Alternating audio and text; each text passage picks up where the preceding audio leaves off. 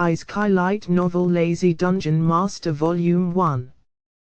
Prologue. In the midst of an expansive white room with basically nothing in it, I, Youta, was checking my dungeon map.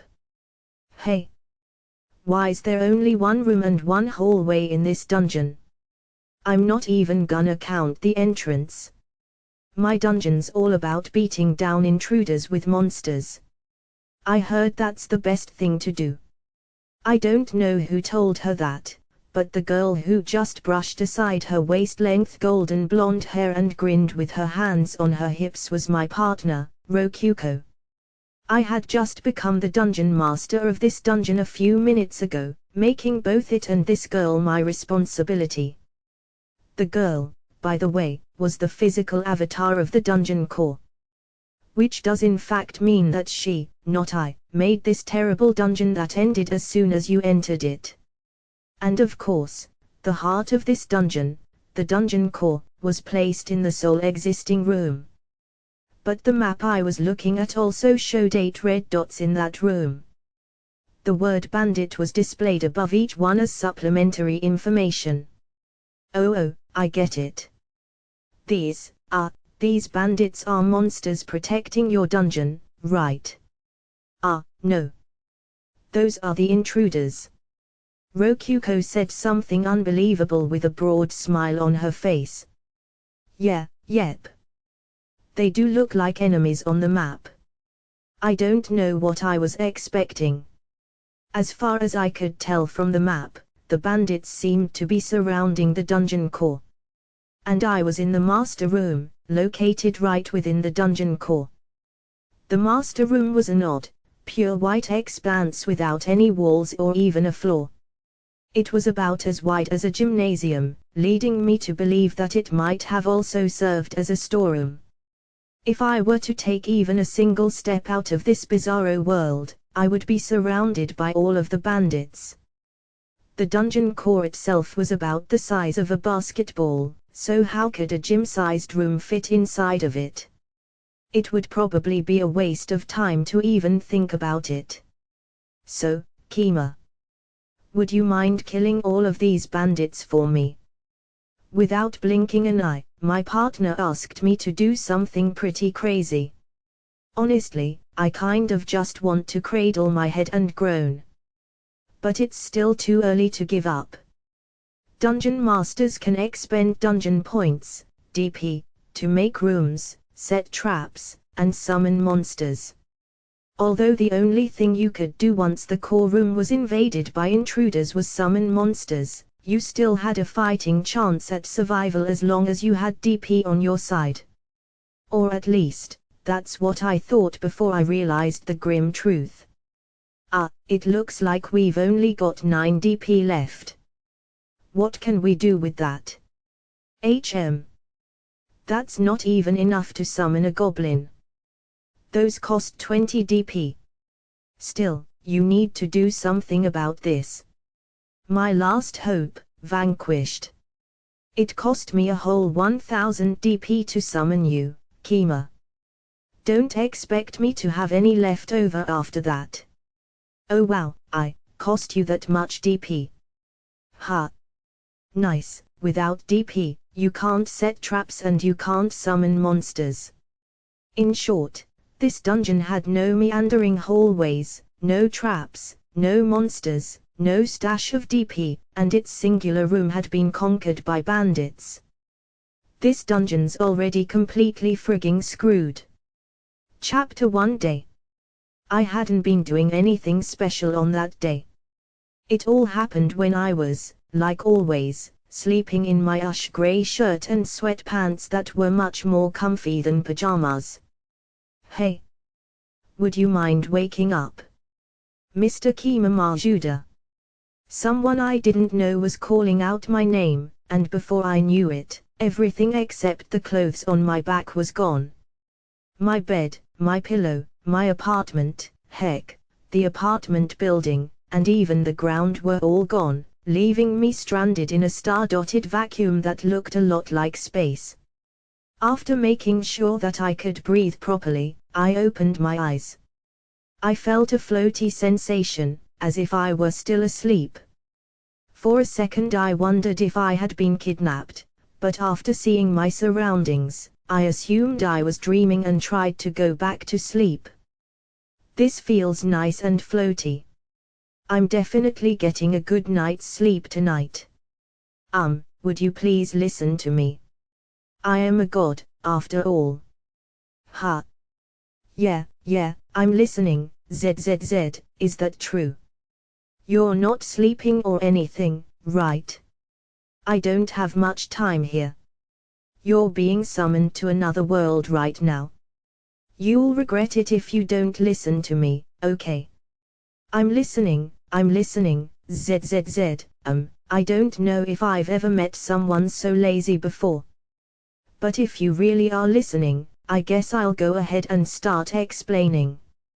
First of all, his explanation really dragged on, so I listened half-heartedly while focusing on sleep.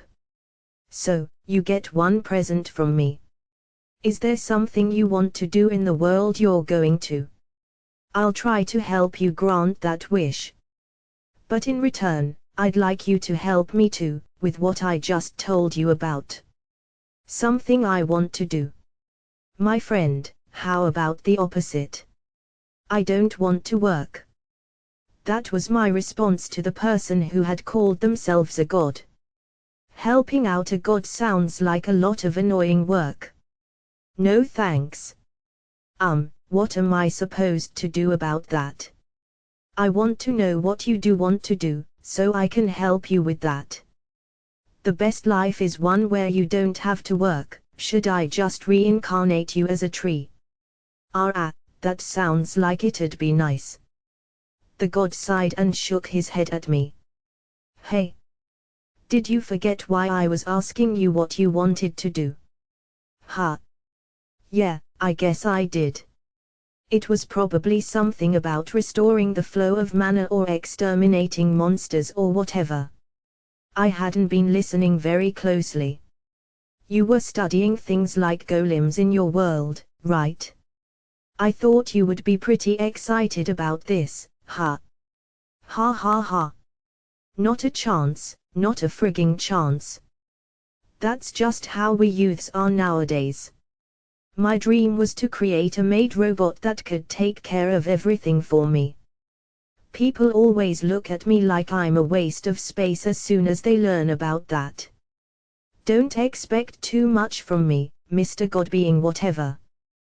By the way, my research was just me playing around with robots about 30 centimeters tall that I got from ready-made kits. I should build them myself. That sounds like a lot of work. Well, it looks like we're out of time. I hate to let you go, but I guess I'll just have to ask the next person that comes by here. Wait, but I'll at least make sure you can understand the other world's language. And if you do help me out, I'll make sure you're repaid for your efforts. I wish not to woo Orc, the world you're being summoned to has magic, but civilization there hasn't developed very much. You'll have to work to survive. Plus, the fact you're being summoned means someone out there wants you to do some kind of job for them. I want to go home. Well, good luck. A bright light enveloped me, blinding my vision. Day 1A all right. The summoning was successful.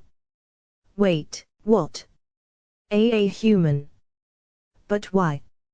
I didn't know how it worked, but I appeared in a room with a faintly glowing floor and white walls. Is it still a room if it's as big as a gymnasium? Either way, that's where I ended up. In front of me was a beautiful girl that looked a lot like the kind of princess knight you could find in all sorts of video games. She had golden hair that reached all the way down to her waist and a firm, though somewhat childish gaze. And lastly, long white boots that went all the way up to her thighs. Yep, those are some good legs. I've got a foot fetish, though, so would you mind taking those boots off for a second? I really wanna see what's under them. And after that, I'd appreciate it if you would put on some knee socks. Even some black ones would be fine. But I'm getting off track here. Apparently that hadn't been a dream, but the real issue was how extremely sleepy I was. I love sleeping more than I love eating 3 meals a day. Seriously. But why? I spent all of my DP, why'd I have to get a small fry like that? Mind if I go back to sleep? Eh? You don't mind, right? Oh, by the way, do you have a bed or something? I asked. What's with this girl? I just want to sleep, but she's screeching and ruining the mood. She's pretty attractive, mainly her feet, but I guess looks are only skin deep. What a shame. She'd be some really nice eye candy otherwise. Gah, what's going on? I've never heard of gacha monsters talking. Oh, right, it's a human. Makes sense that it can talk, then. I guess. Hey, what's with you? Keep it down, you're making my ears hurt. Oh, okay. Wait, no, what's with you? I'm the one who summoned you, so you should just listen to everything I say. Is your mom or dad nearby? I kinda wanna go home, so I'm not a child. Listen up. You're a monster that's been summoned by me, this dungeon's core. I'll work you to the bone until you die, got it? Dungeon core. Monster. Yeah, I have no idea what's going on. If that god was telling the truth, I've been summoned to another world, and this girl is the person who summoned me, but it doesn't look like I'm a hero or anything. Phew. That's a relief. I don't want to get wrapped up in anything annoying like protecting the world or whatever. That'd get in the way of my precious sleeping time. Come on, stand up and go outside already. Kill all those bandits. I spent 1000 DP on you, so you're actually really strong, right? Holy crap, girl.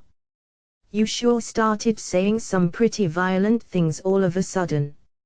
I'm a little less sleepy now, seriously. Alright, I'll listen to what you've got to say, but first you've gotta help me out a little here. What's a dungeon core? What are monsters? What's DP? I can tell that, you summoned me here.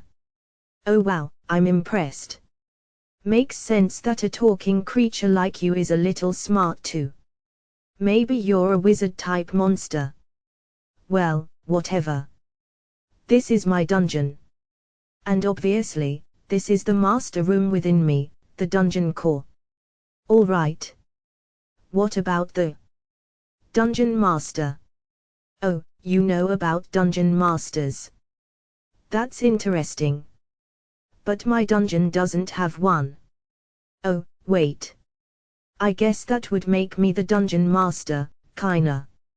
Naturally, I knew nothing about the dungeon masters of this world, but I could guess that they existed thanks to how many fantasy games I've played. But she also mentioned a dungeon core. That must be the heart of this dungeon. And also, this girl. Hey, wait a second. You said I'm a small fry since I'm a human, but aren't you a human too? Nah. This is just my human form. Hey. Wait a second. You need to start calling me master. That's right, you haven't told me your name yet. What is it? Me. I'm dungeon core number 695. A number. Really? That's pretty lazy, but wait. If she's number 695, that must mean there's 694 other dungeons. Okay, I take it back. I would get pretty lazy naming them too. I don't even know if I could think up that many names. Alright, you're Rokuko now. I'm what? I mean, it'd be pretty hard to call you dungeon whatever number whatever, so I'll just name you Rokuko. full name being Rokuko Dungeon Core.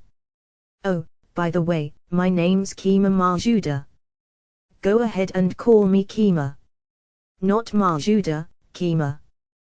Dungeon Core number 695, henceforth known as Rokuko, looked at me with complete bafflement in her eyes. What? Majuda? Master Kima? Is that a fake name or something? Wait, what did you just make me say? Kima Majuda has been recognized as Dungeon Master. What? What?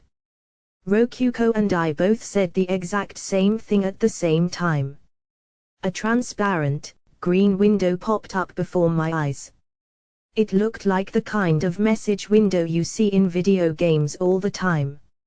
Written on that window in white letters was a message describing that I had been recognized as this dungeon's master. I have no idea what's going on, but I guess I'm a dungeon master now. Menu. Hold on. I take it back. Cancel. Undo what just happened. The blonde girl.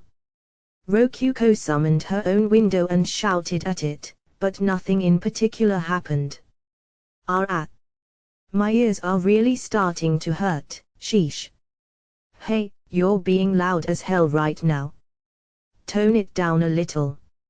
Actually, just shut up entirely. What's with you? Don't order me, Aro. She shut up. Oh, yeah. I'm the dungeon master now. And it looks like dungeons have to obey their master no matter what. Hey. A perfect life without work may have just fallen straight into my lap. That's right. I won't have to work anymore. I'll make this blonde girl do all my work for me while I sleep all day every day. It'll be perfect. Yeah, I'd have to be a completely trash person to do something like that. Well. Not to mention, she's a girl. It just wouldn't work out. If she were my age or older, I could at least rest easy while making her do my chores or whatever, but she looks younger than me. She's like a middle schooler at best. Considering how well developed some elementary schoolers are nowadays, she could probably get discounts at theme parks without trying too hard. Menu. Whoa. It actually popped up. Let's see. What do we have here? A transparent window appeared before me after I called out for it. It was basically a video game menu. Everything I could do was listed out for me in a clear, easy to comprehend way. I had three main options available to me: Dungeon Minions, Dungeon Point Catalog. Everything was written in nice and easy Japanese for me. Wait. Or is this what that God meant when he said he'd help me understand the language? Yeah, that must be it. Dungeon Point Catalog.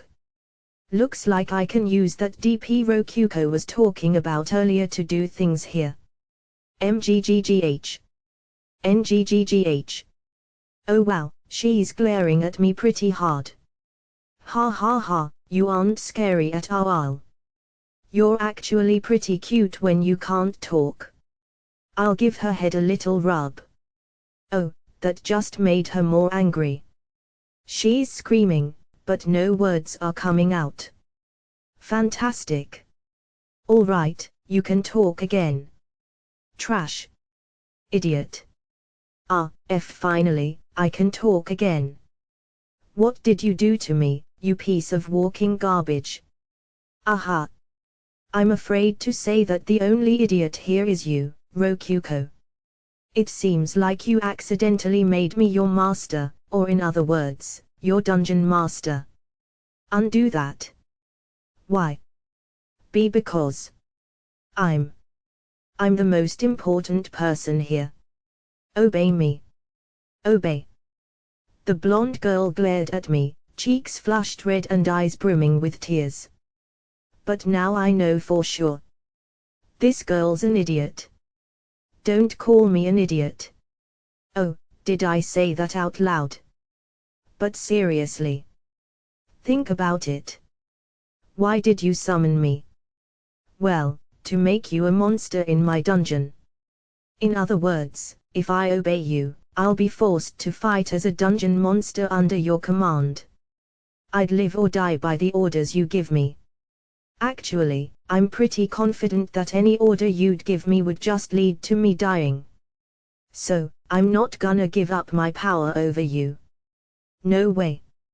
I love sleeping, but I'm a bit young to start sleeping for eternity, if you catch my drift. Well, that's just how dungeon monsters work. And you look pretty weak, so, looks like we're finally on the same page. Though she's not too happy about it. I said this earlier, but you can call me Kima. MHMOK, Kima. NGH. I can't resist you. Anyway. I'm gonna check out the dungeon real fast. I'd like my sleeping arrangements to be nice and safe, after all.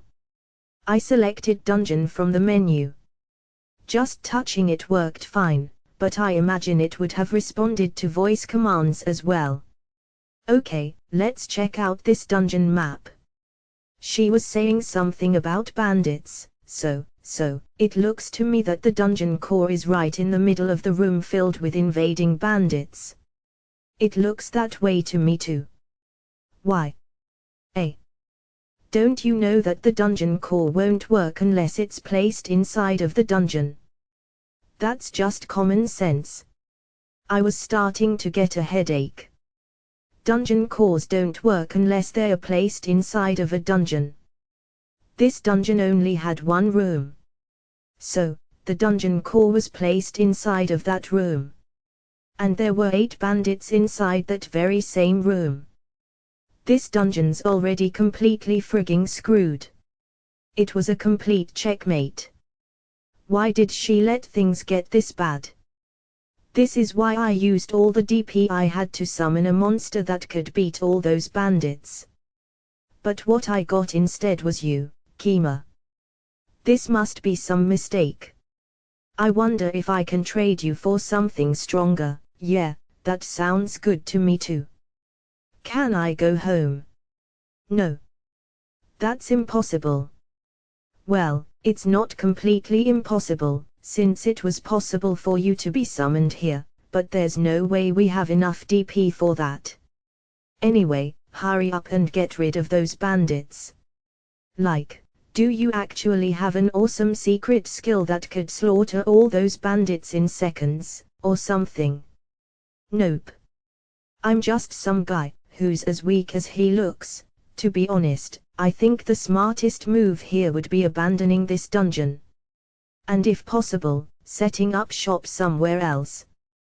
By the way, what'll happen to me, the dungeon master, if the dungeon core gets destroyed? Well, obviously, you'll die. The master and the core are connected, they live and die together.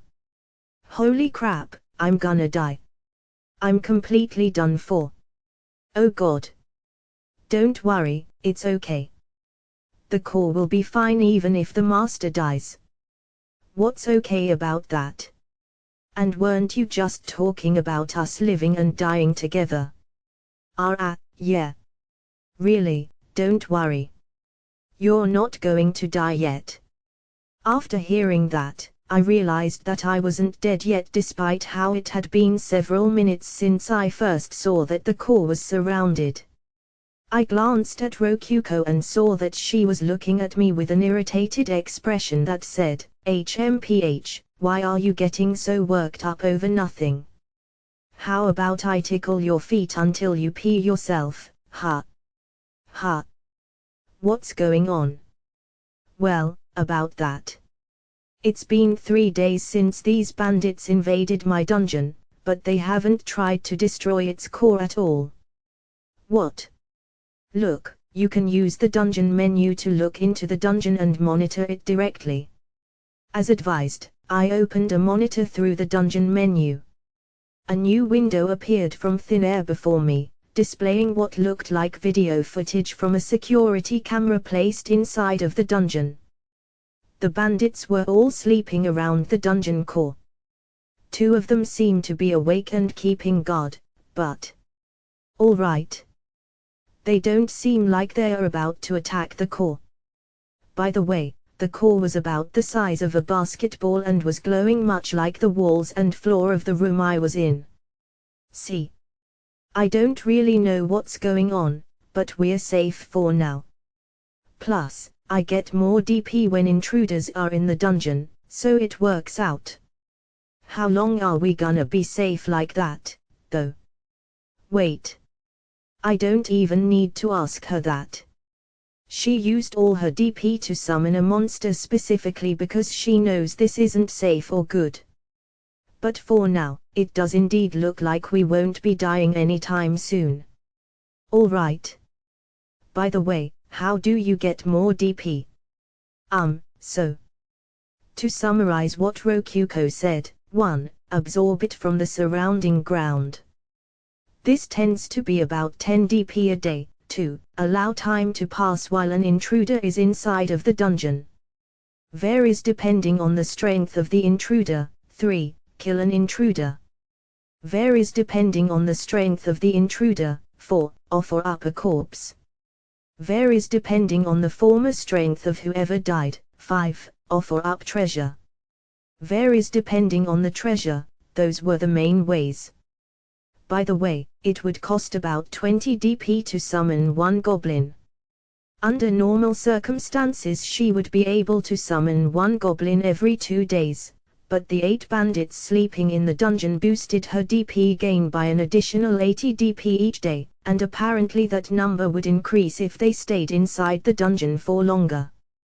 So, using the 900 DP she saved up through 10 days of being inhabited by bandits, in addition to 100 DP she had stashed away for a rainy day, Rokuko had pooled all of her 1000 DP into rolling a single monster gacha.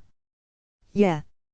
I can understand why she would expect something as strong as 50 goblins after spending 50 goblins worth of DP on something. But sometimes, you gamble and you lose.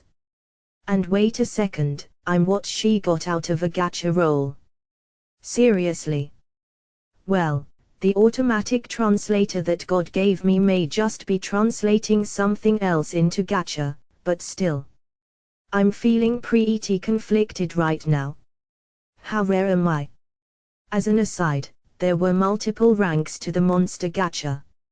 A 100 DP rank, a 1000 DP rank, a 10,000 DP rank, and so on and so on. It goes up a degree each time, without ever reaching an upper limit. In other words, the gacha that I came from was second from the bottom.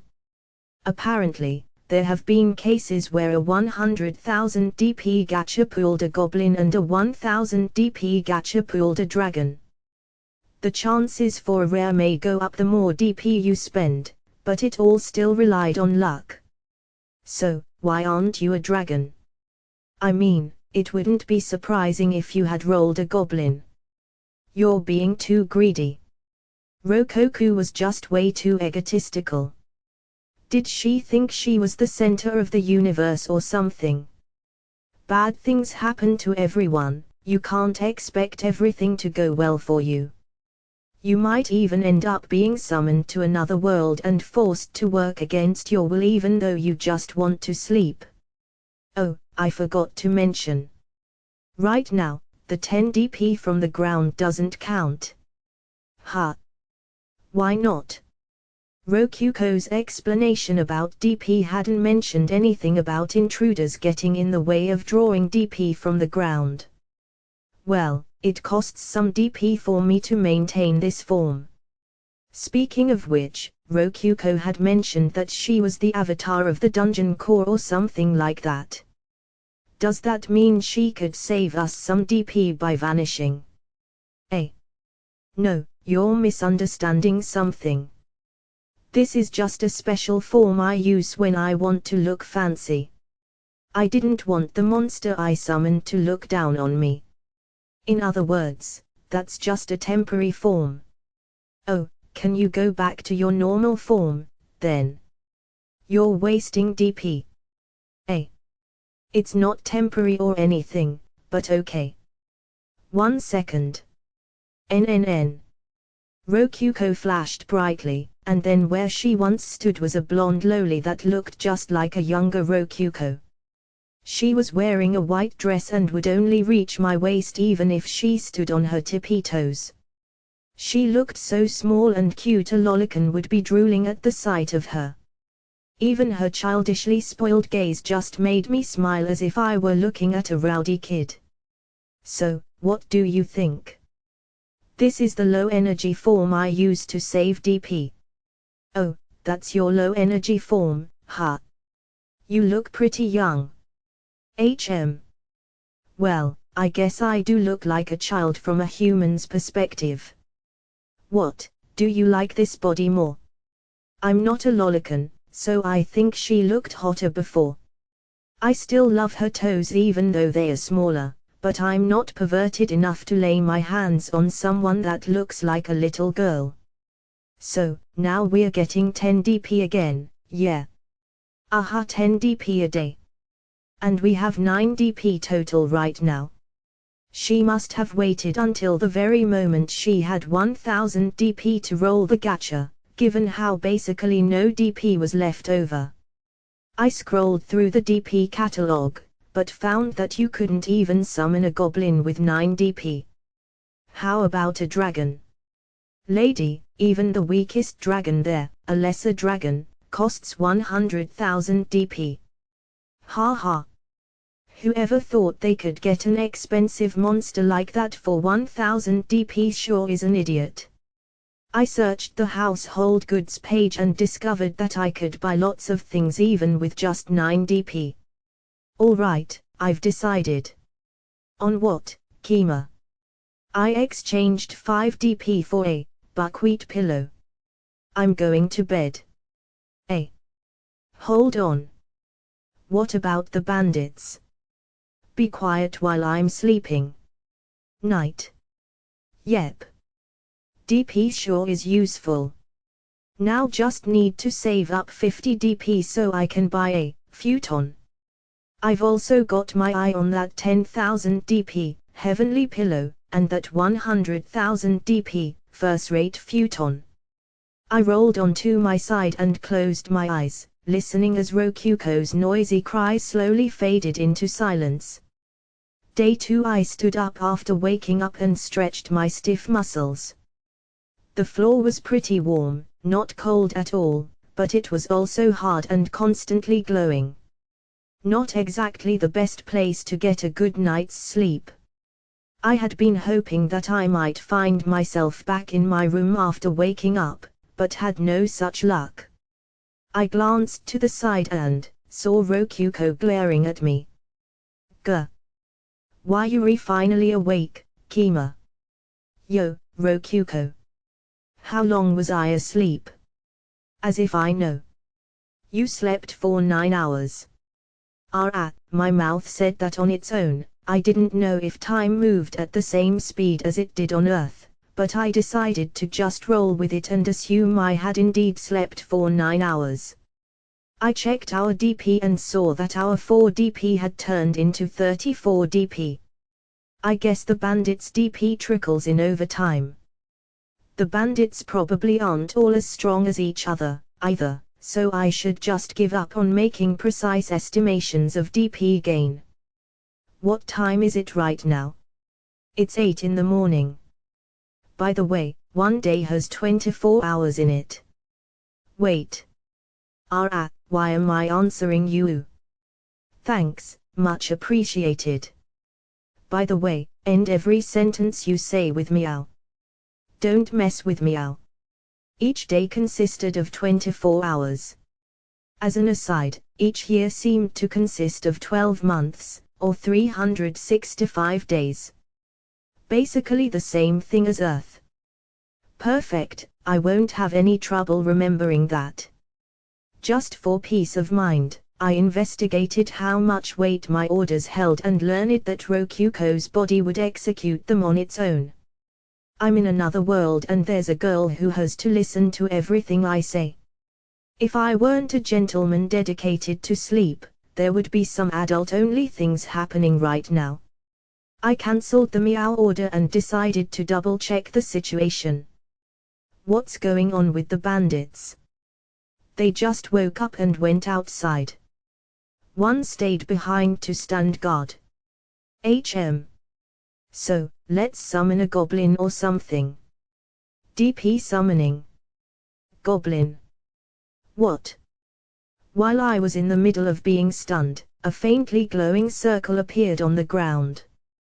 It then flashed brightly, and before I knew it, there was a small, ugly-looking person with green skin standing where the circle used to be. The same thing probably happened when I got summoned. Okay. Not okay. OE. I thumped Rokuko on the head. I checked our DP and saw that we only had 14 DP left. 20 DP was gone, just like that. Why do you do that? Getting hit like that hurts. What'll you do if you break me? Don't just up and use DP on your own like that, idiot. Wait. It's my DP, I can do whatever I want with it. Okay, yeah. She's an idiot. I grabbed onto Rokuko's head and forced her to look me in the eyes. It's not your DP anymore. It's my DP. If you really wanna use it for something, get my permission first. You don't wanna die, right? What, are you threatening me? But if I die, you'll die too. That's right. If the dungeon core gets destroyed, I'll die too. That's why I'm telling you not to do anything on your own. After hearing me say that in a forceful tone, Rokuko trembled in surprise with tears forming in her eyes. NGH. Why you're right. Sorry. But what else are we supposed to do? That depends. Tell me more about this place first. And, can we return this goblin? Nope. But if it dies inside of the dungeon, we get 2 DP. Only a 10th. Alright. We'll keep him around for now. I ordered the goblin to wait in a corner for now. Sheesh. This room really is big. That corner's really far away. Though, I guess it has to be if we can summon things like dragons in here. Okay. So, we're right by Sea Mountain. By the way, this dungeon's name is Ordinary Cave. I heard an adventurer say that. Seriously. They're not even thinking of this place as a dungeon. Come on. Also I thought, but apparently some dungeons just have names like that. Confusing. Well, maybe things would be different if there were some rooms with brick floors or something, but yeah, right now this place just looks like an ordinary cave. What's an adventurer? Apparently, humans made something called the Adventurers Guild. I wonder what makes it different from the Knights Order. I don't really know the details.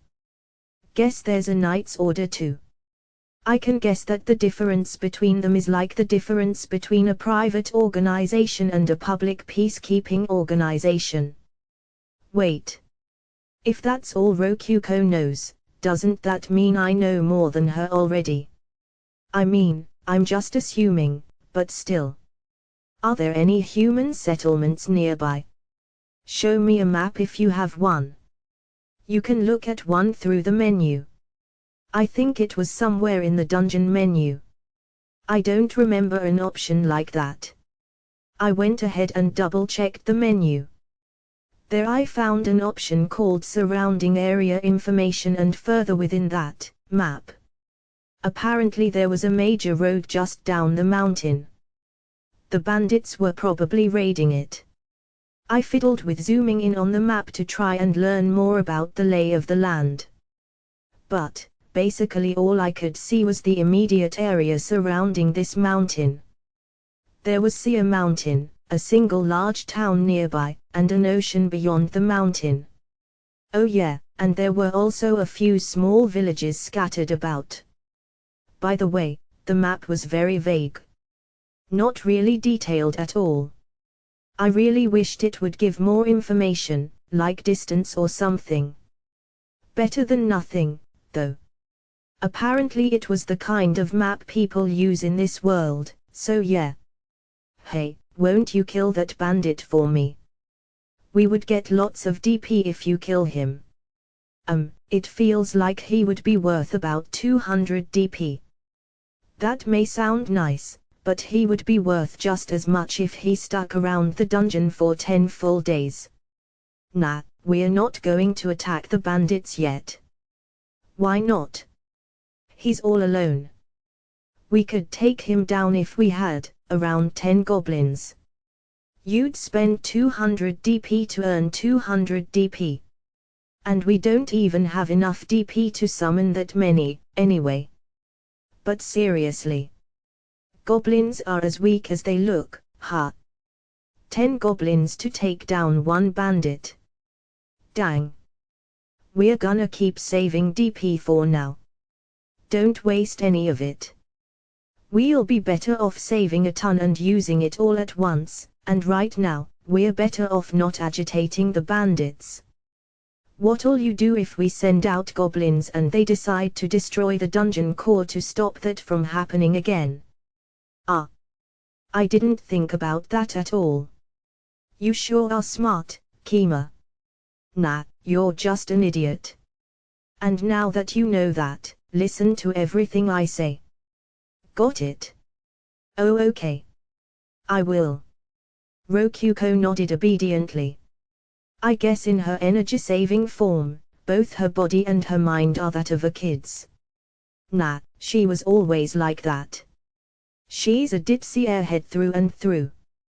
But I knew she wouldn't try to do anything on her own after I ordered her not to. She was being forced to obey my orders whether she wanted to or not, after all. Anyway, I should check out what else I can do in this menu. Construct. Let's see how much it takes to build a room. It depends on the size, but a simple small room with bedrock floors and stuff only costs about 200 DP. The size of hallways connecting rooms determines what kind of traps can be used in them, too. That's right. Adding rooms is a total waste of DP, it would be way better to just summon more monsters instead. That's why I've never used the construct menu before. Looks like I can use DP to get treasure and place it in the dungeon, too. I see. Pillows and stuff are considered treasure too. Household goods tier treasure. That's true, but what's the point in doing that? If you have DP to spare for treasure, you should be using it to summon monsters that can kill the intruders. Hey, what are you looking at me like that for? Gross, stop staring at me. Whoops, my bad. I was giving her the kind of warm look a parent gives their idiot kid after they say something dumb. But you know, when I think about dungeons, it's not monsters that come to mind. It's traps and treasure. Really? The other cores I know never say anything like that. Oh yeah. You said you were dungeon core number 695 or something like that. Does that mean there are at least 694 other dungeons? There's a lot of cores that have gotten dest, that have died, so there's less than that. The dungeon core is our heart, after all. When it gets destroyed, we die. You're a pretty risky girl, letting your heart be defenseless in the only room of your dungeon. But the other cores always say it doesn't matter how many rooms you have. The blonde loli puffs up her non-existent chest in pride. I wanna rub it. I wanna rub that washboard chest. Wait. How are you contacting those other cores? We have gatherings. I couldn't go this time due to all the intruders, but it happens once a year. It's kind of like a party. We talk about a lot of important things there.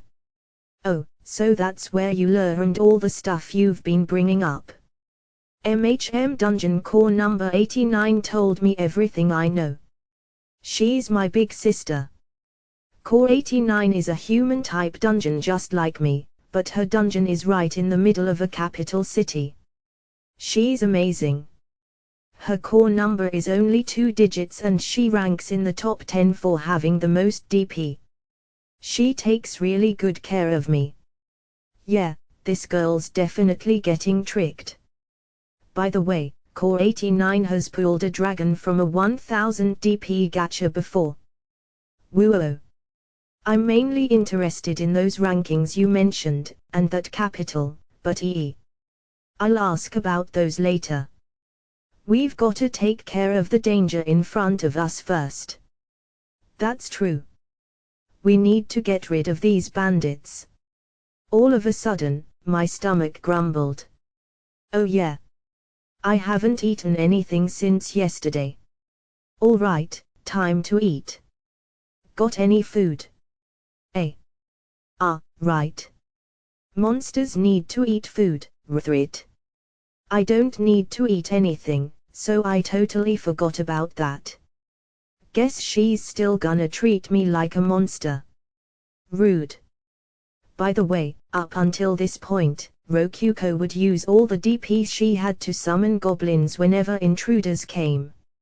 Adventurers would come once or twice a month, massacre the goblins, and then go home after butchering their corpses. I flipped through the DP catalog for food. There were lots of things there, but I went ahead and spent 5 DP to buy bread and water. A magic circle appeared with a flash, and soon enough, darkish bread and a wood cup appeared above it. After splitting half of it with the quietly sitting goblin, we ate together like pals. The bread was really, really hard. I felt as if it were just sitting in clumps in my stomach, but I was tired enough to just go back to sleep right away. Day 3. 2 days had passed since I was summoned. Looks like we've got 179 DP now. Wait, no. It just went up to 180.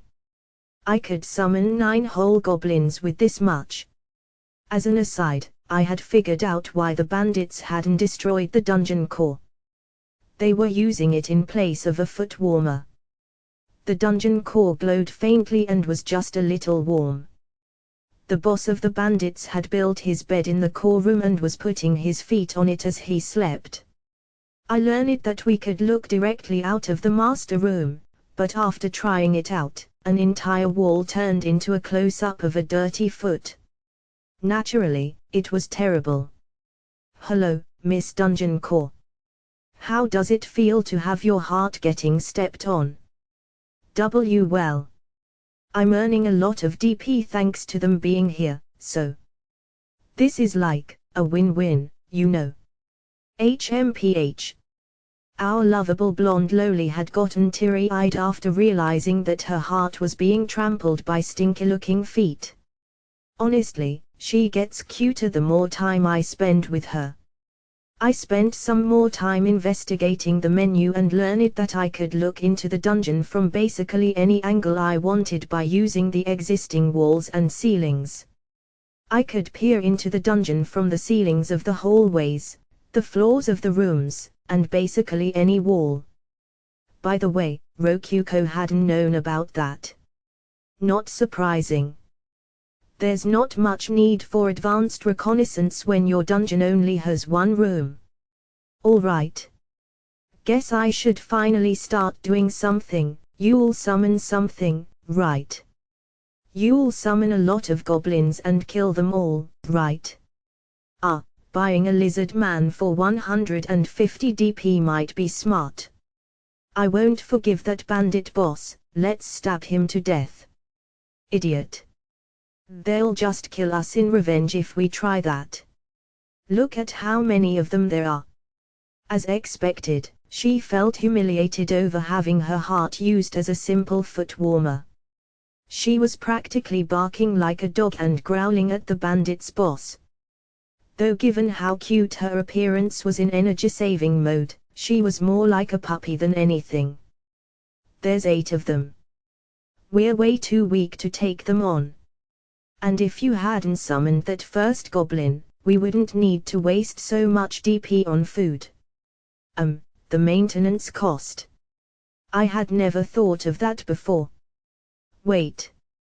Didn't you waste a bunch of DP on that, futon, or whatever? Don't be ridiculous. That, futon, 50 DP, was an absolutely necessary expense. So, what are you going to do? I've got a plan, but... Hey, Rokuko, do you know how to write words? And do you think those bandits can read? Writing. Aha, I can write. I saw those bandits reading a book they stole from someone before, so, they can definitely read simple things. Sweet. Then listen closely and write the things I tell you to. Okay. Bandits perspective buus. Wakuaoop. NGGGH. The boss of the bandits woke up in the cave and saw a chest in front of him. Was this thing here yesterday? Nah, no way. I woulda saw it before sleeping. The hell is this thing? Where'd it come from? We dunno, boss. Rodrige was on guard and he said nobody brought it inside or nothing. So what you're saying is, it just poofed and appeared in the middle of this cave like magic. I guess so. The bandit boss investigated the chest, but didn't find any traps inside of it. He opened it carefully and saw that an iron helmet was resting inside. It was a high-quality helmet, and it looked new too. Hey, this thing is pretty nice. We could sell it for a lot of money. Or we could use it, either way. Boss, there's something written on the bottom of the chest. The hell? Letters. Hey, break in. You can read, right? Read this. You got it, boss. Let see. The boss showed the chest to a subordinate and made him read it. The contents of the message were unbelievable. I am the dungeon core. Thank you for defeating those goblins. This is a present from me. It may take some time, but if you bring me corpses, I can give you more presents. Dungeon core. Hey, are we in a fucking dungeon? I dunno, I heard this place was just an ordinary cave. Wait a second, boss. I used to be an adventurer, and I remember hearing about a dungeon called Ordinary Cave. Really, Johnny? The boss of the bandits was stunned. There was a glowing stone sticking out of the ground that was perfect for warming feet. He just realized that might, in fact, be a dungeon core. He had never heard of anyone talking to dungeons before, but right in front of him was a letter, in a box, from a dungeon. It might just have been a trick, but the guard didn't see anyone coming in, and the helmet was too pristine for any of the bandits to have gotten a hold of themselves. Not to mention, the letter suggested that the helmet was a reward for them defeating goblins. That was probably referring to the goblins near the cave that he slaughtered after first going there. 5 goblins posed no threat whatsoever to the boss of the bandits. And yet killing weaklings like them was enough to earn a fancy steel helmet. Whoa now, seriously. Looks like luck's finally on my side. Dungeons were very famous. One dungeon, known as the Ivory Labyrinth, was located in the middle of the capital. Rather, the capital had been built around that dungeon in the first place. There were monsters in the dungeon, but there were also valuable treasures to be found, like gold and enchanted armor. And this, Ordinary Cave, was a dungeon. But the boss hadn't seen any monsters inside of it. At worst, there were those 5 goblins, but nothing more. But he had seen treasure. the steel helmet. Seems like this dungeon has taken a liking to me, the boss of the bandits said with a grin. Those who earn the favor of dungeons are rewarded with treasure. In other words, they obtain infinite wealth. Speaking of which, the letter had mentioned that they would be rewarded again if they offered up more corpses. The goblin corpses had vanished while he wasn't looking. He had thought that one of his subordinates had taken care of them, but in truth, the dungeon had likely absorbed them. A single glance confirmed that the treasure chest had vanished as well. Kima's perspective. Why? Why did you make me thank them? The blonde lowly stomped around in a circle. I can see your white panties, you know. Absolutely shameful. Though, I definitely understood why she was so upset. After all, I had spent every last DP we had giving that present to the bandit's boss. To be specific, I had spent 5 DP on a pen and ink, 5 DP on a treasure chest, and 170 DP on a high-quality steel helmet.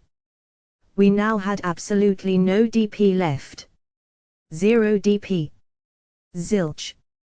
Why?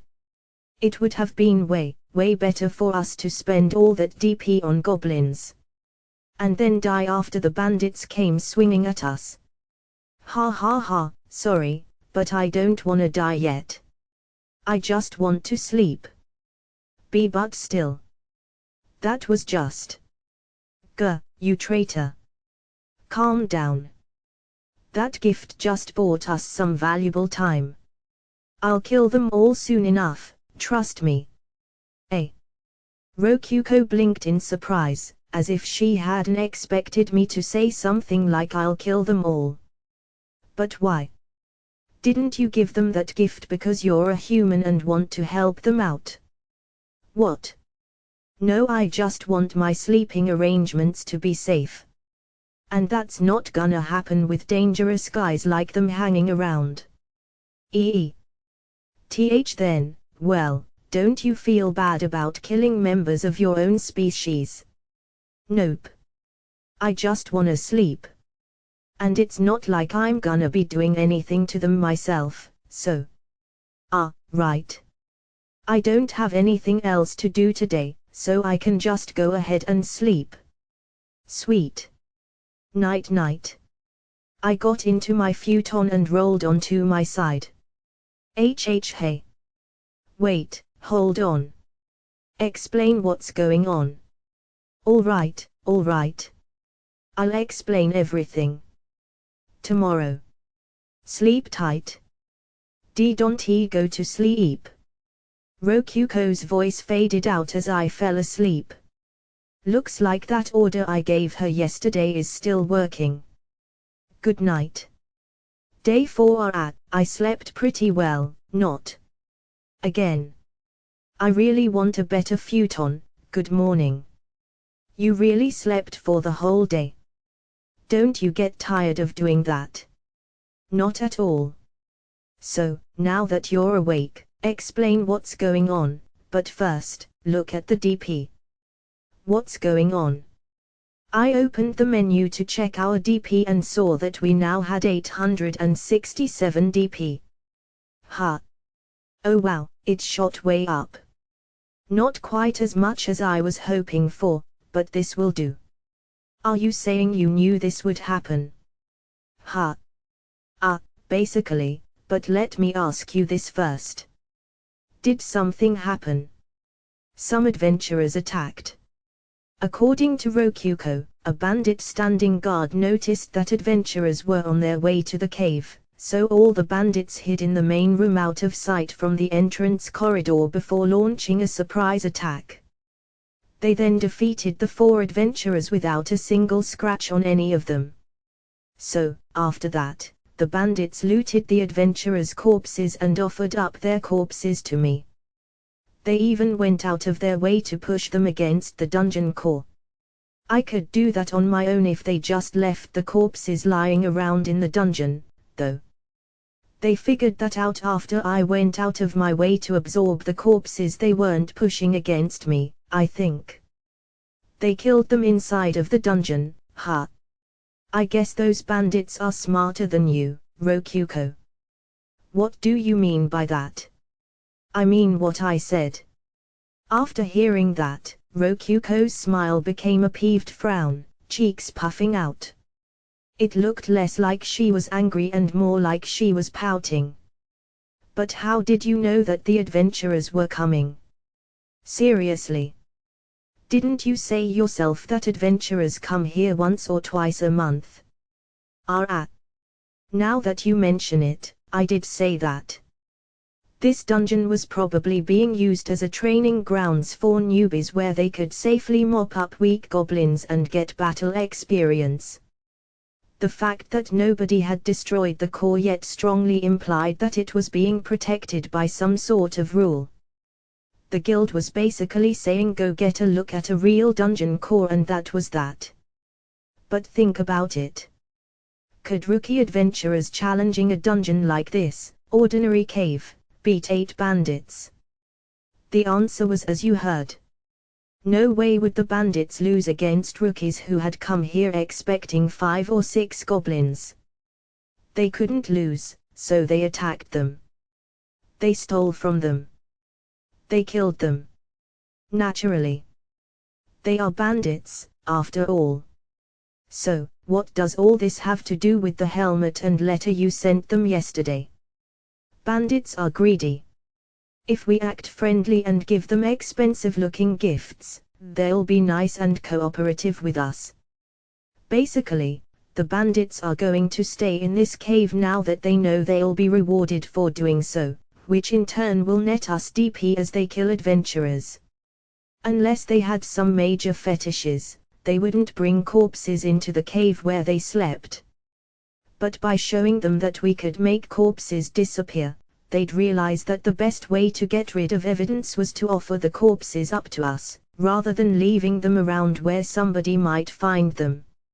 And they'd get treasure for it too. Why wouldn't they bring corpses to us? Plus, under normal circumstances, the bandits would abandon this ordinary cave if the adventurers ever figured out that they were held up here. It just wouldn't be safe. Put all that together and the bandits would feel compelled to slaughter all adventurers for 3 reasons: to stay in the cave, for treasure, and just because it was their job anyway. The fact they chose to ambush the adventurers inside of the cave was just a nice bonus. Though, in the long term, the best thing really would be to just run away without fighting, but they didn't seem to realize that. I'm glad they're a bunch of idiots. But Kima, wouldn't you prefer it if the bandits left? No, I wouldn't. I can't kill them all if they run away, right? There's a bunch of DP right there waiting for us, I don't want to waste it. I'm gonna squeeze every last bit of value from them that I can. Well. You called them DP even though you're a human too. Kima, I'm starting to respect you a little bit. You monster. Thanks. Now, I'm gonna go back to sleep. Night night. You're going back to sleep even though you just woke up. What an idiot. You can obviously only go back to sleep right after waking up. It's a precious opportunity. However, I don't feel bad at all that adventurers died because of my plan. Though, to be fair, the bandits killed them while I was sleeping, and I didn't even see their corpses. I wonder if I'll have to start killing people myself at some point. How will I feel then? Whatever. Like it or not, I'm a dungeon master now. That's who I am and there's no going back. I went back to sleep and had a peaceful rest without having a single nightmare. Our DP went up a little. The bandits might have gotten stronger from killing the adventurers, which in turn might have increased how much DP we got from them hanging around. Alright, we're gonna add a room.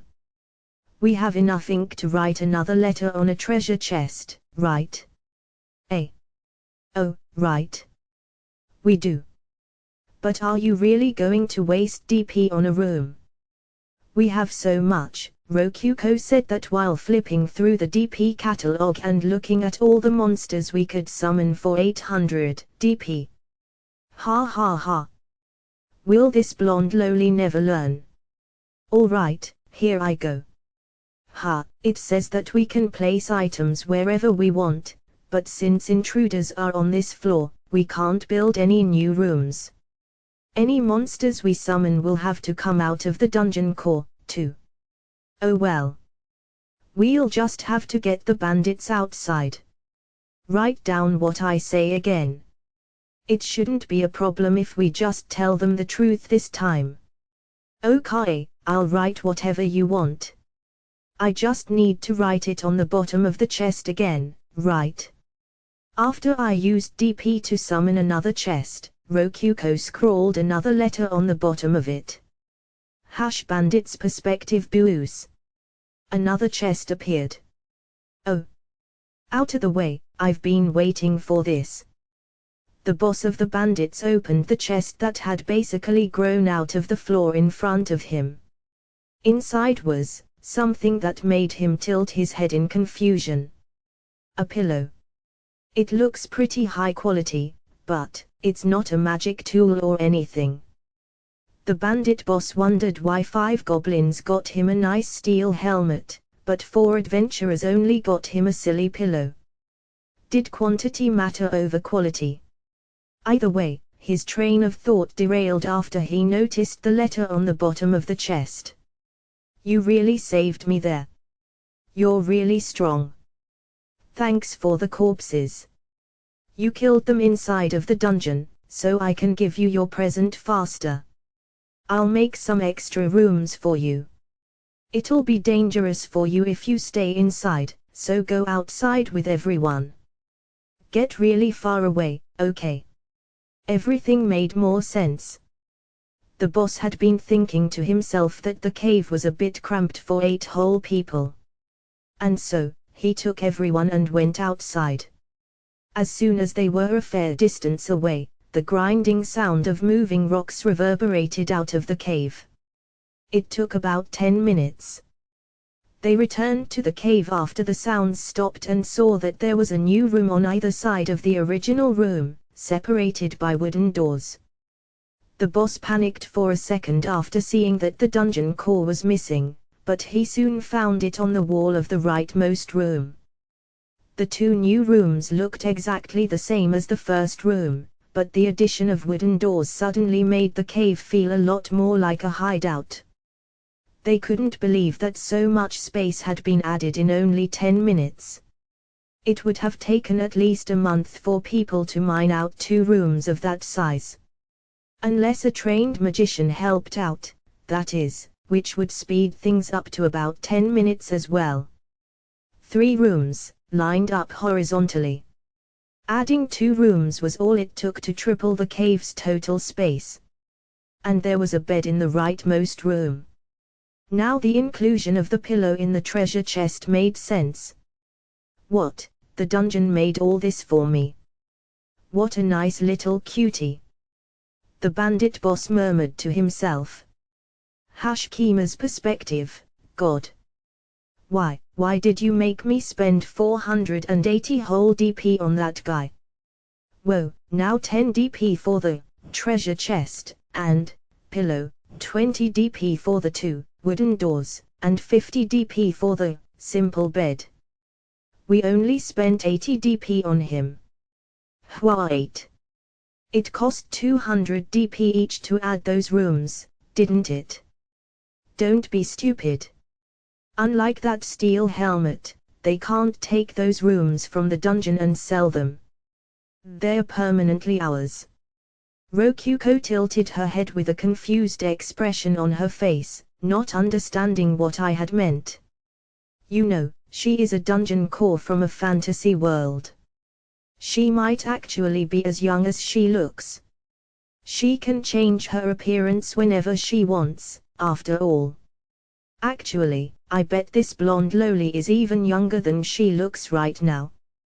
Definitely. We had to expand the dungeon at some point. Here, let me try and make this easy for you to understand. Say we can only place 6 goblins in one room. By adding 2 extra rooms, we can now place 18 goblins in total. Wow, what? That's amazing. Let's add even more new rooms. Yeah, I'm pretty amazed that was all it took to convince you. Wait a second. We have a big problem. All of our 870 DP is gone, completely gone. Yeah, 'cause I used it all. Ha. On what? Take a look. I showed her the dungeon map. Using the camera, I went outside the dungeon and showed her that I had built another single-room cave elsewhere on the mountain and added a dirt path to connect it with the main body of the dungeon. The room had cost 200 DP and the 5-meter-wide path had cost 30 DP. Since there was no need to move rock around outside, the path was pretty cheap despite ending up being almost a solid kilometer long. Though I had still ended up using every last bit of our DP. Ha! I never would have thought about expanding the dungeon from the outside.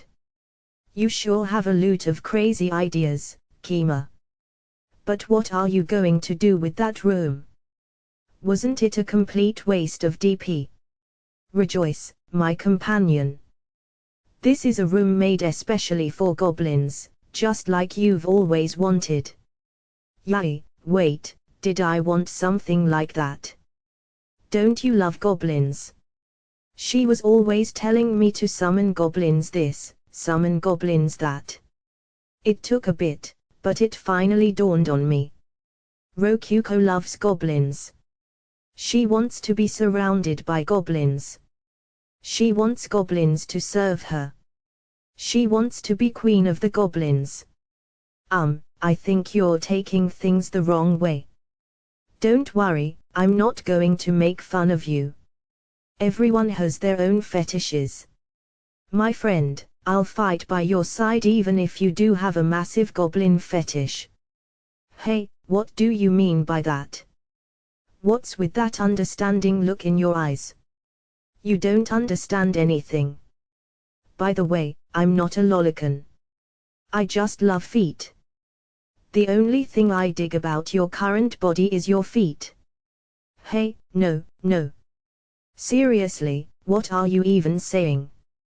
And why do you look so condescending? Anyway, there's nothing left for us to do now that we're out of DP. Time to go back to sleep for the 3rd time. I got back into my futon and listened to Rokuko's voice fade out.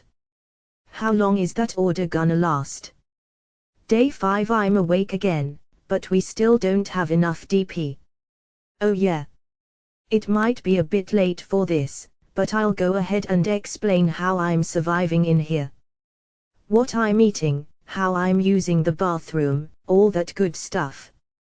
Food-wise, I was eating bread and water, 5 DP, set 3 times a day. By the way, the bread that came in that set wasn't just hard rye bread. The menu was nice enough to allow me to pick between pastries and even bread prepared with other food items such as meat or vegetables. I would pick the bread with as much food as possible and then split it with the goblin. As for the bathroom, well, I was taking care of business in the corner of the room. Don't worry, I had set up a screen partition and got some toilet paper first. There was nothing else I could do, since I was stuck in the master room. If I tried leaving it, I would end up face to face with the bandits. Thankfully, the dungeon core would suck up everything that came out of me, so we didn't have to worry about the smell or anything. The Rokuko grimaced whenever she sucked up my poop. How would you feel if someone pooped inside of your heart? Ha! Not good, right? Ha, you're a girl, you shouldn't be saying poop. What's your problem, anyway? The goblin is pooping inside of you too. Shouldn't a goblin fetishist like you be crying of happiness? Hey, seriously, is that really what you think of me? You know I'm an intelligent life form, right? You're still kind of a mystery to me, honestly. Oh, but like I said before, I definitely love your feet. They're pale but nice and curvy. The definition of healthy feet. They're so hot that if you were in your other form, I would, oh geez. This dungeon master is scary. Despite all that, I hadn't showered at all since being summoned. Just when I was thinking about how my hair would probably start to stink soon, I looked at the goblin next to me. His face was as gruesome as ever, and his massive tusk-like fangs looked like they would really hurt if he bit you with them. His clothes. Nothing but a raggedy cloth wrapped around his waist. He's a pretty wild guy. I would have thought that a wild guy like this would start stinking like a dog after few days of no washing, but he was still completely clean. Did he have some kind of secret I didn't know about? My questions were all answered by Rokuko. Oh, I've been using the survival magic, purification, on him. It was literally magic. Right. This is a fantasy world. Magic, huh? Well, that's that, then. Would you mind casting it on me too? What? You need purification, too. Oh, I see. You're playing favorites with the goblin because you have a goblin fetish. No. I just didn't know that dungeon masters needed purification. And anyway, do that yourself, sheesh. Hey, now, why are you acting like I can use magic? You can't. Apparently, all humans were capable of using magic. Even the bandits had been using it when I wasn't looking. Wait, seriously? Do I just know nothing about nothing? Oh, wait. This is a fantasy world, obviously I don't know much of anything. I wonder if I can use purification, too. I'll try asking her how to use it. You just, build up your mana and cast purification. That's all. That didn't help at all. What do you mean, build up my mana? What do you mean, just cast purification? You're like a cookbook that says to add some salt without listing grams or teaspoons or anything. Come on, I'm a human from a world where magic doesn't even exist. I'm as much of a beginner as you can possibly be. Kima. You can use the menu, can't you? It's basically the same thing as that. Seriously. Purification. Oh wow, that actually worked. A fluffy, lemony sensation washed over my body from head to toe and purified it. Now I can sleep as much as I want, completely clean. I could cast purification on myself right after waking up and go back to sleep immediately, feeling refreshed. I felt a little pleasantly tired, as if casting the spell had used up part of my MP or something. This spell is perfect for sleeping. Fantastic. By the way, you can cast simple survival spells with just mana and some mental effort, but you'll have to learn stronger spells through scrolls before you can use them. Scrolls. Aha. You could teach yourself the spells by figuring them out from the ground up with logic, but that's not reasonable for most people. Only researchers really do that. So, normally you'll have to use scrolls to learn magic. Well, I've never used a scroll myself, but... Oh, maybe there are some in the DP catalog. I checked the DP catalog and saw that in the treasure section there were plenty of scrolls, like the Fireball Scroll 500 DP, or the Earth Barrier Scroll 700 DP. Each spell belonged to an element, and the 4 main elements were earth, water, wind, and fire. There were also special elements known as light, darkness, and space-time. Spells were then classified even further beyond that, with each one either being a bottom rank, low rank, mid rank, high rank, special rank, king rank, or god rank spell. Fireball, for instance, was a low-rank fire spell. And in the midst of all that, there was one mid-rank earth spell that caught my eye. Create Golem, scroll, 10,000 DP, very interesting. I might be able to use this spell to summon a servant that will obey my every command.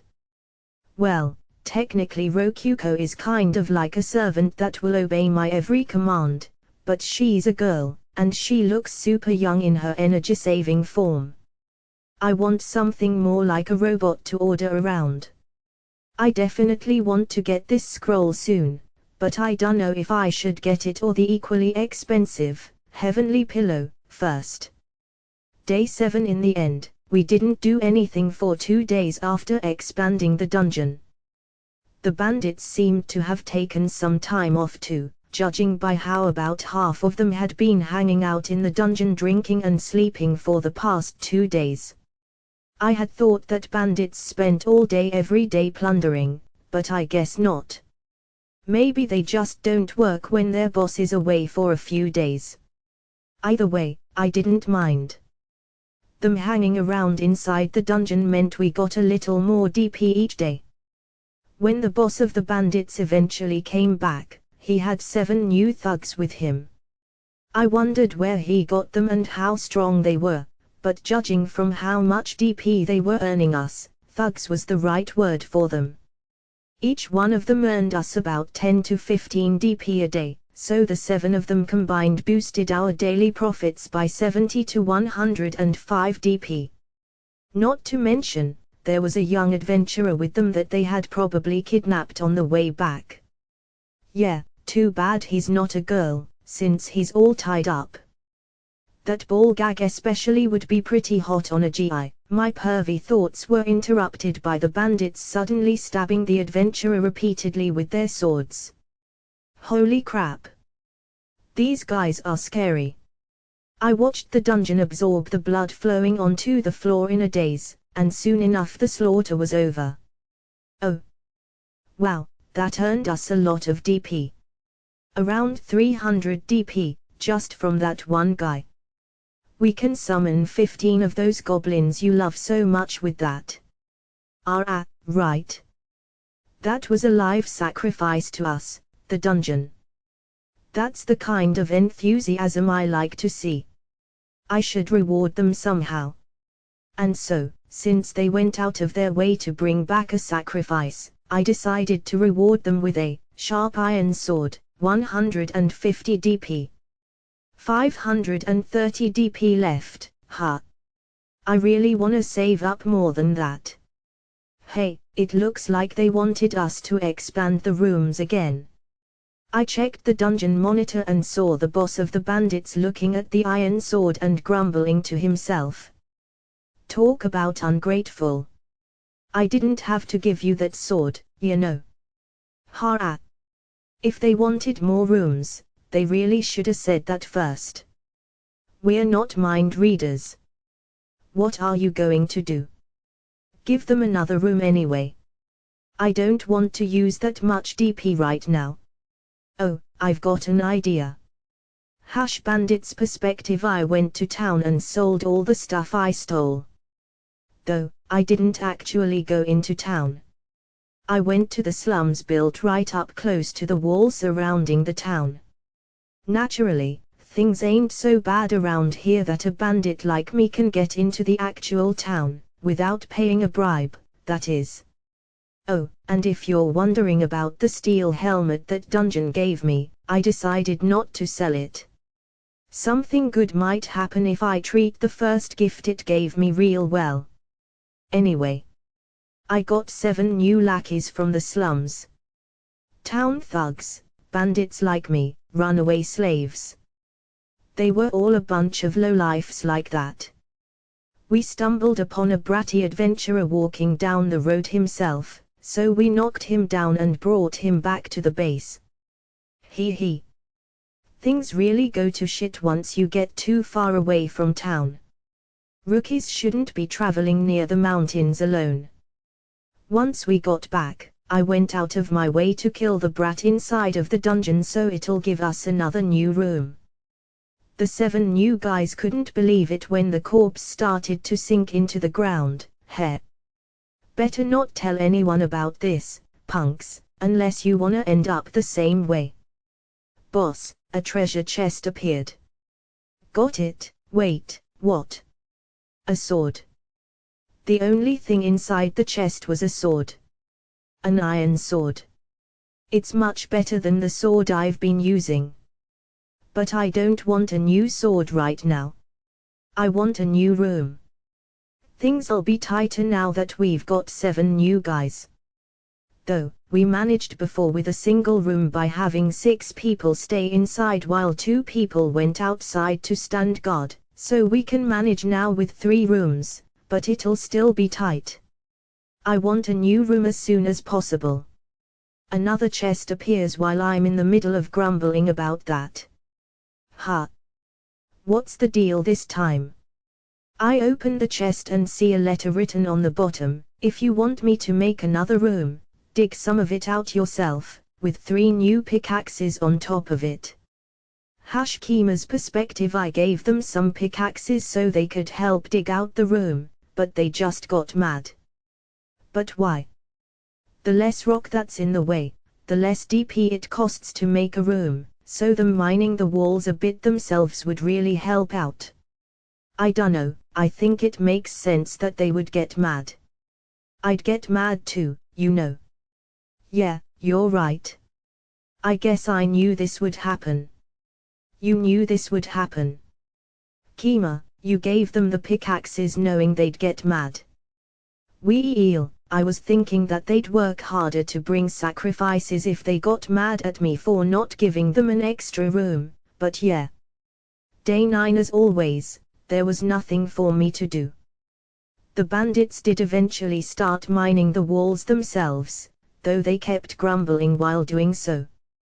They started off by throwing the excess rock and stone outside, but halfway through we started to absorb the stuff into the dungeon under the guise of accepting it as an offering. It didn't earn us even a single DP, but the bandits appreciated us helping out enough that they started working faster without complaining. They really are simple guys. I guess at this rate we'll be able to make a small room in like 10 days. It feels like people are coming. I glanced at Rokuko after she murmured that to me. Bandits? I don't think so. They're probably adventurers. I think the bandits just noticed them too. I guess they're gonna do another surprise attack. Alright. They're almost definitely investigating this cave since those last adventurers never came back. I didn't expect them so soon, but they presented a good opportunity. I decided to tell Rokuko about the rest of my plan to eliminate the bandits. She won't try to do anything unnecessary if she knows what's really going on here. Since they came all the way to investigate us, they're stronger than the last adventurers that came here. After all, it'd just be a waste of time if they sent some weaker people that ended up not coming back either. From the bandits' perspective, they couldn't let anyone see this completely changed, ordinary cave, and survive to tell the tale. So, they'll have to kill all the adventurers. No survivors. And if those adventurers never return, another group will come to investigate. And of course, that group will be even stronger than the last one. I don't know how long it'll take, but at some point, the bandits will lose. And there you have it. That's the plan I have for slaughtering every single one of the bandits. Right now, my job is just making sure the bandits don't try to flee their hideout before it gets crushed. Ha! That's not a job. I'm just sleeping without actually doing anything. Hey, come on, that's not true at all. The bandits were hunting for food, and they would offer up some of their prey to us, mainly the internal organs, bones, and other stuff that they couldn't eat themselves. It was all worth a little DP. In return, I would send them treasure chests with letters on the bottom explaining how best to fight within the cave. Of course, since we would get more delicious DP whenever bandits or adventurers died inside the cave, we benefited the most from those battle plans. See? I'm doing my part and working hard too. God. I don't want to work. At least my job was pretty simple. I just had to reward the bandits whenever they offered up stuff to my dungeon. Oh. That's amazing, Kima. I can't believe you thought of a plan that great. Yep. By the way, the true purpose of that goblin room is to be a dummy, ordinary cave, when necessary. If worse comes to worst, we can move the dungeon core over there and pretend we never knew a thing about the bandits. Oh wow, really? I totally thought that you had just forgotten that monsters can only come out of the dungeon core when its floor has intruders on it. Oh, I did forget about that. That goblin's just been sitting cross-legged for the past week, so I was planning on letting him outside, but I guess that's just not possible. Oh, the adventurers are almost here. Right. May as well watch what happens. Bandits perspective boos. Some adventurers are coming. Alright, just as planned. We're gonna take them down. Just as planned. Yeah. The box that had the sword in it mentioned that adventurers would be coming soon, remember? The dungeon wants us to protect it. By the way, the boss of the bandits had studied for a while and learned how to read simple messages. Since the letters from the dungeon were intentionally being written in a simple manner, even he could read them. The boss of the bandits was feeling pretty smug about that, too. He bragged to his subordinates that he had gotten a lot smarter ever since he holed up in this dungeon. He even said that he might turn back into an idiot if he ever left it. Alright. We'll use the new guys. Tell em I'll make whoever kills the most my right-hand man. Got it? What about us? If the guys get slaughtered, we'll finish off the weakened adventurers. That'll be the end of it if everything works out. The dungeon really had taught the boss a lot about warfare. Use the new guys first and get ready to get rid of the weakest ones as soon possible. That was just one of the lessons he had learned. Having a hideout where you could stash treasure and get shelter from the rain was everything to a bandit. It was status. It'd be dangerous if anyone ever discovered the hideout, but slaughtering everyone who finds it should take care of that, or at least, that was what the letter from the dungeon said, and thus that was what the boss of the bandits believed. Two corners of the dungeon's first room were blind spots coming from the entrance hallway, making them the perfect spot to launch a surprise attack, though there was so little space, only about 8 people could hide effectively. That's where the new guys would be camping out. Every other bandit hid in one of the 2 new rooms the dungeon had made for them. That way, they could rush out and provide support whenever necessary. Ha! I thought this was a one-room dungeon with the core right at the start.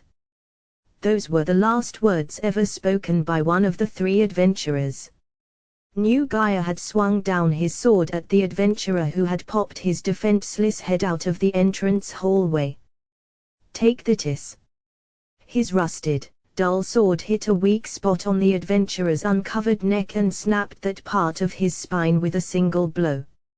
Right, that guy's one of the thugs I picked up at the slums. I remember him being all smug and cocky. I told him to keep quiet until his first attack landed, but I guess that was too much for a thug who's never killed a man before. But by chance, he had managed to kill one of the adventurers with his first swing. That could only be called the result of pure luck. Hey. Hey. Now I'm gonna be the boss's right-hand man. Benny. TCH, bandits. Slash. Ha. Ga. The adventurers. The swordsman's counterattack cut halfway through New Gai's neck. That wound was severe enough that he would need high-rank magic to survive, which basically meant he was already dead. He had landed a critical hit with a surprise attack on the first adventurer, and now he had been hit with more or less the same thing himself. The swordsman's weapon was a sharp, well-cared-for sword, but what mattered more than anything else was his prowess, reflected by the skill he had used. New Gaia collapsed onto the ground. Nobody made the dumb mistake of watching his corpse fall to the ground, but the adventurers still moved faster than any of the newbie bandits. Shit, he's got a skill. We've got to pile up on him. We'll win through numbers, Nhara. The backmost adventurer launched an arrow that pierced the chest of New Guy B's cracked leather armor and killed him instantly. He must not have expected to kill the bandit in a single blow, as a second arrow soon stabbed through his head. He shot fast and he shot hard. His aim was good, too. He might have been using a bow combat skill, but either way, an archer can't do anything in a close quarters fight. The fact he stood his ground in the hallway was probably reflective of how little combat experience he had. Or perhaps he just didn't want to run away and abandon his companion. It was a brutal battle from that point on. Despite having lost one of their own, the adventurers fought well together. They were definitely stronger than the newbie bandits. That was obvious from the moment the adventurers first used a skill, but even so, they couldn't win against numbers. The swordsman was surrounded and the archer was defeated after the bandits used a corpse as a shield to get close. In the end, 5 of the cocky bandits had died trying to defeat the 3 adventurers. Out of the 3 newbies who had killed one of the adventurers, 2 had died from counter-attacks, leaving only 1 alive. New Guy C, a former mercenary who had luckily managed to survive after killing an adventurer, was made the boss's right-hand man as promised. We're gonna be getting a lot of new members from now on. He can help me keep everything together. Let's see. Only the criminal slaves and ex-mercenaries survived. Guess thugs are pretty worthless, huh? Now. That should be enough corpses to get us a new room, yeah. I'm counting on you, my lovely dungeon friend. And so, a treasure chest appeared. Inside was a letter saying good work. I'll add a new room, so please go outside. As a nice bonus, the chest even had food inside of it. There was even a sweet-smelling kind of bread that the boss had never seen before. It smelled a lot like the incredibly expensive fruit known as melons. By chance, the boss had smelled a melon once before in his life. That event led to his fall from grace and descent into banditry, but there's no point in talking about that. The boss offered the bread to his new right-hand man to test for poison, and it ended up being so delicious that he said, "I've never tasted bread this sweet in my life. I swear I'll serve you for the rest of my life, boss," while shoving it into his mouth. His expression was so much more sincere than the one he had when he first joined that the boss couldn't help but shake his head, grinning. Hashkima's perspective: the bandits killed the last adventurer. Really, the adventurers had been a lot dumber than I expected. If the first adventurer had put his guard up after noticing something was off about the dungeon, they might have survived the bandits' surprise attack. Perhaps he just wasn't taking our dungeon seriously, considering it was an ordinary cave, and nothing more. He might have assumed that even if there was a surprise attack, It would be conducted by mere goblins. Maybe he knew that the roads had been getting more dangerous, and figured that a random cave would have nothing to do with that. He might have expected that the newbie adventurers from before had simply gotten lost and set up camp in our cave. We'll never know now, but that doesn't really matter since they're all dead now. They should have taken this place seriously the moment they heard about the last adventurers never coming back, but they didn't. That's their fault. I glanced at the monitor and saw the exact moment that the archer was stabbed through the chest with a sword. I saw something I shouldn't have again. Am I gonna have nightmares about this stuff? So much DP. I'm starting to like these bandits a lot more than I used to. They're not even stepping on the dungeon core anymore. They're murderers and thieves, you know. Well, whatever. We got 1900 DP from that battle, which increased our total to 2951 DP. Some rough mental math lead me to conclude that the 5 bandits were worth about 1000 DP together while the 3 adventurers were worth about 900 DP. We're gonna get less DP each day without those bandits hanging around, but I'd say that's a fair trade. Alright, I'll give them those rooms they want. They've been mining the leftmost wall of the left room, so I'll build 2 new rooms in that direction. I want a bend, so I'll make the 3rd room to the right of the 2nd new room. We can put the core there for maximum safety. Oh, right. I'll give them some food too. I wonder what'll happen if someone from this world eats a melon roll or something. Melon roll. What's that? I don't see anything like that in the DP catalog. What are you talking about? It's right there. Though, I did just find it a second ago. I put 1 pastry set, 5 DP, 1 fancy bread set, 5 DP, and 1 dried meat and vegetables set, 15 DP, into a treasure chest, 5 DP, with a letter on the bottom telling the bandits to go outside before sending it all into the dungeon. It took 630 DP to make those rooms, so we had 2291 DP left over after all of that. Looks like we've still got a ways to go until we reach 10,000 DP. I checked up on the bandits and saw one of them devouring the melon roll with a blissful smile on his face. It was the guy who had stabbed the archer through the chest. He swore his loyalty to the bandit boss thanks to that bread. Talk about overkill. Holy cow, this tastes amazing. This melon roll is so good. Kima, did you used to eat things this tasty all the time? So, after letting Rokuko try out some melon roll because she looked pretty curious about it, she started stuffing her face with it, eyes shining. Wait, you eat bread? Wait, I mean, you can actually eat stuff. First time I'm seeing that. What? It's not like I can't eat food or anything. But you don't need to, right? I don't, but it's like a treat. I'm treating myself. Do you have any more? I mean, you know that a single one of these costs 5 DP, right? When it comes with a drink, anyway. You can get 6 of them at once with a pastry set, so that'll be the better deal. It'll be cheaper to buy a drink from a 5 DP barrel, too. Wait a second. Buying in bulk is so cheap I feel like I was getting ripped off before.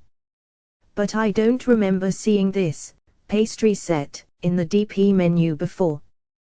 What's going on? Well, there's a whole world of bread out there, but we need to save DP right now.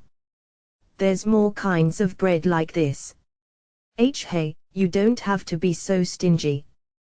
We have like 2000 DP right now, don't we? It'll be okay if we just spend a little, just a little.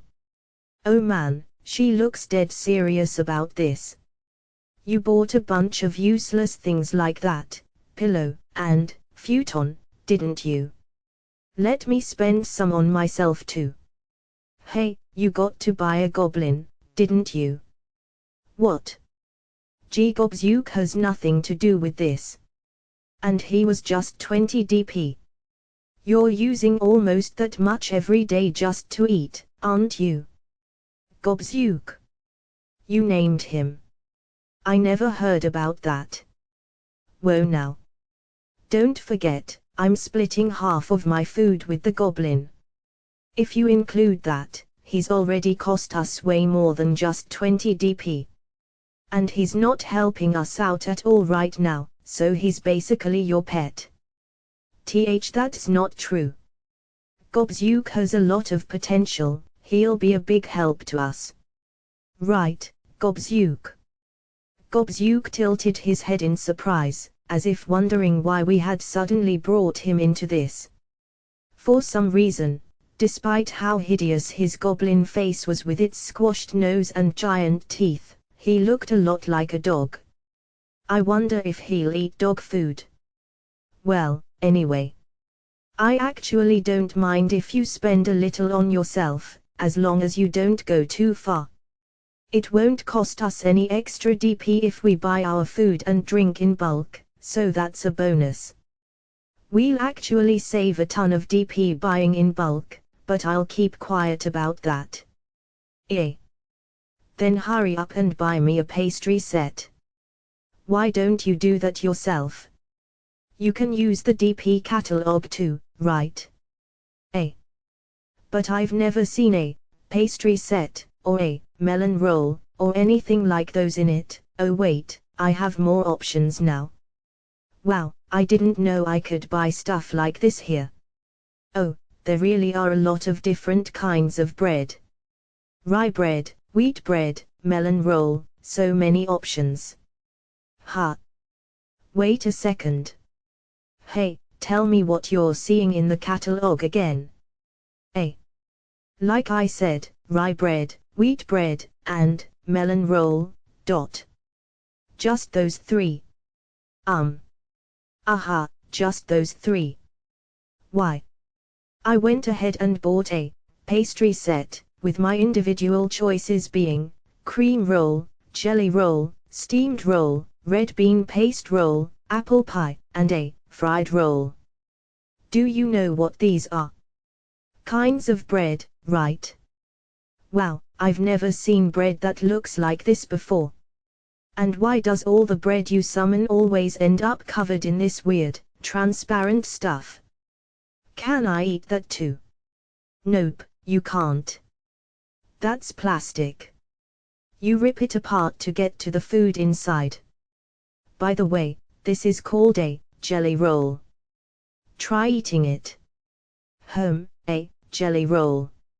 Let's see. So tasty. Jelly rolls taste amazing too. Wow, there's some yellow stuff inside of it. Oh, so sweet. What is this stuff? It's delicious. I handed over the cream roll, having more or less figured out what's going on. Rokuko, check out the pastry set again and see if you have more options this time. Okay. I do have more options. I can pick a jelly roll now. Wow, this is all new to me. Alright. The next time you want a jelly roll, buy it yourself. Get it in a set with some melon rolls, if you want. Really? Okay, then I'll get 3 of each. Ha. Oh, sure, I'd love to have one of your jelly rolls. Thanks. Right after Rokuko summoned her pastry set, I stole one of her jelly rolls. Yep. This is a cream roll. Any way I look at it, this is a cream roll. Plus, it's completely bare without any plastic surrounding it. Sorry, Rokuko. What I gave you was actually a cream roll. This is a real jelly roll. Really? Wow. So this is an actual jelly roll. Whoa, this one has red stuff inside of it, and it's super sweet. I love this one too. Real jelly rolls are amazing. Sorry for tricking you again, but that's a red bean paste roll. Sounds like it has red bean paste. Go ahead and buy another pastry set. This time, get 4 cream rolls and 2 jelly rolls. What's going on? Do you really care that much about making me happy? Thanks. You're so nice today, Kima. Okay, 4 cream rolls and 2 red bean paste rolls. How's your option list looking? Oh, I have more options again. Okay, I summoned them. Can I go ahead and eat them? I looked over what Rokuko had bought. 4 cream rolls and 2 red bean paste rolls. And there we go. It looks like the DP catalog prioritizes displaying only items that the user of the menu is familiar with. It's very possible that it just fundamentally won't show items that the user doesn't know about. Since Rokuko's pastries weren't wrapped in plastic, just knowing the name of something must not be enough for it to be put on the catalog. Does the dungeon need to have absorbed it before? Wait, no, that doesn't make sense. She's absorbed plastic plenty of times. I guess it does have to do with being familiar with the item. Either way, it's very likely that none of this applies to things from this world. I've never seen an actual dragon before, but it's on my menu, though I do know that dragons are the classic dungeon master monster of choice. I want to dig into this a little more, but this is getting pretty tedious. I don't want to waste DP, either. Rokuko was looking at me impatiently as I contemplated the inner workings of the DP catalog to myself. I can eat them now, right? Right. Yeah, go ahead. By the way, those are all the pastries you'll be getting for 4 days, so don't go through them too fast. And be sure to split them with Gobzuke. Wait. Rokuko froze with half of a cream roll in her mouth. Don't worry, I'll split my food with Gobzuke even if you eat all of those pastries yourself. Not that I'm gonna tell you that, though. Day 11. 2 days after he had lost 5 lackeys, the bandit boss came back from town with some replacements. 19 replacements, even.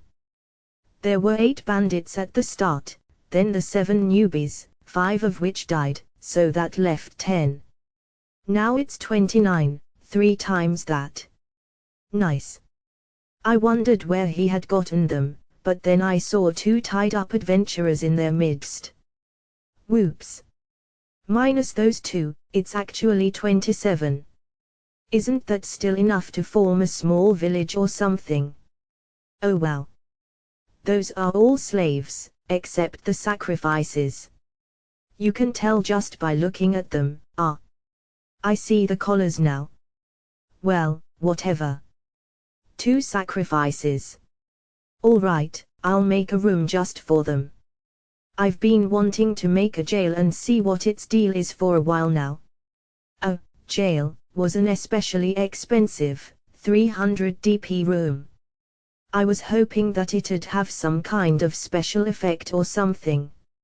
After adding the extra room, the dungeon looked like, from above, a square with its top right section cut off. But wait. Bandits can buy slaves in this world. Apparently, humans who break the law can end up slaves. They're called convict slaves. But they'll go right back to breaking the law if bandits buy them. What's even the point? Either way, I noticed 2 of the slaves that stood out from the rest. One was an adult woman and one a young girl. They weren't very dirty, likely thanks to this world's survival magic. Yeah, those rags are so torn up they're basically naked. That's hot. But wait a second. The slave the boss is carrying definitely isn't even 10 years old yet. Why'd he buy a kid with dead-looking eyes like that? Is he gonna raise her as his daughter or something? And hold up, she's got dog ears too. Another fantasy staple has come, a dark-skinned dog girl. She even has black eyes and hair. That's the first time I've seen either of those in this world. Actually, I just noticed that the older woman has wings growing out of her arms. Is she a bird person? Is that what I should call them? Bird people? Nah, they're probably called harpies or something. This world sure has a lot of colorful races. Wait. Hold on. There. Sex. Slaves. We're gonna turn into an adult-only story this late in the game. Well, sure, I guess this does make sense. There've only been dudes out there up until now, so. The bandit boss had likely bought those sex slaves to satisfy the lust of his subordinates.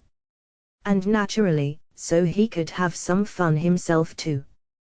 The bandit boss grabbed onto the older woman and groped her body with hands so dirty I questioned whether he had ever used purification on them. He then noisily slobbered on her mouth in a makeshift kiss before pushing her onto the bed and yeah, cut. The child slave was watching, too. Well, her eyes were so dark and clouded it was hard to tell if she was really processing anything, but still. Come on, at least put her in another room. Now I understand why she looks so dead-eyed, dang. He's even gonna make her clean up after them. Holy crap, what a monster. Oh, right. He's a bandit. He's killed people before. Right. Whoa, amazing. That's how humans reproduce, right? I've never seen it before. Are you after my body too, Kima? I'm not a lolicon. And hey, stop watching them. Kids shouldn't be looking at that kind of thing. But I'm not a kid. You know that I only look like this because I can save DP in this form, right? Oh right, I forgot about that. Right. Your original body was way more developed, so. Wait, nah. You were still a busty middle schooler at best. That's too young. But you like my feet, don't you? And look. That tiny slave is watching too. Yeah, they're making her walk on her bare feet. That has to hurt. What a waste of nice, shapely feet. Delicious brown skin like hers should be treasured. God, I want to at least give her some socks to wear, preferably knee socks. White knee socks, or dark knee socks. No, wait. I bet socks shaped like puppies would really go well with her dog ears. I feel like you changed the subject there, don't worry about it. Anyway, time for sleep. By the way, he later locked up the harpy woman in the jail, which I had built behind the room that the boss is more or less using for himself now. Bandit's perspective. Is there anything good about being a bandit, huh? I can't easily get into towns, and all the shops I can buy stuff from overcharge like motherfuckers. I've tried making my more respectable associates buy my stuff for me, but the merchants always see right through them and keep overcharging. I can't go to a blacksmith, so I've got to get a hold of weapons on my own and keep using them till they break. It takes a lot of guts to use a weapon that can break at any time, and to tell the truth, I'm scared shitless of the day my blade breaks in a fight. I have to risk my life just to earn money and get anything. It's riskier being a bandit than it is being a mercenary. But if I'm strong enough, I can steal anything. I can never know how much I'll earn in a year, but when I hit it big, fuck do I hit it big. Not to mention, I can now go to gatherings of the legendary Dark Guild. I had only ever heard of them when I was a mercenary.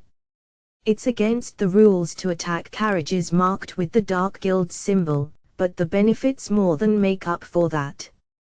I can get my hands on anything I want, as long as I've got the cash. The stuff is expensive, though. They have a tent of women I can buy. It's not a high-class brothel, but a woman is a woman. Bandits can't normally go into town, so naturally, we can't go to brothels. Adventurers are almost all men, and female adventurers attract so much attention it's hard to safely ambush them. So, we bandits have got no choice but to go to the Dark Guild's brothel.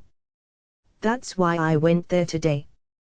There aren't any good women, but they all cost as much as high-class prostitutes in the town's most expensive brothel. It's shameless. And if you don't have any money, you can't even get the best among those shitty women. Thinking it's better to get something than nothing, I buy the cheapest woman they have. They brought out a demi-human with wings for hands. The Dark Guild's cheapest prostitutes aren't even valuable enough to have clothes on them, so she's wearing nothing but a slave collar. Demi-humans like this harpy look different enough from normal people that they're incredibly unpopular as prostitutes. That's why she's so cheap. A lot of demi-humans are still mistaken for monsters even now. In fact, they actually are hunted as monsters in other countries. Oh yeah. Wasn't there one country that considered all demi-humans to be monsters? I can't remember, but it doesn't matter anyway. What matters right now is that the person in front of me is a woman, wings for hands or not. Though, she hasn't been trained at all and doesn't know how to please a man properly. It's not hard to see why she's their cheapest prostitute. Having no other choice, I just held her down and fucked her as hard as I could. I paid money for her. She needs to earn it. Though, she's probably not gonna see even a single copper from what I paid for her. No reason for them to pay their slaves. I leave the brothel feeling refreshed, and soon decide to buy some convict slaves. The Dark Guild deals with every slave they can get their hands on. Slaves close to death are cheap, healthy slaves are expensive. Would be nice if some of these convict slaves have killed before. All I need are enough thugs to kill adventurers by overwhelming them with numbers, but experienced murderers will still help out in a big way. I'll need a sex slave for the boys to use, too. TCH. Not sure how I feel about sex slaves being more expensive than convict slaves, but whatever. They're a luxury, makes sense they'd cost more. Female harpies are pretty cheap, so I'll buy one of those. They lined up all the slaves I could buy in front of me. But hey, wait. The cheapest sex slave here is that harpy I bought at the brothel. I thought I'd just be wasting the money I spent earlier if I bought her now, but I ended up buying her anyway after they gave me a discount based on how much I spent earlier. They even offered me a child slave as a bonus. She apparently had grown attached to the harpy for whatever reason. She's a demi-human too, with flimsy dog ears. They must not have bathed her for a while, because she smells exactly like an unwashed dog. She does look feminine, but she's too young to work as a sex slave. It wouldn't matter much if she was older, though. She doesn't even respond to me prodding her with my elbow. That's no fun. They were likely close to just disposing of her, judging by the fact she cost about as much as 10 slightly moldy loaves of rye bread. She does follow simple orders, though, so I can get some use out of her by making her work as a maid or something. If that doesn't work out, I can just sacrifice her to the dungeon. It's that simple. I pick up the child slave since she walks so slow and carry her back to the ordinary cave. We come across two adventurers on the way and surprise attack them from behind. Perfect. Now we might get a room to put these two slaves into. Luck sure is on my side lately, heh. I cackle to myself. Kima's perspective, day 18. 1 week had passed since the bandits bought those slaves. In a certain sense, the dungeon has been peaceful. No adventurers have come by and no bandits have died. They went out looting twice, and came back with corpses the second time. 4 corpses, 600 DP. It must have been too hard to capture them alive. Honestly though, is 2 raiding trips a week really enough to sustain 27 people? I know 2 of those people aren't fighting, but still. Oh, how am I rewarding them? Don't worry. I'm teaching them that it'll take a long time for me to reward them if they don't kill the people inside the dungeon. I'm not so easy to please. But either way, we're getting tons of DP now that lots of intruders are hanging out in the dungeon all the time. Though, I feel like we're getting more DP than we should from just 27 people. One of the slaves they bought must be pretty strong. Unsurprisingly, the bandits were fucking the harpy every single day, treating her like a sex toy. Yeah. That was the only thing I wasn't too happy about. I knew that was the fate all sex slaves faced, but as a Japanese person, it wasn't so easy for me to get used to. I'm really surprised they haven't gotten tired of doing that yet. Yeah. It's starting to be a real eyesore. I was starting to like them a little, but I guess I just didn't know them very well. Ha. Rokuko's not happy about a woman being brutalized like that, ha. She's got more humanity than I thought. It's like they're covering my dungeon with dirty juices and stuff. It really ticks me off, somehow. Oh, that's what you're upset about. Shouldn't you be getting mad about me using the master room as a bathroom, then? Oh, you and Gobsyuk are fine, don't worry about it. You two can't help needing to go to the bathroom, and you're both monsters. I summoned myself, so. You're still calling me a monster? Well, I guess she did summon me. It's kind of like you two are just a part of me. I don't like absorbing that stuff, but, like I said, you two can't help it. Alright, makes sense to me. But, shouldn't you, actually love absorbing goblin poop? Kima. You're misunderstanding something about me. Definitely. By the way, the boss was using the young dog-eared slave as a dakimakura, a body pillow generally with an anime girl on its cover, at night since she had the soft, smooth skin of a child. Aside from that, though, she was just a general maid. She took care of the bandits' trash and whatnot. They would occasionally punch or kick her for no reason, but she didn't respond. She didn't even groan. She just stared ahead with her dead eyes. The silver lining was that they didn't lock her up in the jail.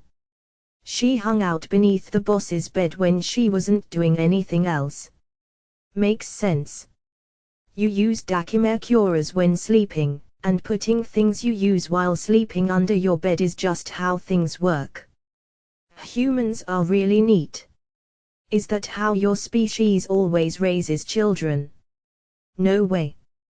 That's just child abuse, plain and simple. I don't know how things work in this world, but I'm absolutely confident that they're just being cruel. Yeah. Actually, is the harpy woman even still alive? She's pretty exhausted, but since we're still getting DP from her, she's alive. It would be problematic for them if the harpy died, so they've been at the very least making sure she doesn't die. They wouldn't want to lose their only real woman. But despite that, they were still being really violent with her. It hurt to watch. I don't have a rape fetish or anything, after all. Consent comes first. But misgivings or not, I didn't do anything to stop them. I watched these bandits slaughter male adventurers. I would be a hypocrite if I went out of my way to save those two slaves just because they are girls. There was no merit in doing so. I would only be making things harder for myself. I turned off the monitor so I didn't have to watch the harpy being raped and then went to sleep. Day 19. Oh wow. There's a ton of people coming. I opened up the map after hearing Rokuko whisper that. By pulling the map back to look around the general area, I could see information about the outside of the dungeon. It was limited to a range about as far as I could see by just looking out the entrance with my naked eyes, but inside that range, there were plenty of details. There I saw that there was already a platoon of red enemy dots, advancing towards our dungeon with a trained pace. It seemed that my peaceful days were finally over. Or perhaps, peace was finally coming for the first time. 30 people, huh? I guess they're finally here. Not sure if this is too early or what, they're finally here. You knew these people would be coming. Yep. This is probably the squad sent to exterminate the bandits. Judging from how organized their marching is, they're pretty well trained. I bet they're knights. Yeah, the bandits are finished now. It'd be pretty great if they actually managed to survive somehow, though. The bandits noticed the knights too right after I finished saying that. I opened up the monitor and started watching them. It really was convenient that I could look into the dungeon from any angle, as if every room had multiple security cameras placed within them. One of the boss's scouts had just gotten back to the dungeon. Boss, we're in trouble. Knights are coming. What the? How'd they find us? We killed everyone who saw us here. The boss of the bandits was panicking. He didn't seem to realize that it was precisely because they had killed everyone who found them that knights had eventually been dispatched to eliminate them. But hold on a second. Knights are humans. They ain't invincible, we can kill them too. How many of them are there? Sorry, I ran back here as soon as I saw their armor. There was at least 5 of them. TCH, alright. Guess it doesn't matter how many of them there are. We're still gonna ambush them here in this dungeon. We are. Yeah. We can knock their numbers down with a surprise attack, and either way, we'd be dead if they surrounded us outside. Oh. Nice plan, boss. Alright. Did ya hear that, everybody? We're gonna ambush them. Yeah. Hell yeah. Let's do it. It looked like the bandits were ready to fight, and they were planning to do so in the dungeon. Very convenient. I'm so glad I've been teaching the boss how to use the hallways and doors to ambush people in the dungeon. I'm so glad he's not smart enough to realize running away is the best option here. So, do you think the bandits can win? Well, it'll depend on how strong those knights are. But if they're at least as strong as those 3 adventurers from before, the bandits are definitely screwed. They'll all die. It wouldn't be long before I could see the knights directly on the monitor. I decided to watch the bandits get eliminated from start to finish. All this was happening because of me, after all. The bandits spread out, with 8 of them staying in the entrance room, 8 hiding in the room halfway to the core room, and 9, including the boss, camping out in the core room itself. Although there was strength in numbers, they wouldn't be able to ambush the knights if they all stayed in one room, though that would be physically impossible anyway. The knights reached the entrance to the cave right after the bandits finished hiding. All soldiers, halt. Henry, is this the ordinary cave? Yes. I believe this is where the bandits are hiding out. Please, avenge Beck for me. You have my word. Thank you for your assistance. O life, greet mine wave with a hearty pulse, life search, ... A knight covered head to toe in armor used a skill. Moments later, a clear wave of energy spread out from him in all directions. Judging from its name, it was a skill that could detect nearby life forms. It probably worked like echolocation. But either way, I knew it would be enough to make the bandits' ambush meaningless. It appears that there are indeed 8 bandits inside. They're hiding by the entrance, waiting to ambush us. There certainly were 8 bandits waiting in the first room. But there were more elsewhere, obviously. Maybe the life search wave got blocked off by the closed wooden doors, making it impossible for him to detect the bandits behind them. Or was it just an area of effect that simply didn't reach that far? That's how many the report said there would be. Stand at the ready, men. Our mission begins now. They might have prisoners. For safety's sake, we'll start with the sleeping drug. Yes, sir. 5 of you will remain behind in case there are others lying in wait outside. Everyone else, surround the entrance and finish off any bandits that come running out. Understood. The knights surrounded the entrance to the cave and started burning some kind of incense. Welp. That's pretty cheap. Though I don't blame them for not walking right into a trap. A few minutes after the incense started burning, the bandits started to panic. They had all noticed the smell of the incense, and one of them had passed out after being unable to resist his sleepiness. NGH, this is a sleeping drug. See crap, we gotta run deeper into the cave. No, we should go and attack them before we get knocked out. There can't be many of them out there if they're pulling cheap tricks like this. Let's go get 'em. The smoke won't get through the doors if we show, NGH. WH, what are you doing? HMPH. You just stay here, coward. I'll take care of everything myself. New guy C, who had killed an adventure earlier and became the boss's right-hand man, headed out of the dungeon with 5 slaves. The only ones left behind were the guy who had fallen asleep and the guy who had recommended that they retreat. New guy C had punched him in the stomach, causing him to fall to his knees. The 6 bandits who went outside, tired from the drug as they were, could barely do anything as the knights surrounding the entrance cut them down. Their chipped, dull blades bounced pathetically off the knights' armor. All they could do was scream in pain and fear while dying like chumps. The 8th bandit collapsed to the ground and fell unconscious, but not before hearing his screaming allies and thinking, I was right, to himself. Though he didn't seem to realize that it had been the wrong call to join the bandits in the first place. The smoke from the incense began to fade, but the knight from before waited until he was sure everyone still inside was asleep before casting Life Search again. Life Search.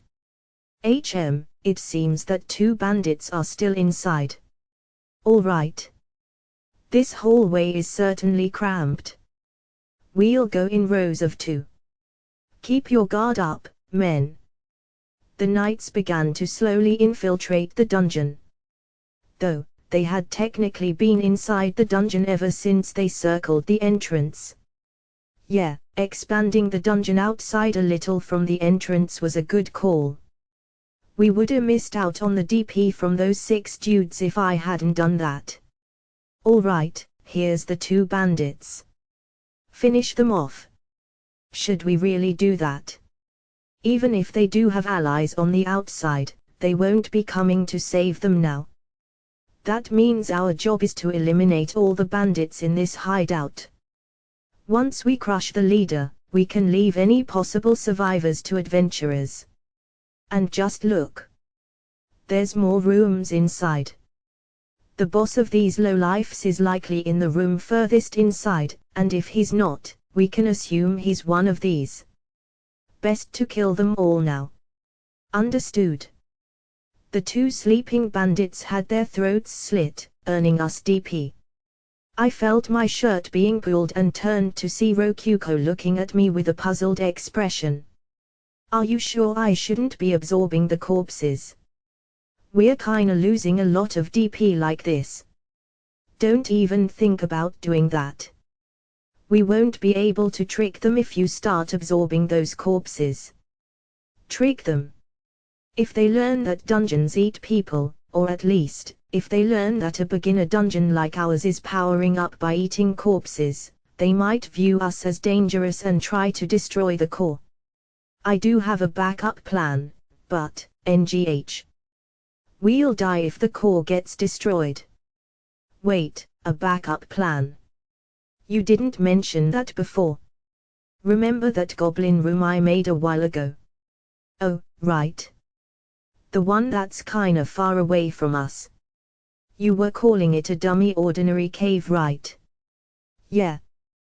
The maps here aren't so accurate, so there being another cave nearby shouldn't arouse any suspicion, maybe. Hopefully, we'll be able to trick them into thinking that the other cave is the actual ordinary cave and then they'll leave us alone. Oh, okay. I get it. Wait, what about the dungeon core? In truth, I wanted to place the dummy core in the other cave and use the castling function, but that wasn't gonna happen. Oh, by the way, the castling function allowed one to swap the real dungeon core with a dummy core. It was a great tool, but it took 5000 DP to use. We didn't have enough saved up to use it. Not to mention, it was necessary to connect the dummy core with the real core with a path, which meant it couldn't even be set up if intruders were in the way. Well, we used hallways and doors to separate the rooms on this floor, so worst case scenario, we can turn the core room into an impregnable trap fortress. It was possible to set traps on a floor with intruders by separating rooms with doors and hallways. Though, of course, you couldn't set traps in rooms with invaders in them. But there's a bunch of bandits camping out in the core room, of course, the bandits count as intruders. Yeah. In other words, all we can do right now is act like an innocent dungeon and hope they leave us alone. I get it. So that's why you don't want me to absorb the corpses. But how are you going to make sure they leave us alone? Let's just see what happens for now. I don't want to tell her that there's actually nothing we can do right now. I shifted my focus back to the knights. This must be their treasure room. The bed, NGH. I recognize this smell. They must have a woman with them.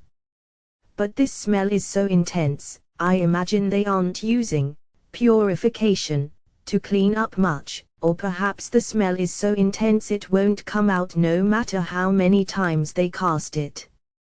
The knights had started to investigate the boss's bedroom. By the way, the dog-eared girl was still underneath the bed. She stared ahead with her dead eyes, not moving an inch. Eventually, the knights advanced to the next room without finding her. That wouldn't have happened if they had used life search, but they didn't for some reason. Maybe it only had a limited number of uses. Or maybe the knights who had been assigned to the search party just couldn't use it. The boss-type knight that had used life search outside of the cave was still by the entrance, giving orders to his subordinates. Beyond the boss's room was the jail, which was also being used as a storage room. All the loot that could help in battle had been taken to the core room on the opposite end of the dungeon, so there wasn't anything worthwhile left. They had even taken the harpy herself with them. There's nothing good here, huh? Do you think our timing was just bad? There might have been some more valuables here if we got here sooner. There is a lot of food, though. Maybe if we had gotten here later, there'd be hey, don't talk like that. But either way, I'm sure no one will mind if we take some of this beer.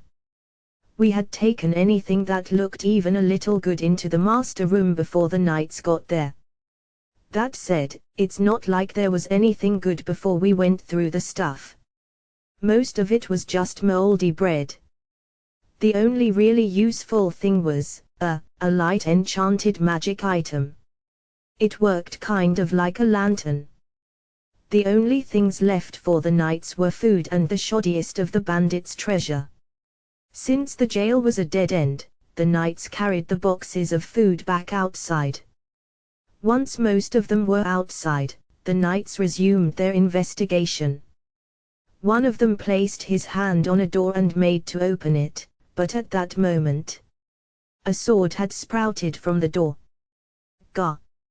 A bandit had stabbed at the knight through the door itself in a surprise attack.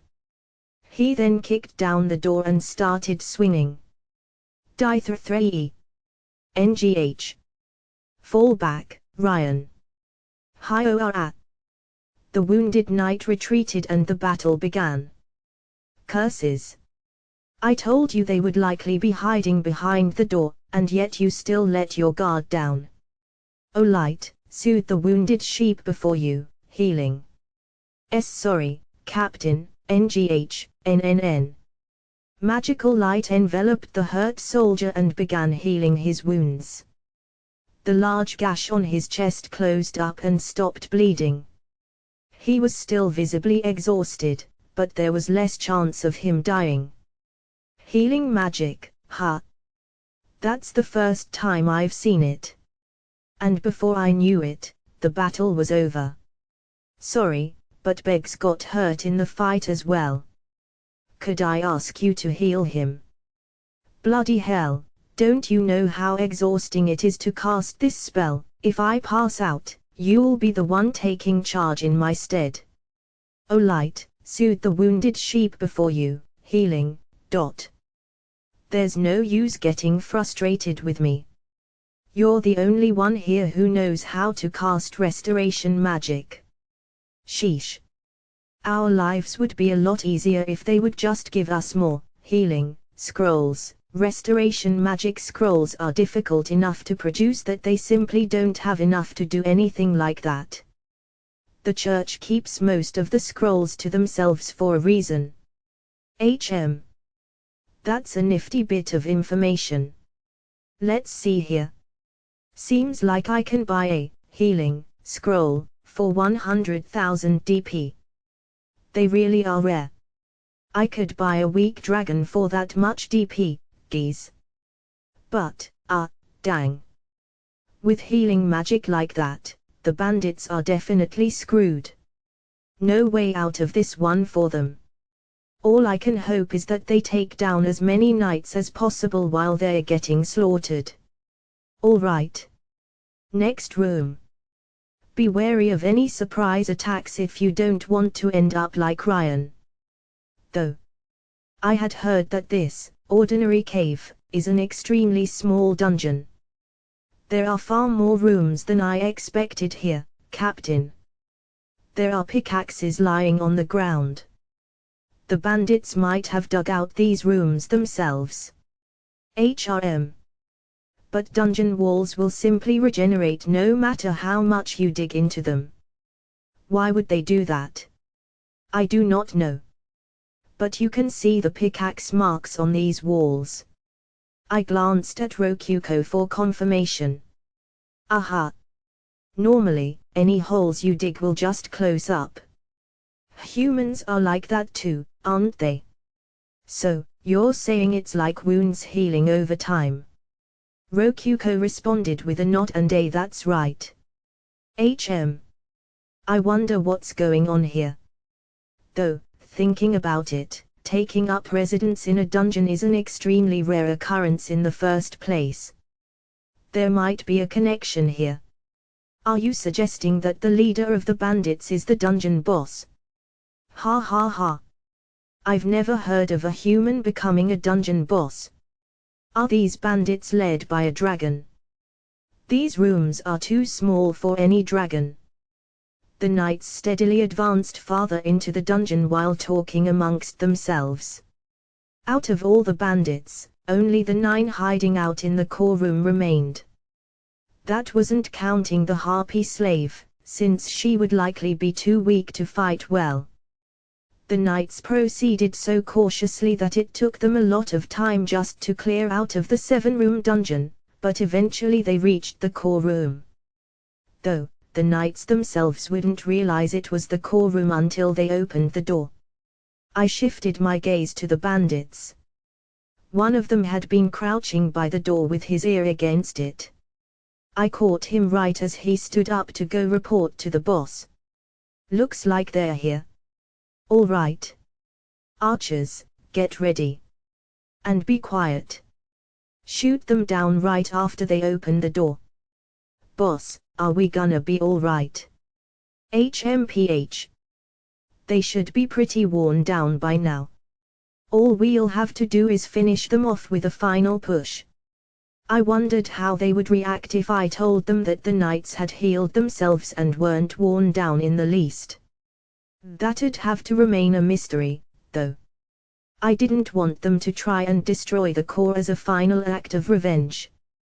The wooden door to the core room creaked open. The boss signaled for the archers to shoot the moment the door opened wide enough. Clang! Clang! The arrows noisily bounced off all the knights' armor. Except for one. By pure luck, good luck for the bandits, bad luck for the knights, one arrow slipped through the eye slit on one of the knights' helmets and pierced his brain. I saw our DP shoot up before my eyes. They had killed him in one shot. Louis. Bloody hell, he's dead. TCH. We only got one of them. Boss. Come on, boys. Aim for the joints. Our swords'll just bounce off their armor. You'll pay for this, bastards. A knight charged forward. Seeing that, the boss of the bandits put his sword against the harpist's neck. Hey, move another step and I'll slit this girl's neck. NGH, a hostage. Wait, look. It's a demi-human slave. Don't worry about her, just kill the bandits. The bandits got some blows in after the knights briefly paused, but they didn't do much damage. The distraction tactic itself was fine, the bandits were just too untrained. If they were better with their blades, they probably would have been able to take down one of the knights there. TCH, they figured it out. Fucking hell. Come on, you bitch, charge at the knights. Make them panic.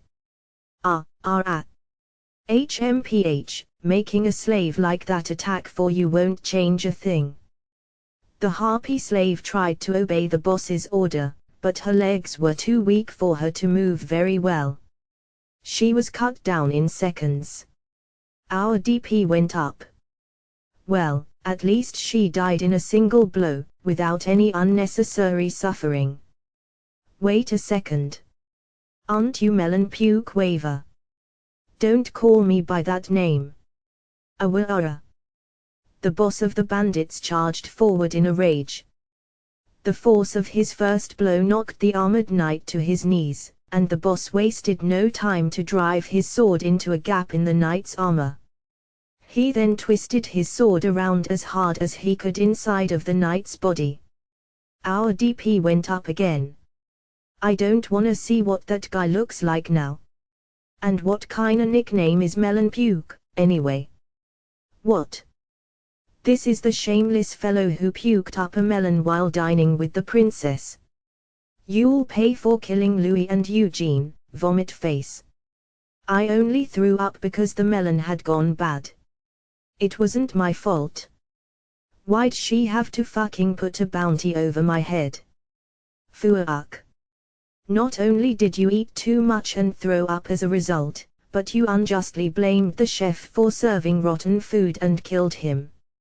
Right in front of the princess, too. Shut up. He was just jealous because the princess had fallen in love with me. I'd be the emperor right now if it weren't for him. Fucking damn it. Oh, thanks for explaining why he's called Melon Puke. I more or less guessed from the name, but still. That was a wild story. After that, Melon Puke got so mad he fought far better than I had ever expected.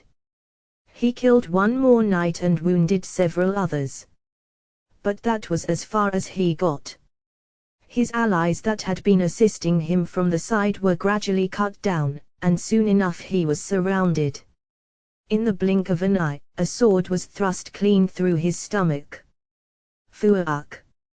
And things were just getting started, for me. Melon Puke collapsed onto his knees and then fell to the ground.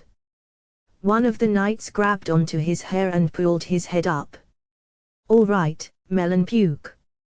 Do you have any more allies anywhere? TCH. Nope, you already killed everyone, fuck. Why'd this happen? I did everything, they said. His voice had gotten pretty raspy, but the knight still heard him loud and clear. And so, the final bandit turned into DP just like all the others. Was there someone pulling the strings here? They might have gotten away. He said this was everyone, but we can't be sure. Oh. It looks like this room has the dungeon core. Yeah. Ha. So that's a dungeon core. I've never seen one before. This was a pretty shallow dungeon, just like we heard. Only had one floor. One of the knights pointed his sword at the dungeon core sprouting out of the wall. All right, it. Time to destroy the core. Destroy the core. Hey, what did you just say? You're gonna do what now? My mouth dried up. I felt a cold shiver run down my spine. I watched through the monitor as the knight lifted up his sword, and then brought it down. Gob. Gobzook. Gobzook jumped out of the master room. Neither I nor Rokuko could stop him. It might have been his natural instincts as a dungeon monster to do everything in his power to stop the core from being destroyed. Whoa. The hell. Take this. Gob, NGGGH, we watched as Gobzook popped into the core room and was immediately cut down. He was cut clean in half and died just like that. Frigging goblin, getting in my way. Let's try that again. Hey. What do you think you're doing, new guy? This dungeon is under our protection. The captain stopped the knight after he rose his sword into the air again. This is a low-tier dungeon that the Adventurers Guild manages. It only ever produces goblins and is as simple of a dungeon as can be. Oh, that's right. My apologies, Captain. The knight lowered his sword after being stopped by the captain. Crap. I was so close to destroying a dungeon core and becoming a holy paladin. I understand how you feel, but our job here is done. And if you could become a holy paladin through destroying the core of a dungeon that doesn't even have a dungeon boss, the capital would be overflowing with holy paladins right now. TCH. Well, that's true. This core only managed to summon a single goblin to protect itself. No glory in killing this one, idiot. You're getting a pay cut. Wait. Come on. Well, just think about it. Wouldn't it just be embarrassing to be knighted as a holy paladin for destroying a weak dungeon like this? Thinking about it, Melon Puke was more or less the dungeon boss. Do you want them to say "Oh holy paladin, who conquered the ordinary cave and defeated Melon Puke, or something like that. You'll get destroyed, man.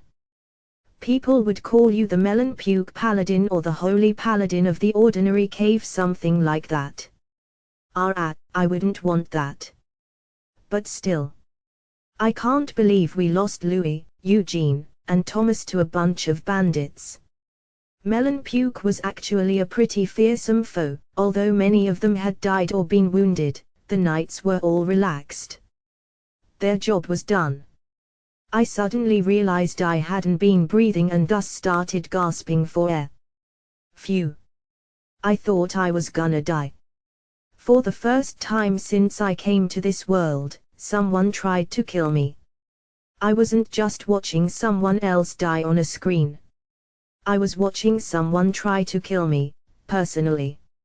I almost peed myself. Almost. I didn't actually do it, okay. My pants are clean. Though. That guy said he could become a paladin if he destroyed the dungeon core. I wonder what's up with that. Awa. Gobzuki, Rokuko was crouched down on the floor, crying. Goblin or not, we had spent the past few weeks together with Gobzuk. We had tons of memories together. Okay, not really. The only thing we did together was eat meals every now and again. I wonder if Rokuko ever did anything with him while I was asleep. At least give back the jelly rolls I lent you before deserting. I guess not. We were united only by food. Gobzuk. We really owe him a lot now. If not for him, the core probably would have been destroyed and we'd be dead right now. My jelly rolls, actually. This might just be her way of grieving Gobzuk without looking weak. I opened the menu and bought a set of 6 jelly rolls for Rokuko. Here, have some jelly rolls. Cheer up. Really? I'll cheer up, I'll cheer so up. So up. Rokuko cheered up so much that I thought light would start shining out of her eyes. Oh, right. This girl's a monster that sent countless goblins to their deaths to try and protect herself from adventurers. Wait, what is this stuff? There's something dark and sweet inside of it. But it's really tasty too, oh yeah. I never told her that I tricked her into thinking that red bean paste rolls were jelly rolls. The bandit corpses were piled up in the entrance room. It looked like the knights would be taking their deceased allies back home with them. It was honestly pretty disgusting, but I couldn't look away. I needed to stay focused and look for an opportunity to score some extra DP. They're pouring oil on them. I guess the plan is to burn the bodies. In the middle of the cave, though. Air flows through dungeons no matter how deep they get, so I guess they may just not be aware that suffocating due to lack of oxygen is a thing outside of water. After all, the bandits lit torches in our dungeon like it was nothing. These scum don't even deserve to be offered up to the dungeon. Did you cover them all with enough oil? We'll only have more work to do if any of them become ghouls later. I did. It's okay to burn everything here except the stuff we're taking back, right? Yes. Even if there are any survivors hiding out somewhere, they won't get very far without any supplies. So he said, but there wasn't anything really worth burning. The beds were about the most valuable thing there. Their plan was to light the bodies in the entrance room on fire and let the resulting blaze take care of everything else. That was convenient for me. Once the fires rose up, I'd be able to absorb the bodies without any problems. Stand back, I'm lighting the fire. Dance, oh flames, ignition, dot. Ignition seemed to be a spell that made small flames flicker from the user's fingertips, like a lighter. Once those flames made contact with a trail of oil, the flame began to spread like an uncoiling snake, and before long the mountain of corpses within the cave was ablaze. Oh! Hey, should we do anything about that dog-eared slave? By the time Rokuko remembered that, flames had already burned down the door to the boss's room and were fast approaching the bed under which the dog-eared girl was hidden. Her dead eyes reflected that she had completely given up. The deceased harpy slave had the same eyes before she died. Ha! I didn't do anything to protect her from the bandits, but I get the feeling she'll appear in my dreams if I don't save her here. Is it because she's just a kid? I don't want to have nightmares about this. That'll get in the way of me sleeping well. Not like there's any reason not to save her. She could actually be a big asset if I can make her my pawn somehow. At the very least, I could just keep using her as a maid. She'll be anything but useless. Well, I guess it doesn't matter. She can just turn into DP for us. No, wait. We're gonna save her. Can we get her in here somehow? No. Do you want to go outside and try to get her yourself? Everything's on fire out there. She'll be dead before you get there. Rokuko was right. Since there was an intruder, the dog-eared girl, on the floor, we could only enter and exit the master room through the dungeon core. And outside of the dungeon core was a sea of fire. Physically saving her would be beyond impossible. Plus, we can't withdraw intruders or anything like that. She's not an item. After hearing Rokuko say that, an idea struck me like lightning. No. What are you talking about, Rokuko? She is an item. I started to talk as if trying to convince both myself and Rokuko of that. Slaves are tools. They belong to people. In other words, they're items. Honestly, I've never seen her do anything on her own. She only ever obeyed orders. And now her owner, the boss of the bandits, is dead. The owner of that slave, that item is gone. When the owner of an item dies in a dungeon, their items become the dungeon's items. Which means that girl is now an item belonging to us. Right, Rokuko. But she's a living being with mana. Items aren't like that, but when you think about it, we can place monsters wherever we want in the dungeon as long as there aren't any intruders on the floor. That means we move living beings in and out of the core at will. Remember how we withdrew that moldy bread earlier? Well, mold is a living being.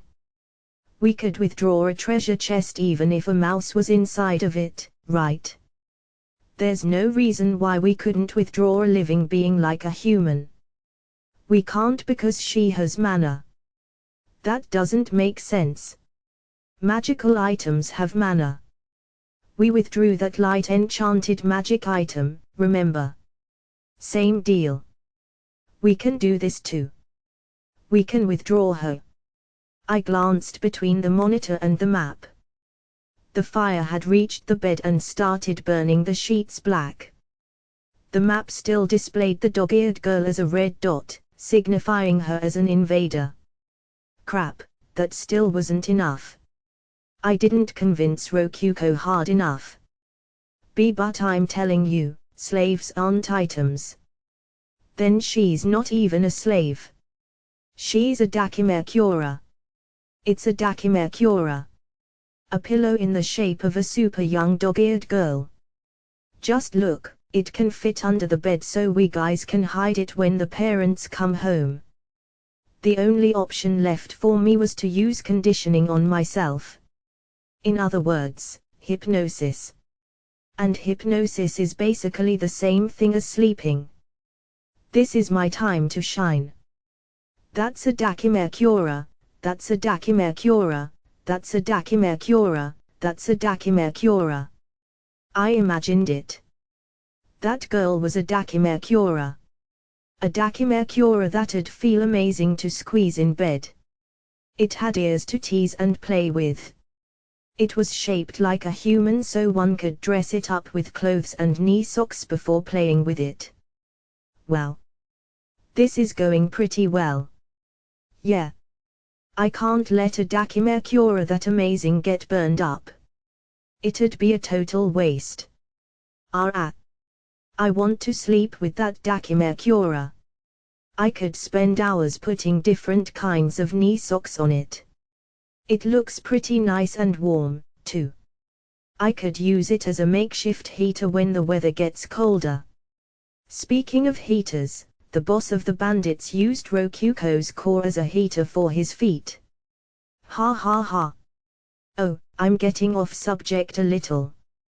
You know, I wonder if that Dakimakura is more expensive than a heavenly pillow. A dark-skinned, dog-eared, little girl pillow must be expensive. That's a high-grade item. To some people, that would be the most heavenly pillow in the world. Oh. Crap, I just remembered something nasty. Melon Puke had been using it in the exact same way. Being used is a major sticking point for any Dakimakura, but hey, it'll be fine if I clean it thoroughly. A thorough cleaning will make it clean as new. Yep. Purification, sure is useful. I wonder how well it'll clean a Dakimakura. Either way, at least I don't have to worry about taking the cover off and drying it outside where a neighbor might see it.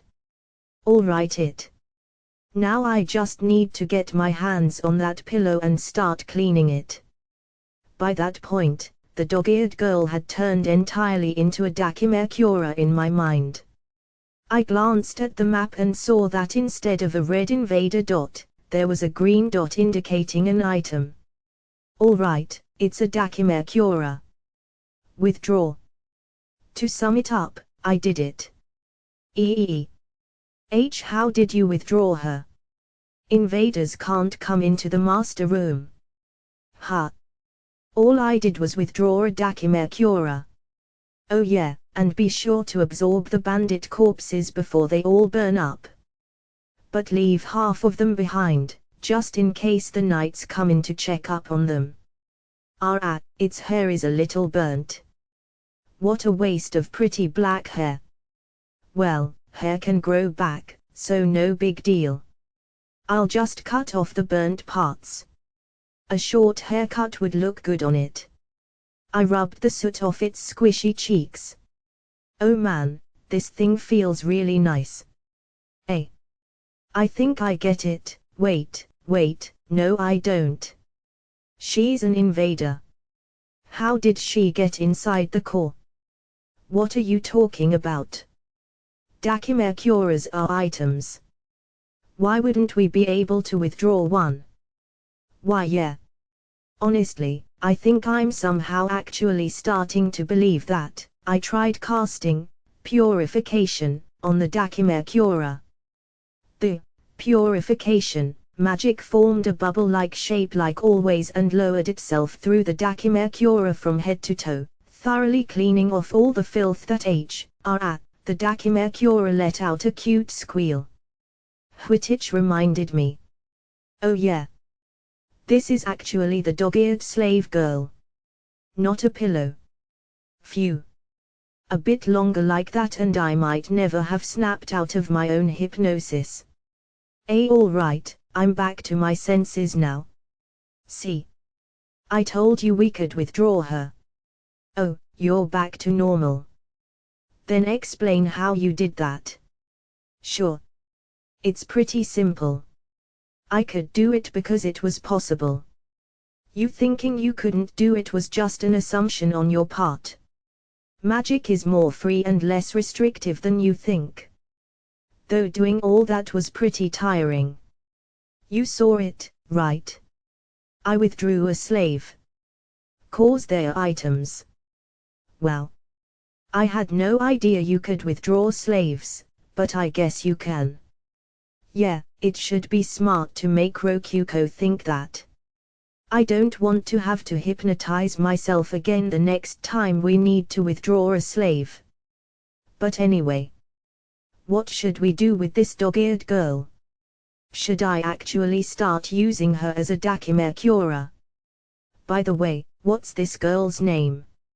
It's kind of hard to talk about her without knowing her name. That's a good point. Do you have a name? Or at least, something that people call you? People called me and the others Niku. Master, all right. You're Niku, then. Her response was pretty slow, but she did answer me. Either way, the first thing to do was let her rest. I bought her a futon and some food with DP to start things off. She didn't move at first, but she ate the food and got into the futon after I ordered her to. I decided to think more about what to do with Niku after the knights left. As long as they were still around, we weren't safe. Day 20 the knights didn't really do much after that. They quietly made camp, checked that the corpses had all burned by noon, and then left. Yeah, I think it's pretty impressive that they managed to cook meat and eat it while corpses were burning like 30 feet away from them. Like honestly. Well. We got a lot of DP thanks to all the dead bandits and how the band of 30-some knights stayed within the dungeon radius for almost an entire day. We didn't even have any problems absorbing the thoroughly burnt corpses. Suffice to say, we made bank. Adding it all up to what we had before, our DP stock had shot up to 14,504 in one fell swoop. Well. I've never seen this much DP before in my life. Compared to how little DP we were earning before, we had basically gotten rich overnight. But since the bandits were gone, our daily DP gain was less than before. We didn't have to worry about Gobzuke anymore, but in his place, we had the dog-eared slave. We had to feed her 2-3 meals a day with food and drink. We'll be losing about 10 DP every day. But our natural DP gain was only 10 AM day. Maybe due to how we had withdrawn her as an item, the slave girl wasn't earning us any DP. Though it was also possible that she just wasn't strong enough to be worth any DP in the first place. Thanks to that, our DP earnings a day totaled to a spectacular 0. Wait, no. We were technically in the negative since we would need to summon goblins whenever adventurers came just to avoid suspicion. Could I sleep well in a situation like that? No, I couldn't. I was a cautious man. I couldn't bear to sit and watch as my savings slowly dwindled. So, unable to bear the weight of losing DP, I decided to fundamentally change this ordinary cave. I don't wanna walk. Rokuko's thoughts it's weird. Why'd things turn out like this? All I did was save up 1000 DP and roll the gacha with it, betting everything on a massive turnabout, but all I got was a weak-looking human named Kima. Somehow, he even turned into my dungeon master and now I have to obey everything he says. What the heck happened? I don't understand any of this. All I wanted to do was murder all those nasty bandits that put their gross feet on my core. I definitely should have just used that DP to summon a mountain of goblins. Geez. He ordered me to stay quiet while he's sleeping, so I can't even say anything. There's a lot I want to talk to you about, Buster. So, I summoned a goblin when he woke up and got yelled at. Not only that, but he didn't do anything even when there was only one bandit still in the cave. It was the perfect opportunity for revenge. What's with him? All I want to do is attack the invaders with goblins just like number 89 told me to. Number 89 is amazing, you know. She runs a dungeon in the middle of a capital city. You're not even fit to lick her feet, Kima. She earns tons and tons of DP too. Anyway, he ordered me not to use DP without permission. It sucks, he's using all the DP he wants on himself. I could understand food, whatever, but he bought a futon for himself too. Gah.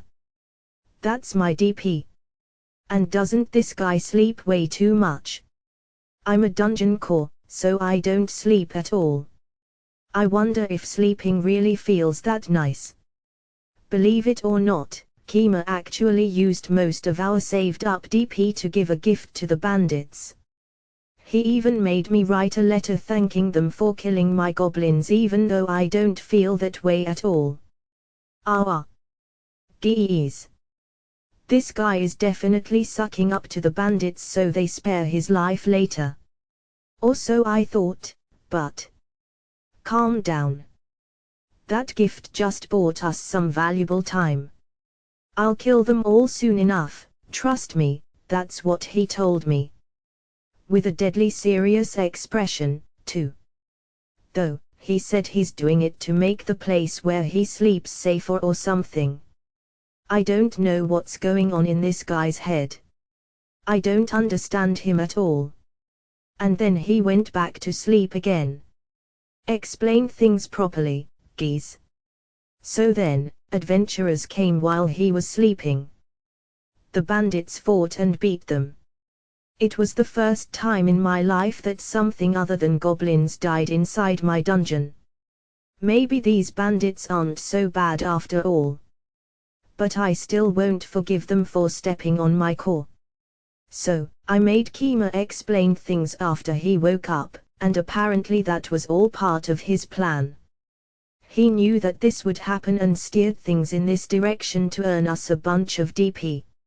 It is true that we earned way more DP from this than how much we used on the bandits. He actually knows what he's doing. Well. Also I thought, but then he used DP on the bandits again. He increased the number of rooms in my dungeon. But summoning a bunch of monsters in a single room is the best strategy. Or at least I thought it was, until Kima explained why it wasn't. Being able to put a lot more goblins in the dungeon is really nice. But he wouldn't let me summon any goblins. I just don't get it. I complained to him about how much DP he's spending on the bandits, but he told me I was wrong. They can't take the rooms to town and sell them, so they really belong to us. That definitely seems right. Kima's surprisingly smart, and it looks like he's better at earning DP than I am. But he really does sleep a lot. HMPH, HMPH. Oh, Gobzuke. Here, let me cast Purification. You knew how Kima got really clean even though he used Purification on himself once. Normally you have to cast Purification on yourself a lot, like splashing yourself with water repeatedly. I wonder if he's doing anything special. After that, the bandits went out of their way to bring corpses back to the dungeon, or kidnap adventurers to kill inside of the dungeon. Just like Kima said, our DP is going way up. Also, melon rolls. Kima summoned some kind of bread I've never seen before in my life, called melon rolls. They're so sweet and tasty I can hardly believe it. I guess eating food is actually pretty nice. Especially, melon rolls. They're amazing. I like red bean paste rolls, too, but melon rolls are the absolute best. I have to share them with Gobzuke. Oh okay, but I won't give him any of my melon rolls, got it? When I sensed some adventurers coming and told Kima about them, he told me that he actually had a plan for the goblin room he made a while ago. Kima's been taking his job as dungeon master really seriously. I thought he's just been sleeping while making me write letters and withdraw things, but that's not true. He actually has a lot going on inside his head. You know, I guess in my case I would just summon a bunch of goblins without thinking whenever adventurers came. Maybe I should start thinking harder about things. And so, before I knew it, all the bandits were completely gone. I thought I was going to die when that knight swung at my core, but everything ended up okay. Except Gobzuke died to save me. I had just recently started to understand him without words, but now he's dead. That makes me a little sad. The bandits. Kima had killed them all, just like he said. They turned into a ton of DP for us. Kima's really amazing. I can't believe he actually managed to kill all the bandits. I definitely couldn't have done that on my own, with just goblins. No way. Maybe Kima could have done it with just goblins, though. After all, he killed all the bandits without using a single monster or trap. Also, he withdrew a tiny slave into the master room for some reason. I don't really understand why, but the menu is treating her like an item even though I thought she was an invader. I didn't know that you could withdraw slaves as an item after their owners died. But I guess it makes sense that I wouldn't know about that, since no slave owners had ever died in my dungeon before. What are we even going to do with this slave? Are we really going to use her as a Dakime Cura? No way, no way. This is Kima we're talking about. He definitely has a really smart plan with what to do with her. But her name is Nikuha. That's definitely slang for something. I don't think it means anything nice, but if Kima says it's okay, I won't worry about it. I wonder what's going to happen now. My dungeon is a lot different from what it used to be, but that's okay. I'll leave it all to the dungeon master. With Kima handling things, I might grow up to be more like number 89. But I need to try hard too. I want to be useful, even if it's just a little. Chapter 2 Day 21 Alright. Now that things have settled down and there aren't any bandits, let's think about what to do next. The main thing on my mind is that create golem spell I saw earlier. Magic that can make golems. Yep, that sounds perfect. Things will be easier for me if I can make golems do all the work for me. But all that magic can do is make golems. You should just use that DP to summon golems as monsters instead. They cost 100 DP each, and they're strong enough. So basically, this spell will pay for itself after I use it to create 100 golems. Every golem after the 100th is basically free. Wow, what? That's amazing. Yeah, but to be honest, there's way too many unknown factors to actually know that for sure. How strong will the golems I make be? Can I really summon them for free? Will I even be able to summon 100 of them? The spell may not end up paying for itself. It's impossible to tell right now. To tell the truth, I halfway want it just because I want to try making some golems. I mean, it sounds really fun, right? Let's not tell her about all this. Alrighty then. I'll have one, create golem, scroll, please. And sweet, there it is. I used 10,000 DP to buy a create golem scroll, and soon enough a string-tied scroll made of animal skin appeared. I tried not to think about how we had just lost 2/3 of our DP in a single purchase. Let's try to use this thing. I undid the string and unrolled the scroll. It had create golem written along the top of it with a magic circle in the middle. How do you use scrolls like this? Just pour your mana into the magic circle. I followed Rokuko's advice and tried pouring my mana into the magic circle. It felt a lot like using the survival magic spell, Purification, somehow.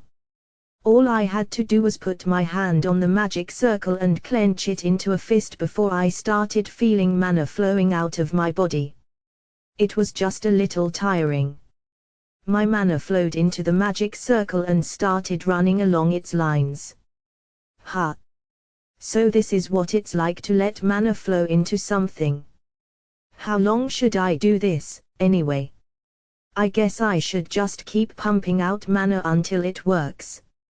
My mana flowed progressively faster into the magic circle. Once it reached its limit or something, the magic circle suddenly stopped resisting the flow of my mana, causing it all to burst and rain back onto me. It felt as if the composition of the magic circle was being ingrained within me as my body was showered with mana. Actually, it probably was being ingrained within me. Once it finished, I bet I could use Create Golem.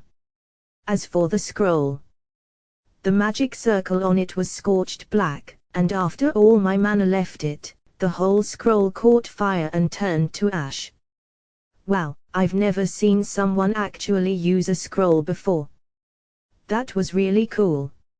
Oh yeah, you mentioned that you've never used a scroll before. I'm impressed you still knew what to do with one. It's just common knowledge. Though, Number 89 is the one who taught me how to do that. I decided to go ahead and try out Create Golem immediately. 2 things were necessary to use it, mana, and material to make the golem's body with.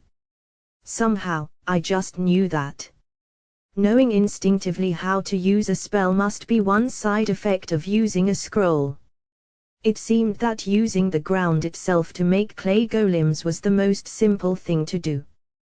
The golem could have its shape changed by mana. I stood up to leave the master room and go dig out some clay, but before I left, I noticed Niku sitting in the corner of the room with her arms around her legs. She had woken up at some point without me noticing. That was where Gobsyuk always used to sit. I'm nostalgic. Right. I don't have to go outside myself. If I have a tool available to me, I better use it. Hey, Niku. Go outside and mine some clay for me.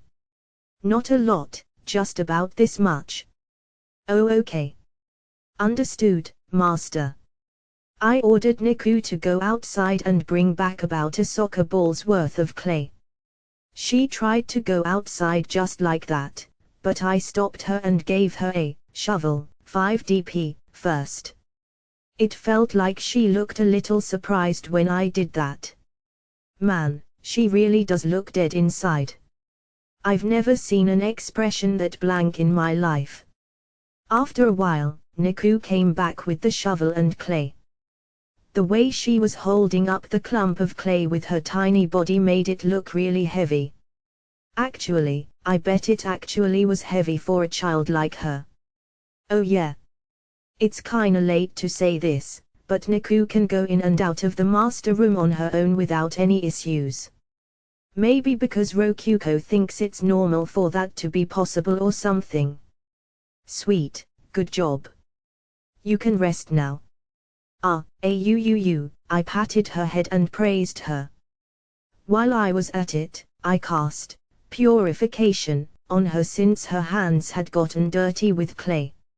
She let out a cute haifu cry for some reason.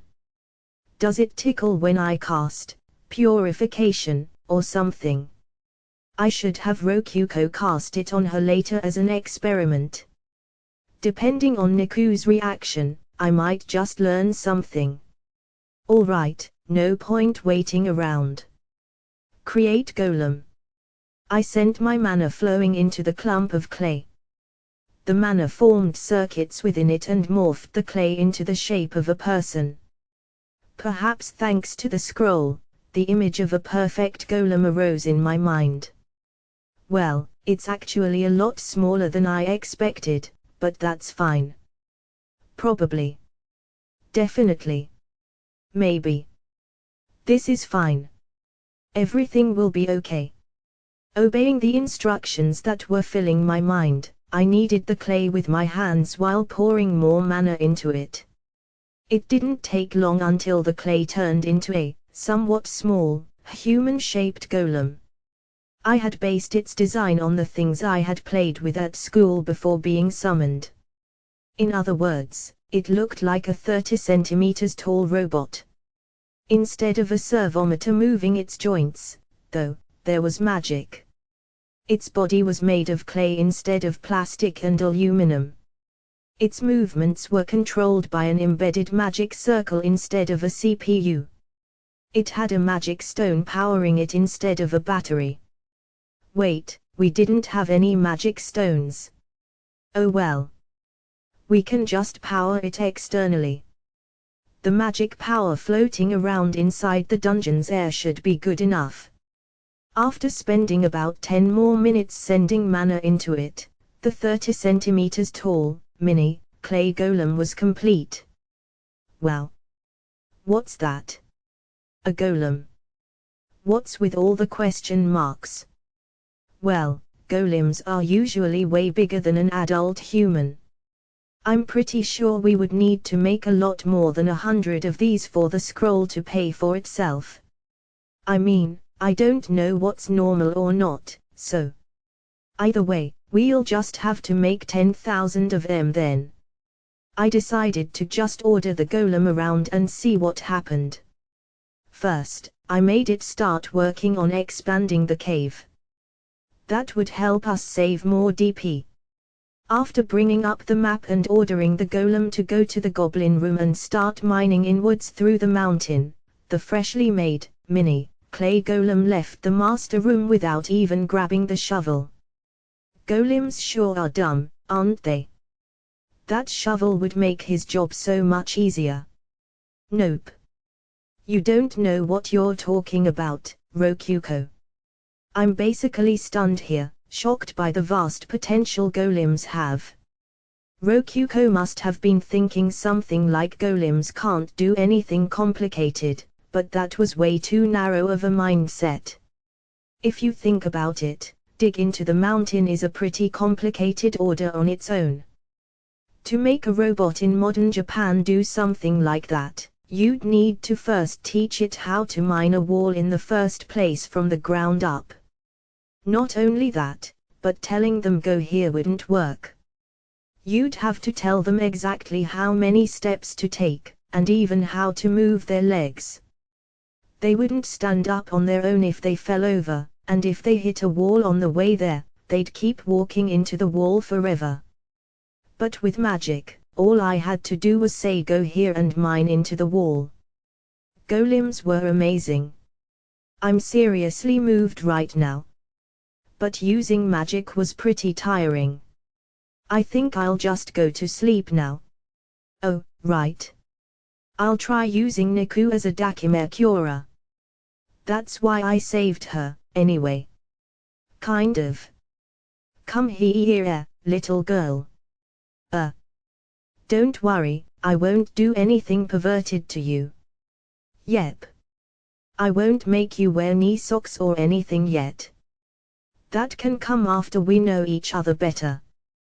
Day 21. Let's just make one thing clear. Humans are not good Dakime Curas. I tried using Niku as one, but oh, don't worry. I didn't take her clothes off or anything, I seriously just used her as a Dakime Cura. Anyway, it was nice at first. Her skin was nice and smooth, plus her hair smelled nice. But it didn't take long for a problem to arise. Her body heated up fast. She got so hot. Yeah, I'm not gonna be able to handle this outside of winter. I finally understand why people huddle together to stay warm in survival movies and stuff. Though I have heard that kids have especially high body temperatures. And I've also heard that dogs are hotter than humans. In which case, it makes complete sense that a dog-eared little girl would be extremely hot. Plus, it wasn't until I noticed how heavily she was breathing that I realized she was running out of air beneath the covers. That was pretty dumb of me. Obviously, she would struggle to breathe without access to fresh air.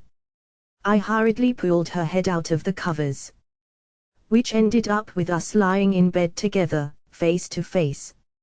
Her cheeks had flushed from the heat and her mouth was hanging weakly open, which made her lips look really sexy. Wait, no. I'm not a lolicon. Seriously, I'm not a lolicon. Her breath was tickling me, so I made her turn and face the other way. I didn't do that because she was making my heart beat too fast to sleep. Her breath was ticklish. That was all. But, after turning around, her hair started to tickle me instead. Ah! Why does this have to be so bad? Having no other choice, I lowered her back down such that our heads were a reasonable distance apart. I pulled the blanket down to about my stomach so she wouldn't start suffocating again. That helped with the heat a little too. With that, I was finally comfortable enough to sleep.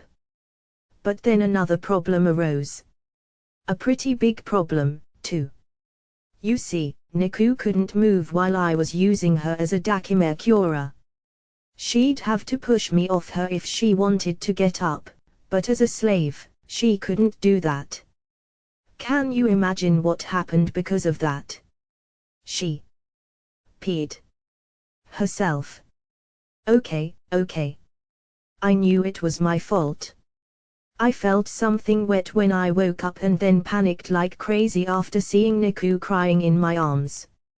I stood us up and cast purification on me, her, and the futon while patting her head and telling her that everything would be okay.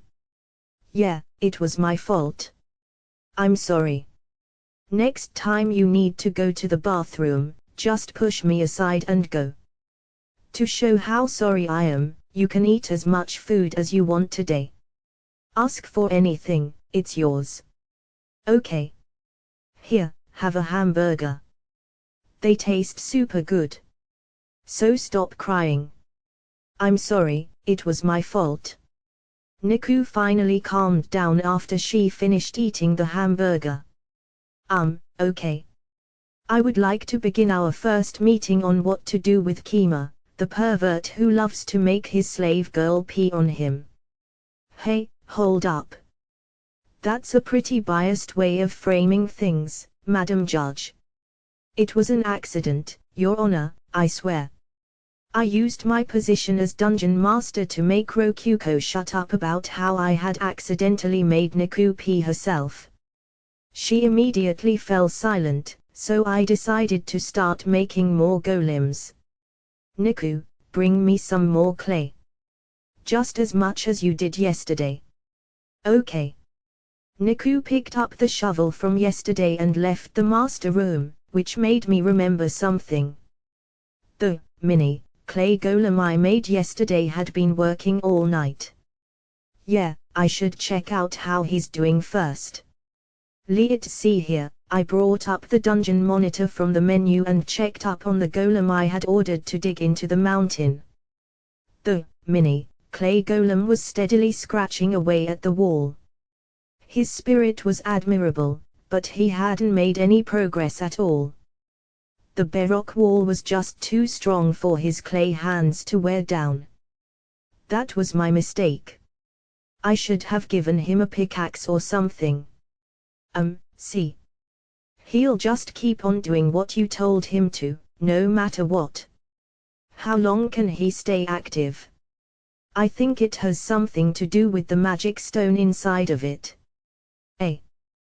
Well, obviously, he'll stay active until he runs out of mana. I mean, he's a golem.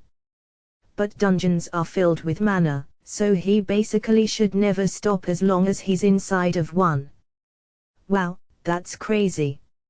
He basically doesn't need any energy to keep moving. I was losing my mind over how far golems had surpassed my expectations.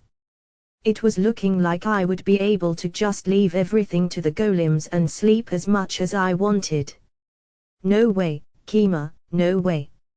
You can't count on golems to do anything right. Just look. See what happened because you told that golem to dig into the wall. Ha! I looked at where Rokuko was pointing on the monitor. Yep. There's the mini clay golem digging away at the wait, what? Upon closer inspection, I noticed something odd. The mini clay golem was indeed scratching away at the wall. But his hands were getting worn down, and despite how broken apart they had already become, he just kept mindlessly pushing them against the wall to keep digging. Oh man, see. Golems are just dumb. They only ever do what you tell them to, nothing else. That's why they'll keep trying to dig a hole into something even if nothing's happening. Yeah, this is something. This is definitely something. But I wasn't thinking the same thing that Rokuko was. Not at all. I could barely keep myself from grinning ear to ear. I ordered the mini clay golem to come back to the master room and wait for a bit. It needed repairs, after all. I am back, OOOF. Welcome back, Niku. Good job. I'm proud of you. Nuau. Let's start experimenting. After taking the large clump of clay from Niku, I cast purification on her while patting her head. It wasn't much, but there was something I really wanted to try out as soon as possible. If I was right about it, create golem might just be the greatest spell I ever could have asked for. Brimming with hope, I started to pour mana into the clump of clay while kneading it with my hands. And that should do it. What is that? I had made 3 golem arms, each about as small as a finger. I had then made a tub-shaped golem about the size of my palm with a little rod in the middle of it. After combining the golem with the needle-shaped arms, I had finished making a golem with 3 tiny arms. Seriously, what? That's not a golem, no way. Like, golems just don't look like that. It's a clock. Yup. It was a golem clock. I had given each of the golem arms different instructions. I told the first arm to rotate completely every 60 seconds, the second arm every 60 minutes, and the last one every 12 hours. In other words, the individual arms became the seconds, minutes, and hours hands of a clock. Together they formed a clock that would keep working as long as it had mana. Making sure it stayed accurate would be pretty annoying, though. By the way, I had realized halfway through that I didn't need to make the golem arms look like actual arms, which is why they ended up being needle-shaped, like the arms of a real clock would be. Everything was made from clay, but I doubted anyone would realize the clock was actually a golem. Why you really made a golem shaped like that? Whoa, Kima. You don't have any common sense, do you? Seriously. You're the one who summoned me from another world. How would I know what's common sense here? Either way, it was way easier to make a customized golem than I had thought it would be. Plus, because the arms didn't have any joints to move or anything, it didn't take much mana at all to work. How simple my orders were probably helped too. It seemed to take about 1/10 of the mana that the mini clay golem took. So, what are you going to do with that anyway? You can just look at the menu if you want to know what time it is, so, oh yeah. The time of day and such was displayed on the Dungeon Master menu that I could use. I'll give it to Niku. I only made this an experiment, so yeah. Now I know more about what I can do with golems. This wasn't a waste of time at all. And so, I gave Niku the watch as a present.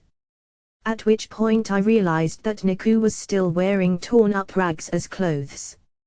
Holy crap! I immediately bought some cheap clothes, dress, 8 DP, cheap shoes, child-sized, 10 DP, and knee socks, white, 70 DP. While watching Niku change clothes, I realized that she was missing something and quickly bought a set of female child's underwear, 20 DP. That was close. All that cost a fair amount of DP, but she could keep wearing all that pretty much forever thanks to purification. It even worked on her underwear no problem, thankfully. The clothes looked nice enough, but I wanted to dress her up in a much cuter outfit once we could spare the DP. Same for Rokuko. Her DP saving form is pretty cute itself, but her other form was pretty much my exact type. She looked super cute and her feet were the definition of pretty. They were truly spectacular. Seriously. I couldn't stop fantasizing about making her wear all sorts of socks. But you know, I feel like it's kinda arbitrary that the knee socks were so expensive. Like, 70 DP. That's 3.5 goblins right there, come on. Does it just cost more because it's a luxury item? I attached a leather string, 2 DP, to the golem clock, and hung it off Niku's neck. She stared at it for a long time without saying anything after I said it was hers. I thought that was because she really liked it, but then I realized she probably just didn't understand what it was. Right, she's a slave. There's probably a lot she doesn't know about the world.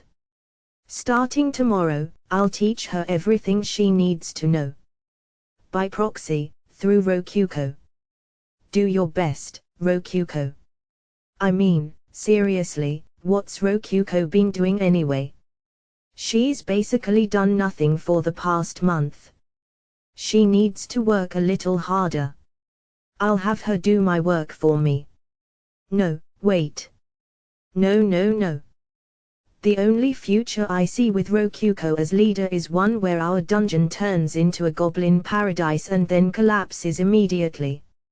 I repaired the hands of the mini clay golem, taking the opportunity to turn them into stone shovels. It was actually pretty simple to do that. The stone became pliable like clay after I poured enough mana into it, making it very easy to morph into a shovel-esque shape. And here we have the new and improved, mini, clay golem, shovel edition. It felt like it took less mana to mold clay than it took to mold stone. In which case, it would probably be better if I made my first human-sized golem out of clay and just gave it a pickaxe. That could come after I spent some more time experimenting with this mini clay golem, though. Finding what works best with this guy and then making big versions of him would be the most efficient route. But it was getting pretty tiring calling him mini clay golem every time I talked about him, and I was already mixing in materials other than clay now, so really that whole title wasn't working anymore. And so, I decided to give him a name. One that fit his status as an experimental golem would work best. Alright. You will now be known as Tessel. Your name is Tessel. Got it? The mini clay golem, now known as Tessel, nodded as if saying got it. I then changed his order, making him instead go outside of the cave and gather clay for me. He would probably come back each time he gathered about a soccer ball's worth of clay. If I went to sleep right now, there'd probably be a ton of clay waiting for me when I woke up. I knew it wouldn't ever stop moving inside the dungeon, but how long would it last outside of the dungeon? I decided to test that and watched as Tessel moved around for about 1 solid hour before stopping. I needed to be careful about that. Stopped golems would resume moving if you poured mana into them. It depended on the magic stone inside of them, but normally they could last 1 hour. I knew that thanks to knowledge from the Create Golem scroll. But wait, what the heck is a magic stone anyway? I know it functions like a battery, but that's all I know. Seriously. You'll give me knowledge that involves magic stones, but won't tell me what they are. Hey, Rokuko. What are magic stones? Magic stones are just, stones filled with mana. You can usually take them from monsters. Oh, right. Golems usually have magic stones inside of them. Don't yours? Nope. They don't. I went ahead and had Niku go get the frozen tessel for me. He started moving once he returned to the dungeon area, but he just turned around to get more clay and thus immediately froze again. I had to order him to come back with Niku. Ultimately, I learned that I could order golems from a long distance using the menu, and that any orders I gave would preserve even after they ran out of mana. All good things to know. Thanks, Tessel. So, in order to have golems mine clay and stone for me from now on, I'll need some magic stones to experiment with. Magic stones. Why don't you try buying some with DP?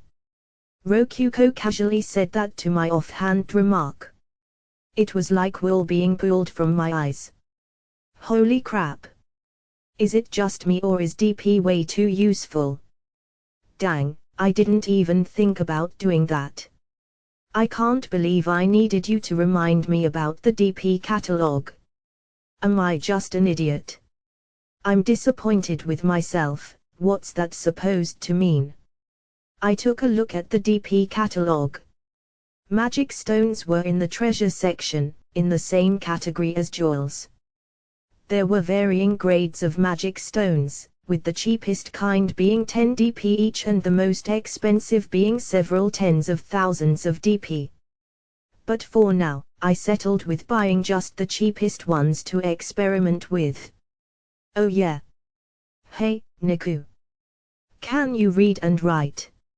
No, I can't. I'm sorry, Master, Niku lowered her head sadly. Hey, you know I'm not mad, right? You're making me feel bad, somehow. That's okay. Rokuko, teach Niku how to read. I'll let you eat a lot of melon rolls if she learns well. Same for you, Niku. You can eat as many hamburgers as you want if you do well. Study hard. I can eat as many melon rolls as I want. Okay. See can. Can I really? Good, good. Hamburgers always made Niku's eyes light up. Thinking about it, Niku had gotten a lot more lively than she was in the past. The dead eyes she had when I saved her were completely gone. Perfect. No kid should ever have to look like that. But you know, dog girls really do love meat, huh? She'd probably die of happiness if I gave her a beefsteak. I should check the DP catalog to see if it has those. She might thank me by letting me rub her feet. I would need Niku to do work for me outside of the cave before long, so the sooner she learned to read and write, the better. Suddenly, it hit me that I had never thought about whether Niku was okay with being my slave. Though she might have needed to be a slave to go in and out of the master room, so there was no reason for me to go about rocking that boat. Plus, slaves were probably restrained by some kind of magic in this world. I doubted it would be easy to just snap my fingers and free her. She does have a collar around her neck, so. I'll think about this more later. I got back to work making golems while Rokuko taught Niku how to read and write. Normally it'd be about time for me to go to bed, but there was one thing I prioritized over sleep: preparations for sleeping really well. I was prepared to cut down on my sleeping time for the sake of sleeping better. Yeah, basically, sleep was still the most important thing to me. I used DP to buy a bunch of magic stones and pickaxes. We still had 3,500 DP left, but that would turn to zero in no time if we wasted too much of it. I took one of the magic stones and embedded it within Tessel. How long would he last outside of the dungeon with one of those? To find that out, I had Tessel go outside the dungeon again and start tilling a field. Naturally, I had turned his arms into hoes beforehand to help him out. There shouldn't be any problem with leaving him out there on his own. No adventurers would be coming anytime soon. With that out of the way, I started to make a human-sized golem. It would be smart to try making at least one of the normal golems that Create Golem was designed to make. I didn't have enough clay. But that wouldn't be a problem if I just removed some clay from his core and made him lighter overall. That would use less resources and make a better golem. 2 birds with 1 stone. And finishing the new golem was a 10 DP magic stone, the cheapest one available. With all that done, I had made a golem that could actually move pretty speedily. His movements were a lot smoother than Tessel's. Maybe because I had used less clay overall. Rokuko looked really surprised after seeing how smoothly the golem was moving, but I ignored her and had him start mining into the mountain with a pickaxe. All I had to say was use this to mine deeper into the cave. Easy. I want to use the stone he mines to make a 100% stone golem. I should have withdrawn all the stone those bandits mined instead of turning it into DP. Day 22 Tessel, with the 10 DP magic stone inside of him, kept working for a solid day straight with no problem. He didn't even seem close to stopping. How long is he gonna last?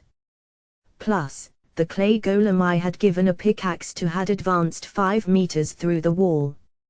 He had made a 5-meter-long passage big enough for a large adult to pass through. Yep, these golems are gonna be perfect workers for me. I ordered the big golem to come back to the master room so I could reinforce his worn-down joints with stone before making him get back to digging. He was getting me lots of stone and clay to use, while simultaneously expanding the dungeon. Perfect. So, I decided to go ahead and make a stone golem. In the form of power armor. Hey, Kima. What? What is that? Golem armor. Why is Niku inside of a golem? 'Cause I'm having her test it out for me. Niku, try moving around a little bit. Oh okay. This time, I had Niku put on a power armor-shaped golem after ordering it to assist Niku whenever she moved. The golem walked when Niku started to walk, and it looked like there wasn't much weight to its step. That was good. The golem probably wouldn't be able to keep up with any speedy movements, but thankfully it didn't shake Niku around so much that she would get hurt or even die just from being inside of it. It's a little hard to walk it in, but that's all. Sweet. Try punching this wall. Hold on, Kima. What even is that? It looks like a slab of stone. What? It's just a wall. To be more precise, it was a wall golem that I had made out of stone as well. Since I had ordered it not to move, or rather, since I hadn't given it any orders at all, it was basically an actual wall. The simplicity of its design helped me save a lot of mana. I could probably upgrade it by making it more similar to a brick wall. Here I go. Hi-oh-ah. Smash. The stone wall completely shattered.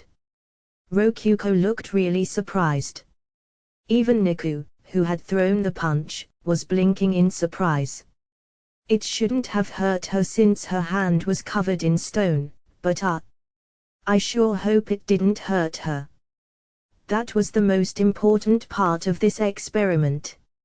If it didn't hurt, I'd start using it myself. Alright, it's nice and strong. I'll be able to fight pretty well with this thing. Niku, are your arms and legs okay? Be sure to tell me if you get hurt, so I can help you out. I am okay. Good, good. It'll be able to move outside the dungeon with a magic stone inside of it, so either way, it'll be useful for manual labor and stuff. Now I just need to figure out if I should make it smaller to fit underneath my clothes, or keep it like that, full-sized body armor. That shouldn't get in the way of me visiting populated towns, hopefully. I should base the armor's design on what those knights were wearing. My train of thought was interrupted by Rokuko, who was tilting her head in confusion. Kima, you're going to a town. I won't be able to do much just staying inside here forever, and now that the knights have eliminated all the bandits for us, the road to town should be pretty safe. There's a lot of things I want to learn about, which means I need to do a lot of information gathering. I'll have to go to town eventually. Like how apparently you can become a holy paladin by destroying a dungeon core. If that's true, people might come by here looking to destroy our core. I needed to figure out what the people of this world thought about dungeons. Not to mention, that God had mentioned he'd repay me if I destroyed any dungeon cores. Does that have something to do with holy paladins? Oh. Are dungeon masters stuck inside their dungeon or something? No, don't worry, there's no rules like that. It's just, I thought you weren't planning on ever leaving the master room. Right. I haven't left the master room even a single time after being summoned to this world. That's because there were bandits out there. How could I go outside? They'd have killed me. That's true. I can't blame you for that. I thought back to when the bandits were still around. They were seriously tough to beat. I thought I was screwed when I saw them surrounding the dungeon core. Though. It kind of felt like it didn't actually take much to get rid of them. Oh well. They had all turned into DP. No point thinking about them anymore, no point at all. Yeah. Day 25 and so, 3 days had passed. I had made modified versions of Tessel and then modified those modified versions, learning more about golems the entire time. Since I ended up getting a solid grasp on how to make basic golems, well, I'm not sure how basic you could call the tiny golems, clock golems, etc., but anyway. I decided to start trying to make golems out of things other than basic solids like wood and stone, starting off with fire and water. The results were very fruitful. Though the fire golem I made burned to pieces and vanished in seconds after I completed it. That one was a failure. I tried making a wood golem and then setting it on fire, instead of using fire directly, but that naturally just led to the golem burning apart. Ash golems weren't really worth anything, so that was a failure too. Though I could throw a burning wood golem at an intruder as a kind of scare tactic. On the other hand, golems made from water, aqua golems, were surprisingly normal. Or at least, they looked normal. They looked like a plain golem on the outside, but your hand would go right inside of them if you tried touching them. It felt like that could be useful somehow, but no ideas came to mind. You could raise some fish inside of them, I guess. At least I knew where to get a nifty aquarium if I ever needed one. Also I thought, moments before the aqua golem broke apart and poured onto the ground. I guess shaking my hand around inside of it was doing damage somehow. I would really need to think hard about how to use one of them. All that resulted in my masterpiece, the golem blade. It was a sword-shaped golem, made from an iron ingot I bought for 30 DP. I had shaped the metal into the shape of a Japanese katana, and the result was a pretty nice-looking sword. That surprised me, since I had only used a single metal in it. I could make the blade vibrate by pouring mana into it, which would allow it to cut through even a thick tree like a buzzing chainsaw. It wasn't exactly a vibroblade, but it was basically a magic blade. I could even make the blade shoot outwards as a surprise gimmick. Though my real masterpiece was the movement-assisting wearable cloth golem. In the end, golems in the shape of power armor just stood out too much and were hard to move quickly due to their weight. I abandoned that idea and just made a golem out of clothing instead. I even made gloves that would help support my wrists and improve my grip strength. Way to go, Magic! You really can do anything. The wearable cloth golem's main order was to assist the wearer's movements, but it could more or less fight for me as well. When paired with the golem blade, I could fight on the level of a trained soldier despite having never wielded a weapon in my life before thanks to its help. By the way, I had taught the golem what exactly to do through video footage of those knights, bandits, and adventurers fighting. This dungeon menu is amazing. I can't believe it saved backup footage of everything I saw through the dungeon monitor. That's high-tech. Highbrow technology. Well, I won't be able to keep up with it once it starts moving on its own, so it'll probably hurt my muscles a lot if I have to use it. I hope muscle pain will be the most of my problems, but yeah, now I definitely won't be a sitting duck out there.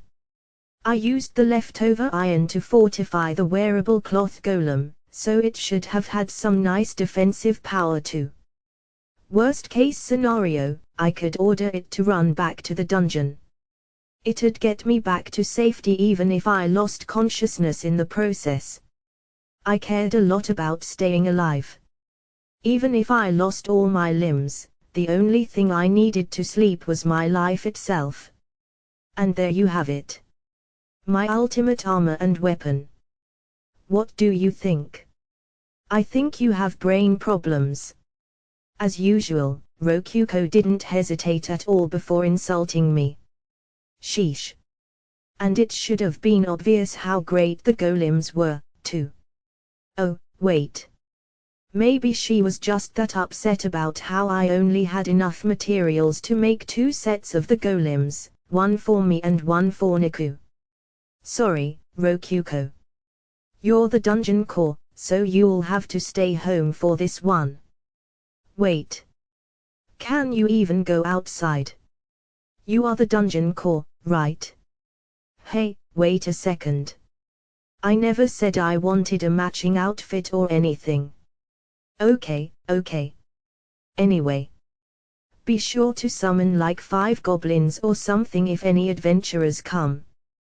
We'll probably be fine for a while, but still. I put on the wearable cloth golem and sheathed my golem blade.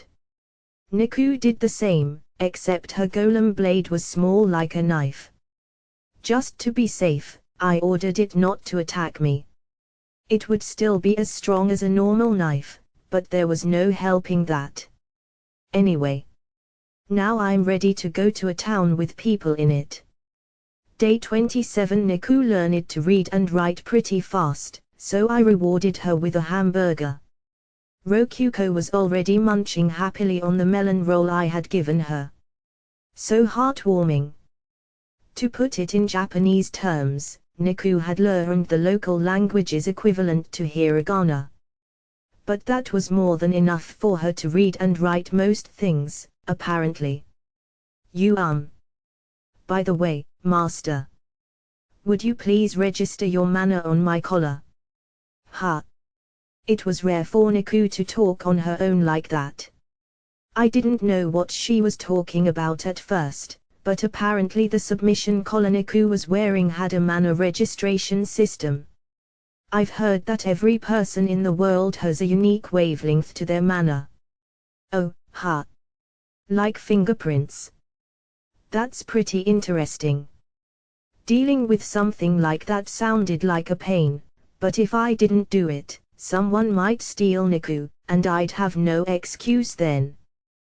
Plus, if Niku got stolen, I'd have a problem much more tedious than a collar's registration system to deal with. She could go in and out of the ordinary cave's master room, after all. I asked whether or not I was basically stealing her from the boss of the bandits, but apparently the collar resets itself after its present owner dies. One of Niku's fellow slaves in the slums had temporarily gotten free after their master died. Whoever finds a free slave like that gets to claim them as their own. The slave Niku knew had apparently been caught by someone else and then sold to the slums slave market. You can't take off the collar yourself. I can't. It would kill me. A submission collar was a relatively cheap item used primarily to choke its wearer, but when someone became a slave, they would be forced to make a contract through magic where they would die if the submission collar was ever removed. Basically, contract magic would kill the slaves if they tried taking their collars off. Holy crap! Contract magic is terrifying. Not only that, but the collar would tighten on its own if the slave ever defied its master or tried to harm them. I don't know how exactly it works, but sheesh, that's way too strict. The master of the slave could also tighten the collar whenever they pleased just by thinking about it. Some people would summon their slaves by tightening the collar a little, even. To top things off, it was pretty expensive to remove the collar safely. Yep, this thing is a real pain. Alright, I'll definitely register my mana then. I wanna avoid as many problems as possible here. Okay. Please pour your mana into the plate on my collar. After you do that, please check whether it worked by squeezing the collar. I placed my fingers on the plate and poured mana into it. Yeah. It definitely felt like my mana connected to some password channel system thing. Registration complete. I wasn't too happy about it, but I envisioned Niku's collar squeezing as a test to see if it worked. And then. NGH. Whoa. See, cancel. Stop choking her. I saw the collar squeeze tightly. It was visibly digging into her neck. That's not light squeezing at all. Holy crap. Stop. What kind of monster would do this to someone just to call them over? Are you okay? NNN. Cough. Why yes, thank you, Niku, teary-eyed from having her oxygen supply cut off, replied to me with flushed cheeks while coughing. I'm sorry. I'm so sorry. Now I'm your slave for real, master. Niku smiled brightly. What? This is the first time I've ever seen her smile. Why now? Day 28. Alright, Rokuko. Only summon 5 goblins if any adventurers come. Only 5. No more than that. When you buy melon rolls, get them from the pastry set. You can have 2 a day. WELLC. You be careful too, Kima. Okay. And so, I left the cave with Rokuko staying behind to keep watch. It hit me that I was leaving the master room for the first time. I had been letting Niku take care of getting clay and recovering Tessel and all that good stuff. I could just use the monitor whenever I wanted to look outside. What if the outside air is poisonous to people from my world or something? Like, what if the planet's mana is actually super deadly to me? Aren't we going? Why yeah, we're going. Right now. Rethreat it now. Hurry up and go already. Don't push me, alright? No matter what. Don't push me. Push you. Okay. Hold on. What's going on here, automatic translator? Gawa. Rokuko pushed me on the back, forcing me out of the master room. I ended up in the dungeon's core room, completely fine. Alright, sweet. Nothing bad happened at all. Phew, I really worked myself up over nothing. I mean, how could mana be poisonous to me? I've been casting spells almost constantly. Yeah. Are you okay, Master? Oh, yeah. I'm fine. Totally fine, feeling great. Let's go, then. Why are we just standing at the cave's entrance?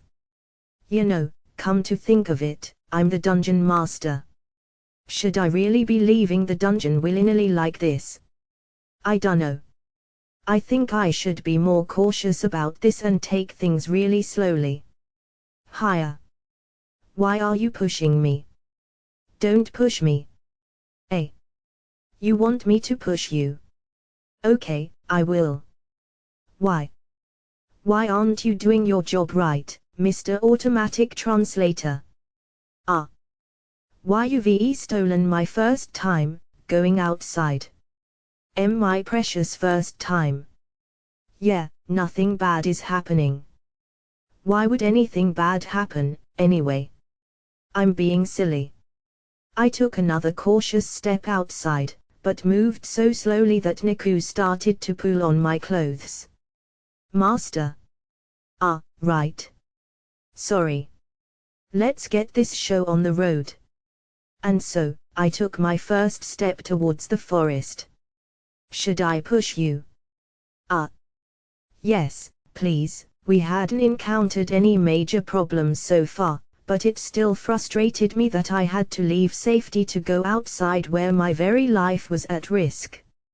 I grumbled about it to myself while running along the mountain road with Niku. Why did I have to go outside? For safety, of course.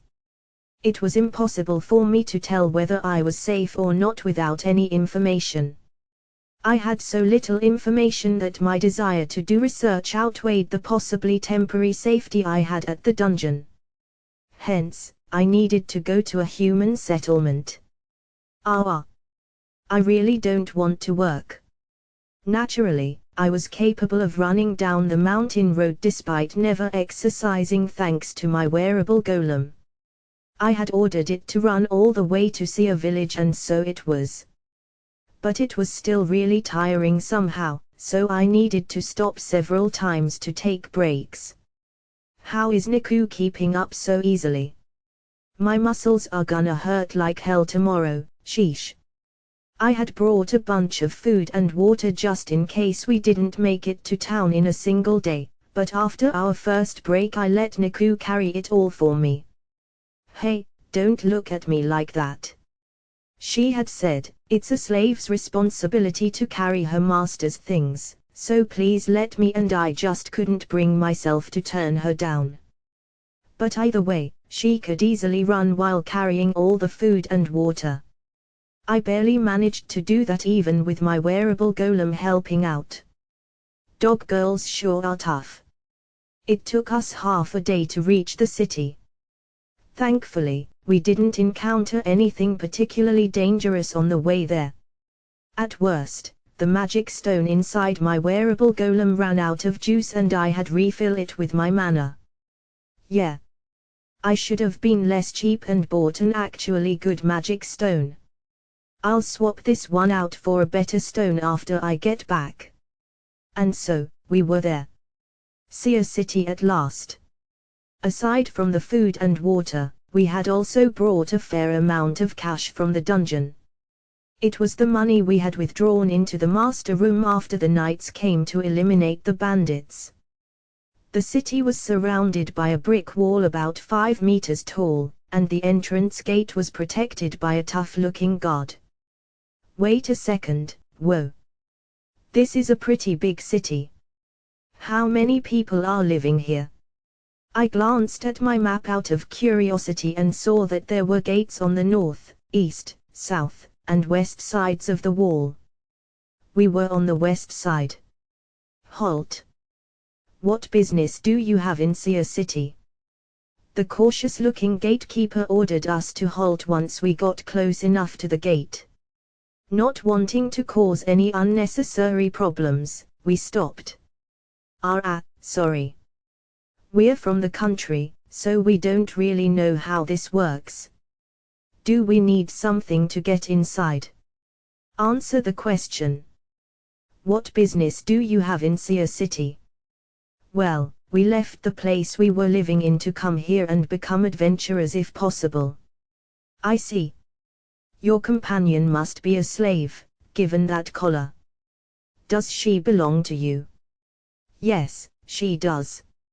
I found her by chance. Why did you come here now? Didn't some knights come by recently on a mission to exterminate bandits? I thought the roads and such would be safer than ever right now. And it looks like I was right, since we didn't have any problems getting here. Peaceful times sure are nice. Oh. Is it somehow a bad time for Sia City right now? Sorry, I don't really know much about that kind of thing. I kept rambling on and on so as to not give the guard an opportunity to poke any holes in my story. Though, of course, I hadn't lied once. Before coming here, I noticed that there was a lie-detecting magic item, 50,000 DP, in the DP catalog and decided to avoid lying at all just for safety's sake. DP-wise, it cost half as much as a healing scroll, 100,000 DP. It wouldn't be surprising at all if the church handed them out more freely at important positions. I needed to watch what I said, just in case. The ordinary cave was far enough away from town to basically be in the country, and I had indeed decided to become an adventurer to help with my information gathering. It was pure chance that Niku ended up in my dungeon, and I did come here thanks to how the knights had recently eliminated the danger around the roads and such, i.e. my dungeon. Oh, I see. My apologies for questioning you. It's just that, indeed, we have a very distinguished visitor right now. One related to the knights you were just talking about. Really? You must be really busy, my sympathies. Can we go inside the city now, or do we need something to do that? Do you have any form of personal identification? If not, you'll need to pay 5 silver coins and 1 copper coin. Your slave doesn't need to pay 5 silver coins because she's with you, her master, and slave collars are a form of personal identification. I checked the wallet I had brought with me. Inside was 7 silver coins, 10 noticeably big copper coins, and 30 smallish copper coins. Sweet. I have enough. There were gold, silver, and copper coins in the DP catalog's treasure section. 10 of a certain coin was equivalent to a single one of a larger version of that coin, and 10 of those large coins were equivalent to 1 coin of a rarer metal.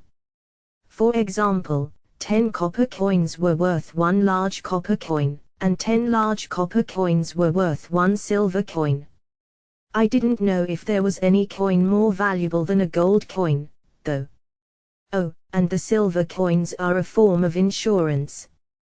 The guild will give you a form of identification after you become an adventurer.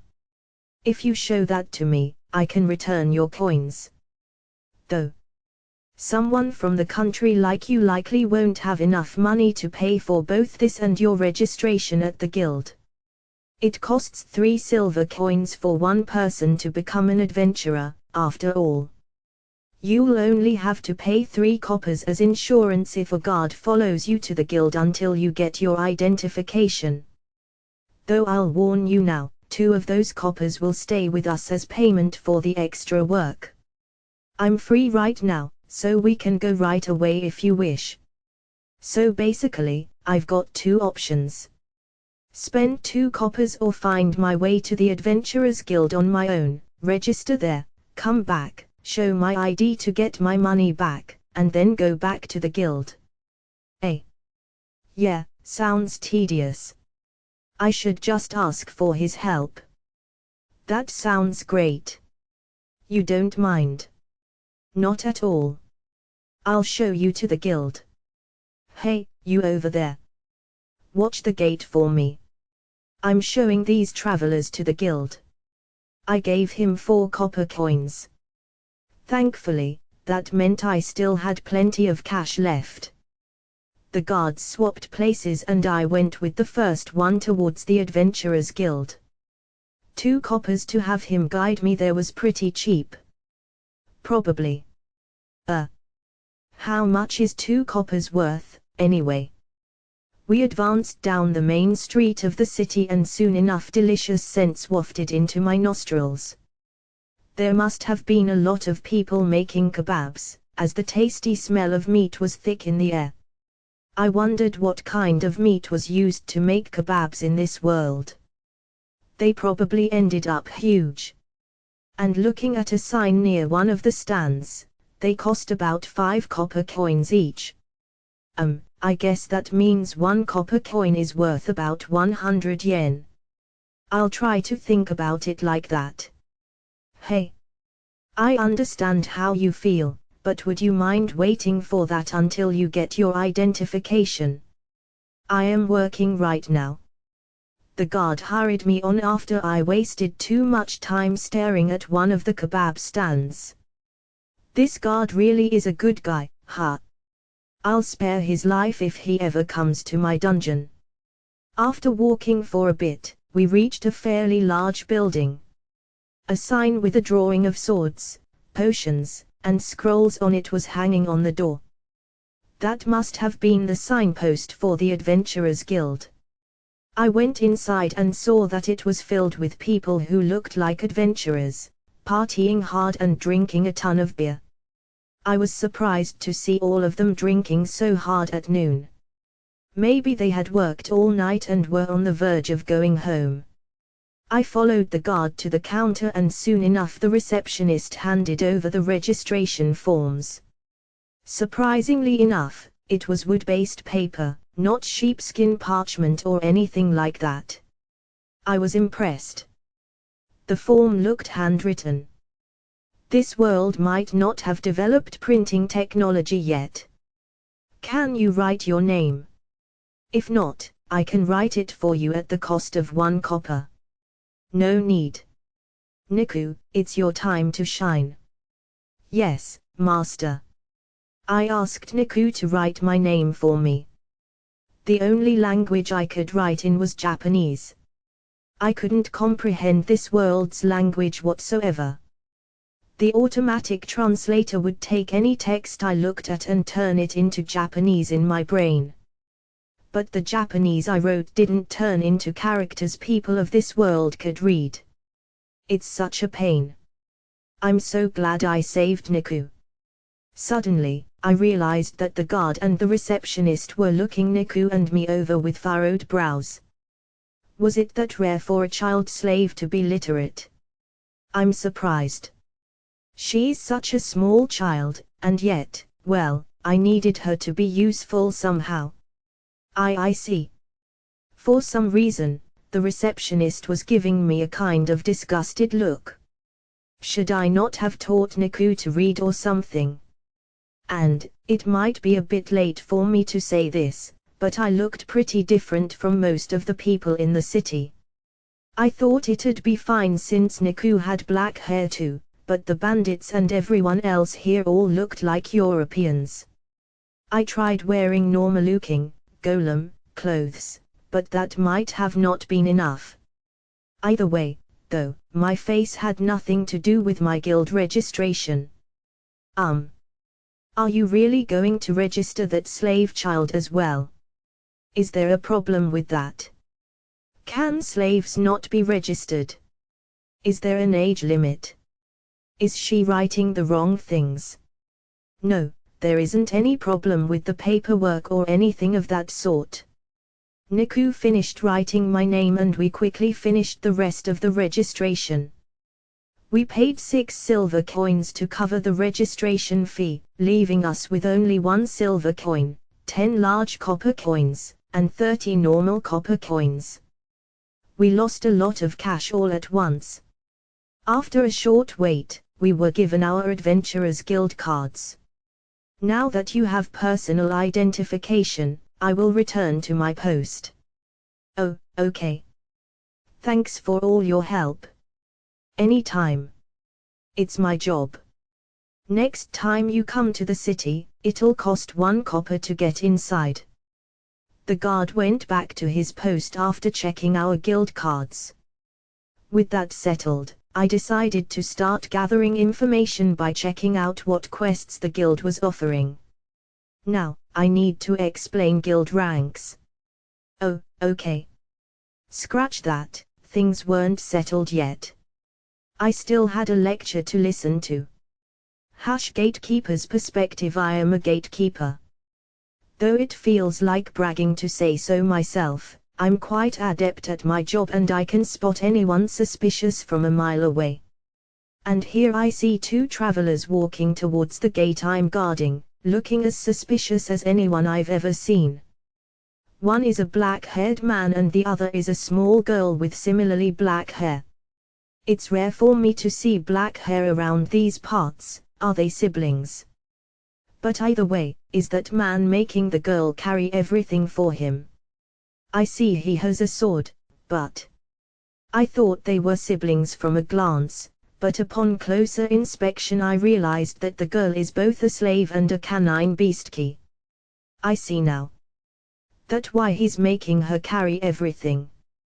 But still, slave or not, making a small girl carry everything is a bit much. Is he discriminatory towards beastie?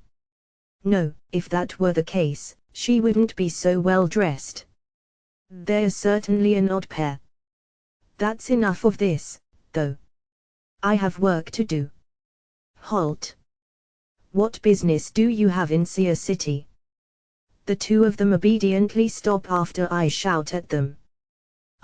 Sorry. We're from the country, so we don't really know how this works. Do we need something to get inside? Looks like they don't intend to fight their way inside or anything like that. I stealthily activate my lie detecting magic tool.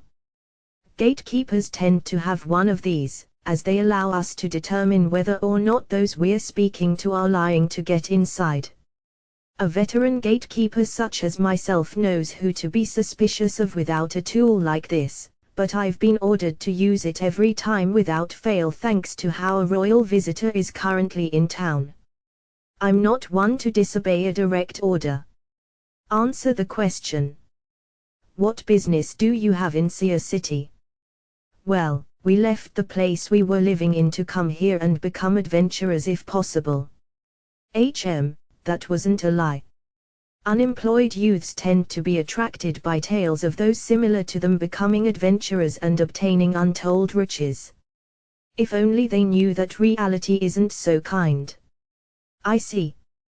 Your companion must be a slave, given that collar. Does she belong to you? Yes, she does. I found her by chance. That too wasn't a lie. A slave without a master legally becomes the property of whoever finds them and registers with their collar, so I have no issue with that. There were some bandits camping out around here recently, so she likely belonged to them or something of the sort. Perhaps she is dressed so well because this man isn't treating her like a slave. Why did you come here now? Didn't some knights come by recently on a mission to exterminate bandits? I thought the roads and such would be safer than ever right now. And it looks like I was right, since we didn't have any problems getting here. Peaceful times sure are nice. Oh. Is it somehow a bad time for Sia City right now? Sorry, I don't really know much about that kind of thing. Once again, he hasn't lied. He doesn't know much about this city. It's expected for most travelers to have something to hide, so it's acceptable for them to lie a few times, but this man hasn't lied a single time. He must be a very honest person. Oh, I see. My apologies for questioning you. It's just that, indeed, we have a very distinguished visitor right now. One related to the knights you were just talking about. Really? You must be really busy, my sympathies. Can we go inside the city now, or do we need something to do that? Right. I need to do the rest of my job as gatekeeper. I shift into business mode, having already decided to let them in. The man seemed to be a little worried about the contents of his wallet after I brought up money, so I mentioned that I could guide them through town if necessary. Guiding visitors through town until they acquire a form of personal identification is just another part of my job. I just noticed it, but this beast-key slave seems a lot different from most slaves I see. She's following this man happily, of her own will. She is actively trying to carry his luggage on her own. He must treat her very well. She smiles happily after he pats her head. I understand them a little better now. They seem to be good people. So, I permit them to enter the city and subsequently guide them to the Adventurers Guild. I found it amusing when they both started staring at the kebab stands on the way there. Sia City will likely become their base of operations after they register as adventurers here. In which case, we'll likely meet again. I might give them a kebab on the house if the opportunity arises. We arrive at the Adventurers Guild and quickly head to the counter. I was planning on writing for him if need be, but his slave is literate enough to write. And, surprisingly enough, he called her Niku. The thing is, Niku means, if my memory serves me right, Niku is slang for sex slave. It can also be used to refer to a meat shield or a throwaway decoy of sorts, but when thinking about how well dressed she is, it becomes immediately obvious how the term is being used here. The slang isn't very friendly, either. It's fairly derogatory. Though how he treats his slave has nothing to do with me. Either way, I'm stunned he made her register as an adventurer under the name of Niku. Now, this beast-key girl will be known as Niku even if she is one day freed from slavery. You can change the name on record, but normally that doesn't happen and adventurers die with the name they first chose. Changing a name costs more than registering one, after all.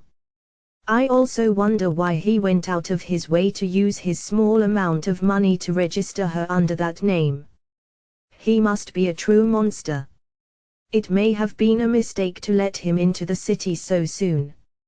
He does seem to be treating her well, but who knows what malice is disguised in his actions.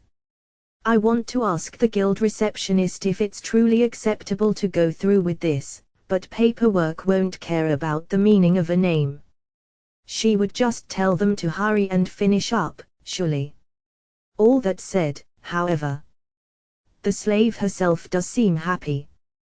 It might not be right for me to butt into this.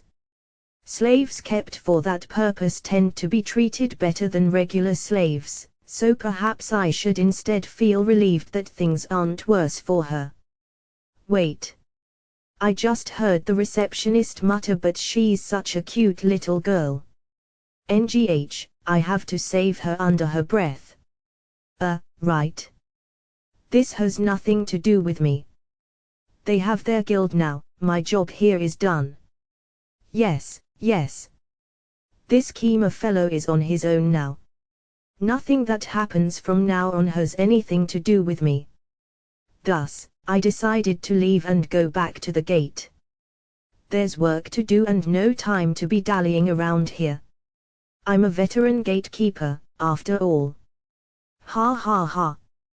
Hashkima's perspective. The guild had a weird, backwards process where I paid first, then got my card, then got interviewed, and then got an explanation about everything.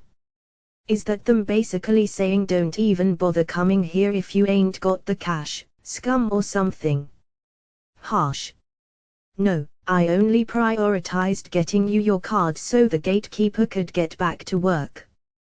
I'll take your card back if you fail the interview, and the guild will take responsibility by kicking you out of town through any means necessary. Holy crap, that's scary. And be aware that your money will not be returned. Holy crap, that's even more scary. Why are you guys so stingy?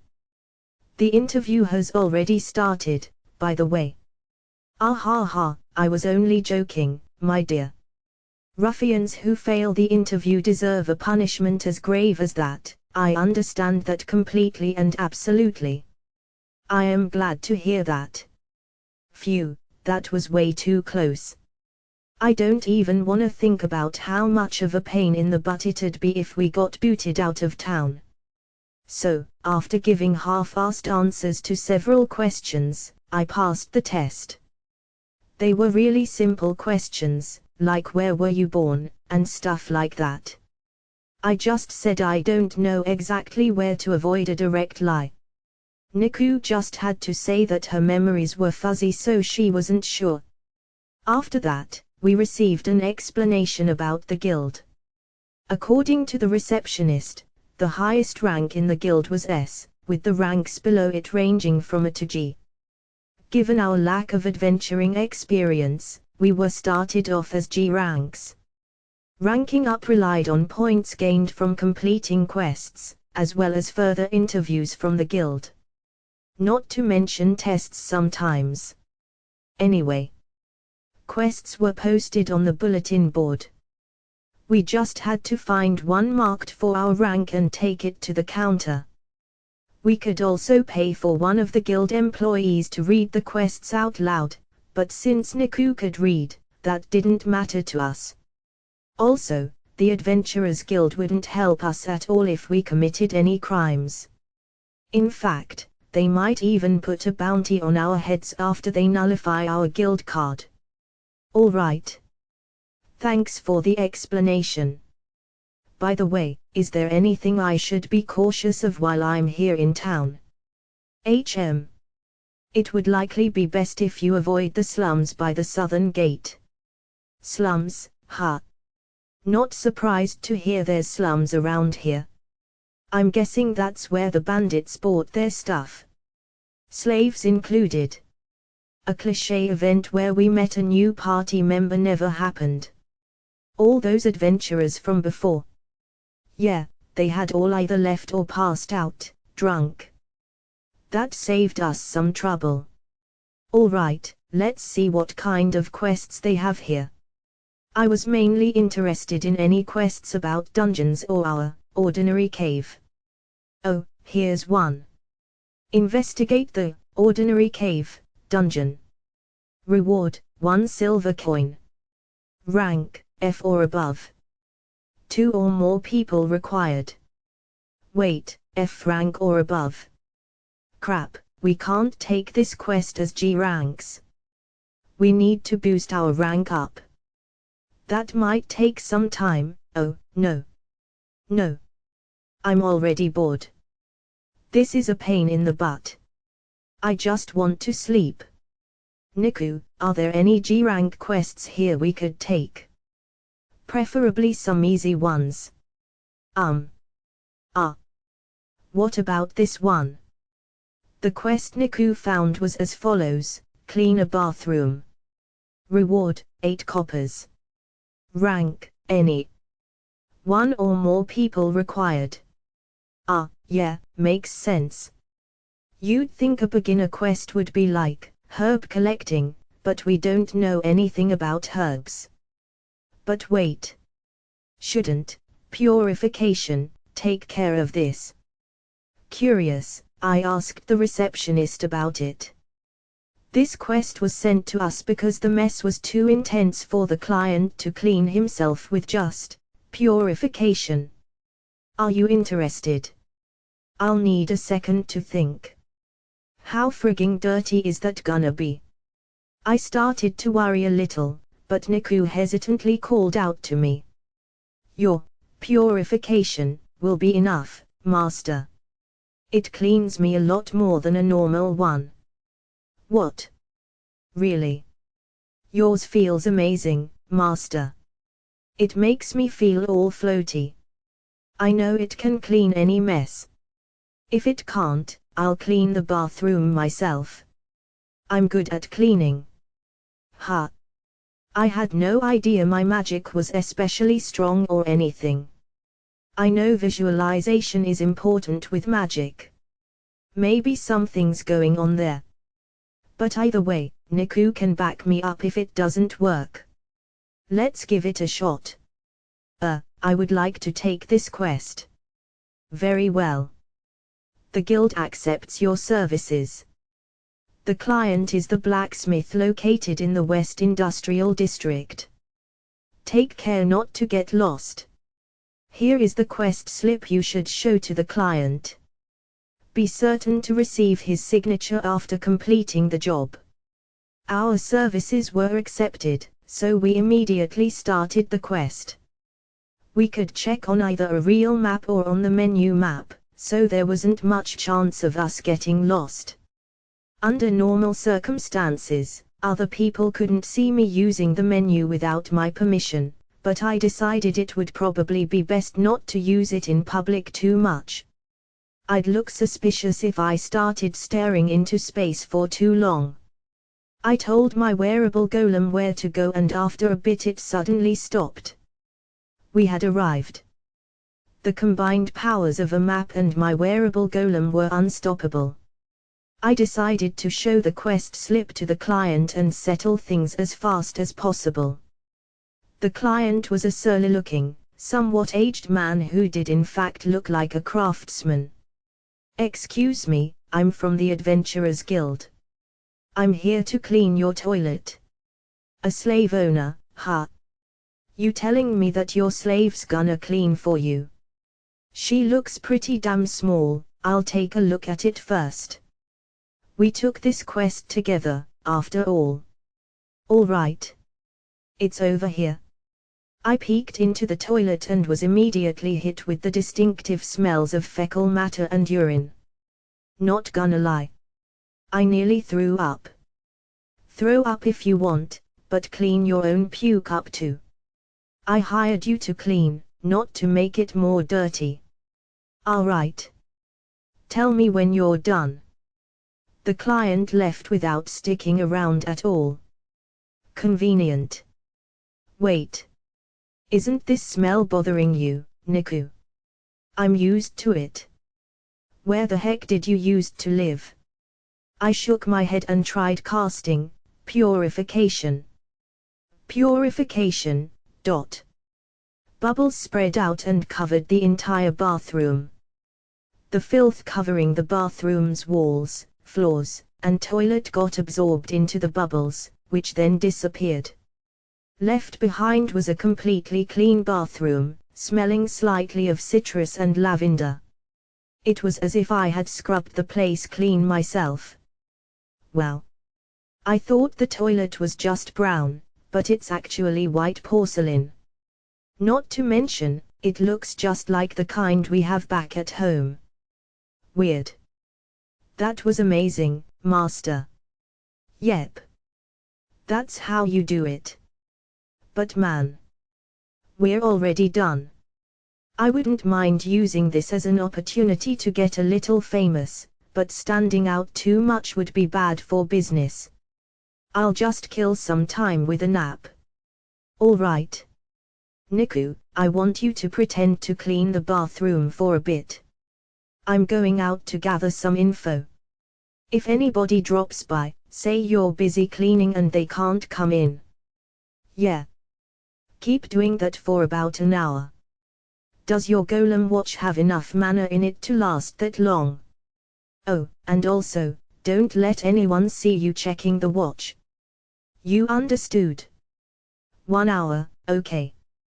If nobody checks up on you, keep going until I come back. If somebody does come and it's been over an hour, get them to sign the quest slip and hold on to it. You understood? I left Niku in the bathroom and stealthily made my way outside. Clean or not, I had no intention of taking a nap inside someone's bathroom. I walked all the way to the shopping district in search of a good place to nap. It wasn't that far away from the industrial district and it looked a lot like this city's main street of sorts. It even had stands lining the road. Ah, right. There were some kebab stands around here. Should I buy one for Niku? It'd be smart of me to do at least a little information gathering, since that was the excuse I used to get away. Right. Hopefully I could find some information on the best spots for taking a nice afternoon nap. I was caught off guard by just how many stores there were. This one sells nothing but bread, and yep, it all looks hard as crap. I thought back to how that bandit had practically cried over that one melon roll. It looked like that hard bread cost 2 coppers for 3 pieces. Yeah, I would cry too. By the way, I could use the menu even though I wasn't in the dungeon. It would be neat if I could use DP to buy things here to make quests easier, but I could only look at the catalog, not buy anything. Too bad. I guess that meant that DP was connected to the dungeon somehow. Either way, it might be fun to compare the store price of random things to their DP cost. Wait. I'm looking for a place to nap, right? I had forgotten my actual goal and started information gathering for real by accident. Although that made me disappointed in myself, it was undeniable that a fantasy city was the perfect environment to tickle a man's heart. But as fascinating as the city was, there were so many buildings I was struggling to find a place to sleep. At this rate, it'd be faster for me to give up searching on my own and just ask someone else. I started looking for a store that would probably have answers for me. Hey, there's a greengrocer. I bet their stuff is cheap as well. I'll buy some fruit or something and use the opportunity to squeeze some information out of the storekeeper. Looks like he's selling fruits that look like apples. Actually, wait, these are just apples. They're smaller than the ones I'm used to, but this world apparently has watermelons. These are probably apples too. I pointed to the probably apples and called out to the storekeeper. Hey, how much are these? Those are 2 for 3 coppers. Alright, cool. I'll have 2, oh, and don't worry about bagging them up. I'll eat one here. Roger that. Eat 'em wherever you want, but step aside a little. Don't want you getting in the way of any other customers. I handed over 3 copper coins, took 2 apples, and bit into one after stepping aside. OOF, so sour. Whoa. These are pretty sour, huh? You think so? The apples were just as good this year as they are every year. Oh, I'm not trying to complain or anything like that. I've just never had an apple from around these parts before. No need to glare at me, I won't ask for my money back. It's cool that the apples around here normally taste like this. I see. My bad. Are you a traveler? An adventurer? I just reached this city today. Oh. There's some sweetness in the sourness. Tastes good. You can tell, huh? The shopkeeper had glared at me after I mentioned the apples tasting sour, but he soon lowered his guard. He was a nice guy. In truth, the sourness was a little overpowering, but it didn't taste so bad if I just kept in mind that the sourness was normal. Yep. I've heard that sour apples go pretty well with sugar. Apparently they're good for making candy with. Heh. You sure know a lot. But sugar is pretty valuable around here, and apples are sweet enough on their own. Oh. Some pretty sweet info just fell right into my lap. I should try making sugar in the dungeon. Adventurers might flock towards our sugar like ants. And even if they don't, it might be smart to just make and sell sugar on its own. If it really is valuable, I might be able to get a nice flow of DP just from offering sugar up to the dungeon. I'll have to make a mental note about this for later. I'll try it out if I don't forget. Oh yeah. By the way, do you know where a good place to take a nap would be? Ha ha ha. Now there's a question I didn't expect to hear. Heh, but anyway, why don't you try the park in the middle of the town? Oh, there's a park here. Parks are great for napping. Yep, but make sure nobody nicks your wallet while you're sleeping. If you've got money you don't mind losing, use it to buy some of my fruit. Good point, I'll be careful. Also. Got any interesting news you wouldn't mind sharing? Hey. You know, you're a funny guy, so I'll tell you what I know. You know how some knights have been hanging around here lately? Yep, I know. I heard one of those knights say something interesting. If only I had destroyed that dungeon core, I'd be a holy paladin right now. I've also heard a lot of rumors that destroying dungeon cores can make you stronger somehow. Oh really now? That's some pretty good info, thanks. I'll buy something here again next time I'm around. Thank you. I waved and left the greengrocer, having scored a lot of sweet information. By the way, it cost 5 DP to buy 10 apples through the DP catalog. Though that might not be the best comparison, since those apples would probably be the less sour ones from my world. Well, I could choose hard bread in the bread set, so maybe I could buy sour apples in some kind of apple set. But more importantly, there were rumors going around that you could get stronger by destroying dungeon cores. I might need to dash back to the dungeon as soon as possible. I'm worried about that investigation quest back at the guild, too. What to do? Well, either way, I need a good nap before I can think about these things. There was a nice shaded bench at the park, so after quickly investigating the comfiest way to lie on top of it, I fell right asleep. For 2 hours. Oh crap, I slept way too much. I hope Niku's not pissed at me.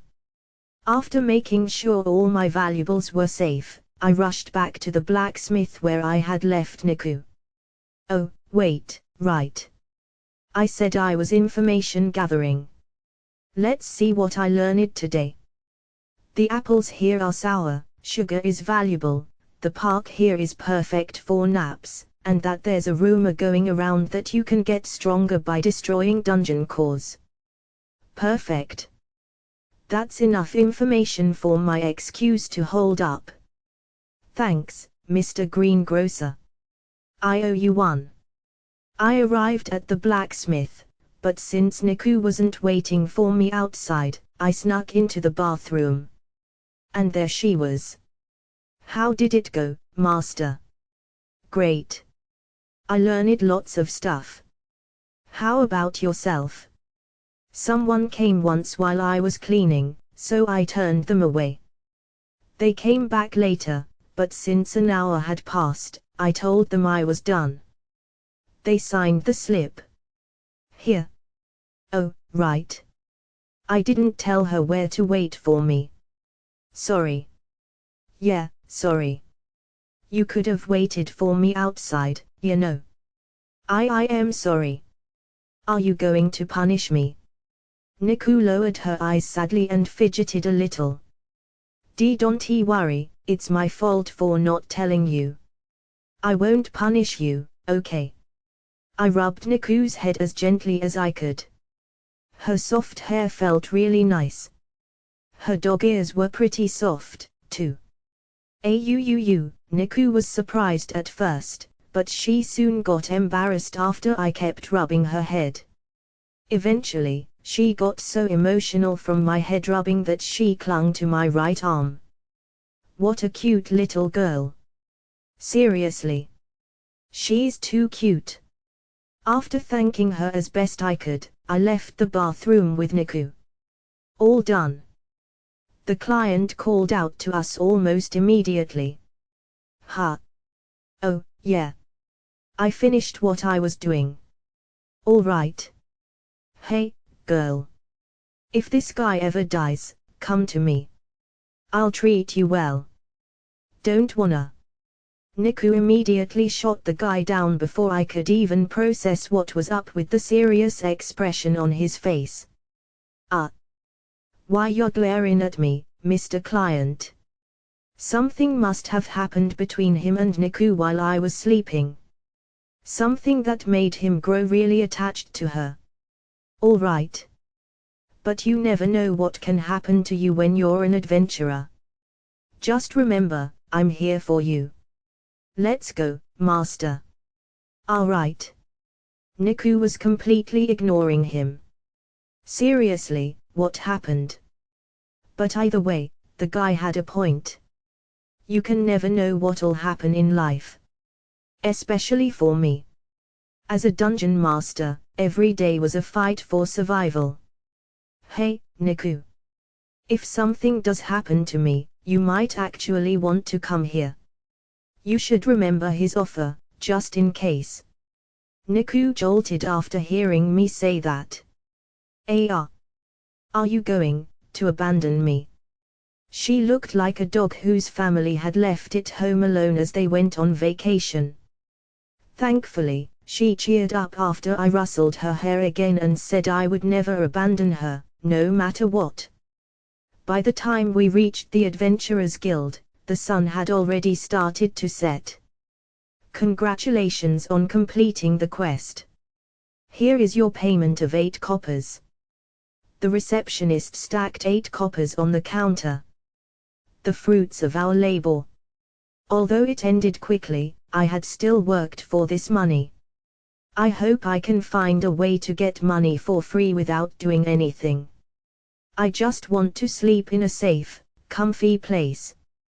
There is also an additional 1 copper as a special payment for the girl. The client instructed me to give it directly to her. Here you are. Nice. Isn't that great, Niku? Why yes.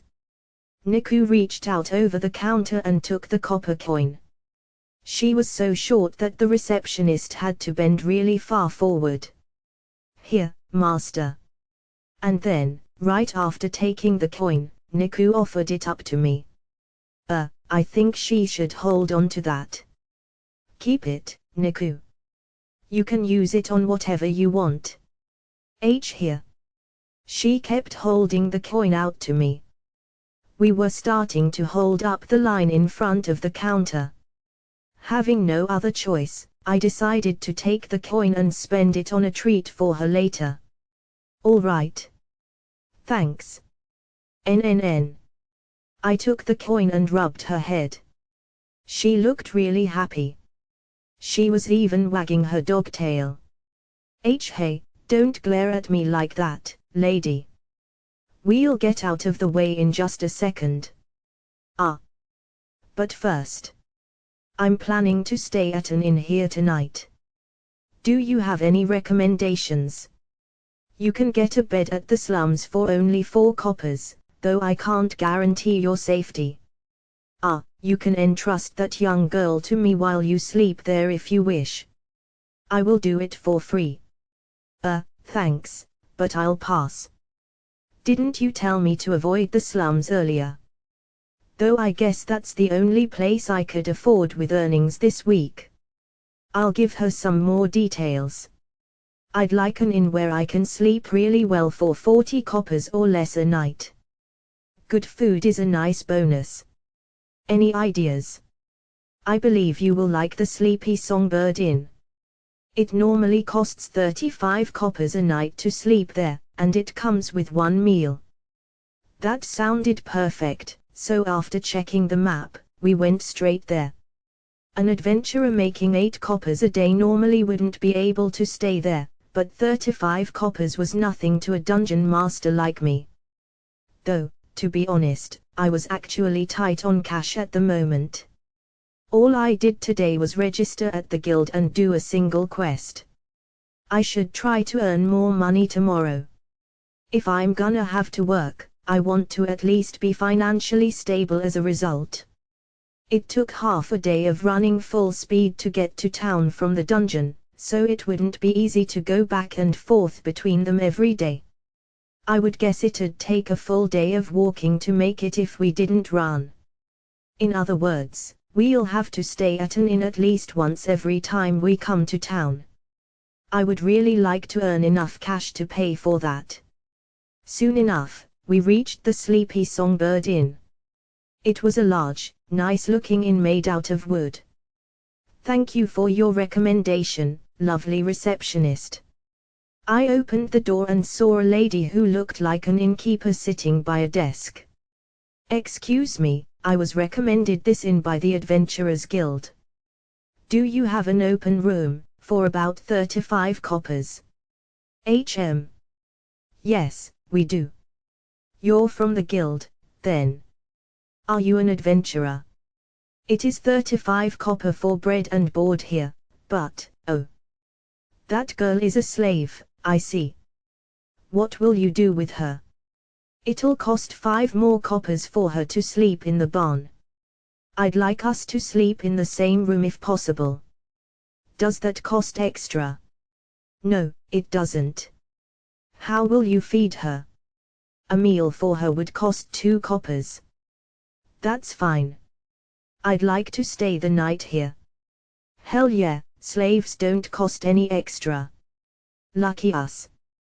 One night, then. Should I bring the food to your room? Please do. Very well. And by the way, I would appreciate it if you would cast purification on your sheets before leaving. We didn't have enough coppers for that, so we paid 1 silver coin instead. Our change was 63 coppers, 6 large coppers and 3 normal-sized ones. She didn't even call them large coppers, she just gave them to me with the implicit understanding that they were worth 10 coppers. I dug that. It's less work to just call them coppers without worrying about the large bit. And here is your key. Your room is number 7, first floor. I took the key and headed towards our room. I used the key to open the door with 7 on it, written in this world's numeral system, and was greeted with as ordinary of a room as you could imagine. The window was made out of a wood panel rather than glass.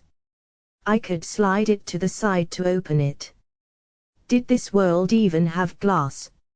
I was pretty sure they stored medicine in glass bottles, so they probably had glass. There was a light enchanted tool for if we needed any light. The tool would shine like a light bulb if you put a magic stone into it and flipped the switch. Apparently, that was this inn's main attraction. You could either bring your own magic stone or buy one at the inn counter. You could still make it work without a magic stone by manually pouring mana into it, though you would need to keep the mana flow going nigh constantly. By the way, I just recently learned that magic stones disappear after they run out of mana. They last longer if you regularly refill their mana reserves. The most important thing of all, however, was the bed, and unfortunately, it was basically just a wood box with sheets thrown over it. Needless to say, it was hard. Like seriously. It was flat as a board. The several layers of sheets made it almost like a futon, which put it a solid level above the park bench, but still. Thinking about it now, that futon I bought for 50 DP is actually pretty high tier. I bet it's better than most beds in this world. Also, there was only one bed. Now it made sense why Niku sharing a room with me didn't cost any extra. One bed was all it took if we slept together. I didn't mean that in a sexual way, alright? Am I going to sleep on the floor? No, we can sleep in the bed together. It's cold enough for that to be a good idea. I decided to sleep right after eating. To be honest, my muscles had been hurting pretty bad for a while.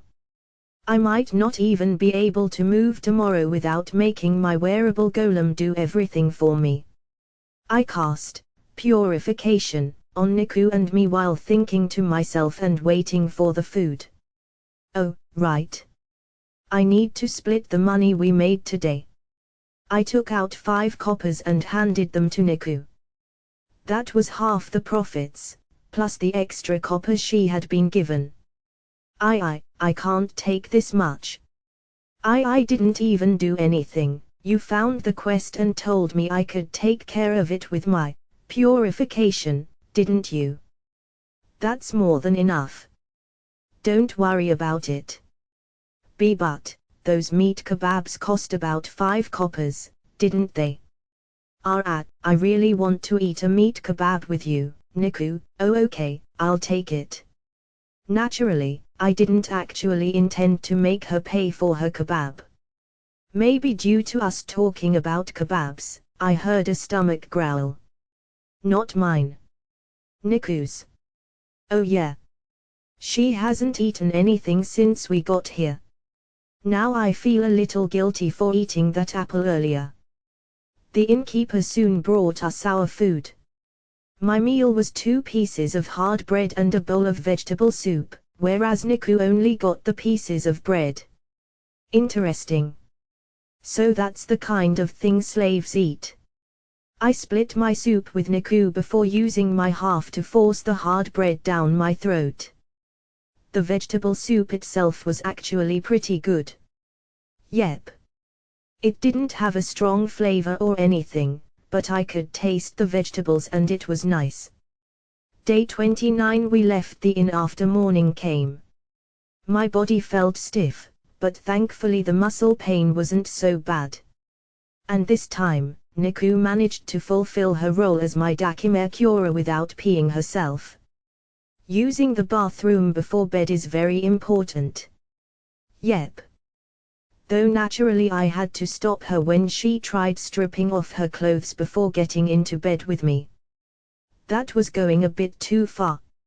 I remembered at the last moment that the innkeeper had requested that I use purification on the sheets before leaving, and so I did. I had gotten really used to purification. Though I misjudged its strength and accidentally cleaned the entire room too. Well, not like she's gonna get mad at me for that. I saved her some time and effort. Got everything, Niku? Yes, everything. Sweet. Let's go drop by the food stands for some breakfast.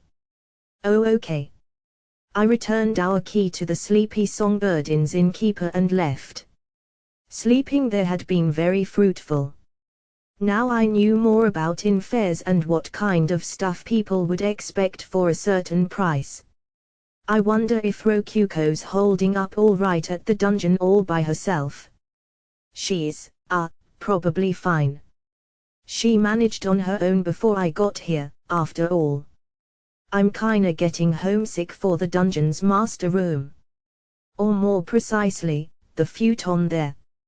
I'll go back there as soon as I learn a bit more about some things. We headed straight for the Adventurers Guild while eating ham sandwiches we had bought for breakfast. There was already a sizable amount of adventurers at the guild despite how early it was. They were all crowded around the billboard, picking and choosing which quests to take. Yeah. I don't wanna deal with this. Master. Niku was looking at me with her eyes shining, as if to say leave this to me. Honestly, I don't feel so good about sending a tiny child like her into a big crowd like that, but... Alright. Bring back any quests that look good. Okay. Niku happily plunged into the throng of adventurers. Her small body was engulfed by the crowd and disappeared in seconds. After a small while, she came running back with 2 slips of paper wedged between her lips. I rubbed her head and scratched her chin to thank Niku, causing her to wiggle happily.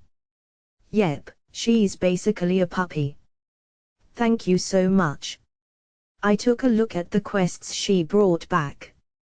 10 deliveries. Reward, 10 coppers. Rank, G and above.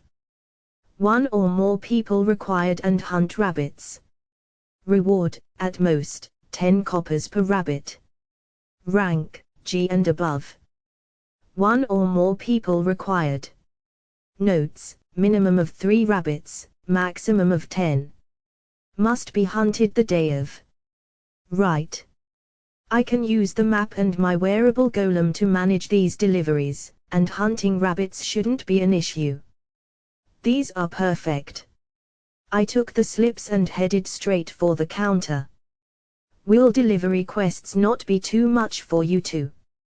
You've only just arrived in town. I cannot recommend it. Ah, you again. The same receptionist as yesterday was behind the counter. We won't have any problems as long as you tell us exactly where we need to go. You do know that I won't be able to physically guide you there myself, yes? Lady, I'll be fine as long as you tell me where to go. The receptionist furrowed her brows even further after looking at the second slip I had with me. And you're going to take a hunting quest as well. Rabbits may not be monsters, but I think that would still be a little reckless. Reckless? Yes. Unless you are quite confident in your hunting skills, taking this quest would be reckless. The rabbits you hunt will be used to make meat kebabs. I believe that the stand owner will refuse to buy any meat from a rabbit that's been chopped up with a dull blade and with no assistance from a skill. I get it. This quest is basically a trap that a ton of newbies fall into. But I have a magic, golem, blade on my side, plus my wearable golem's assistance. I'll manage.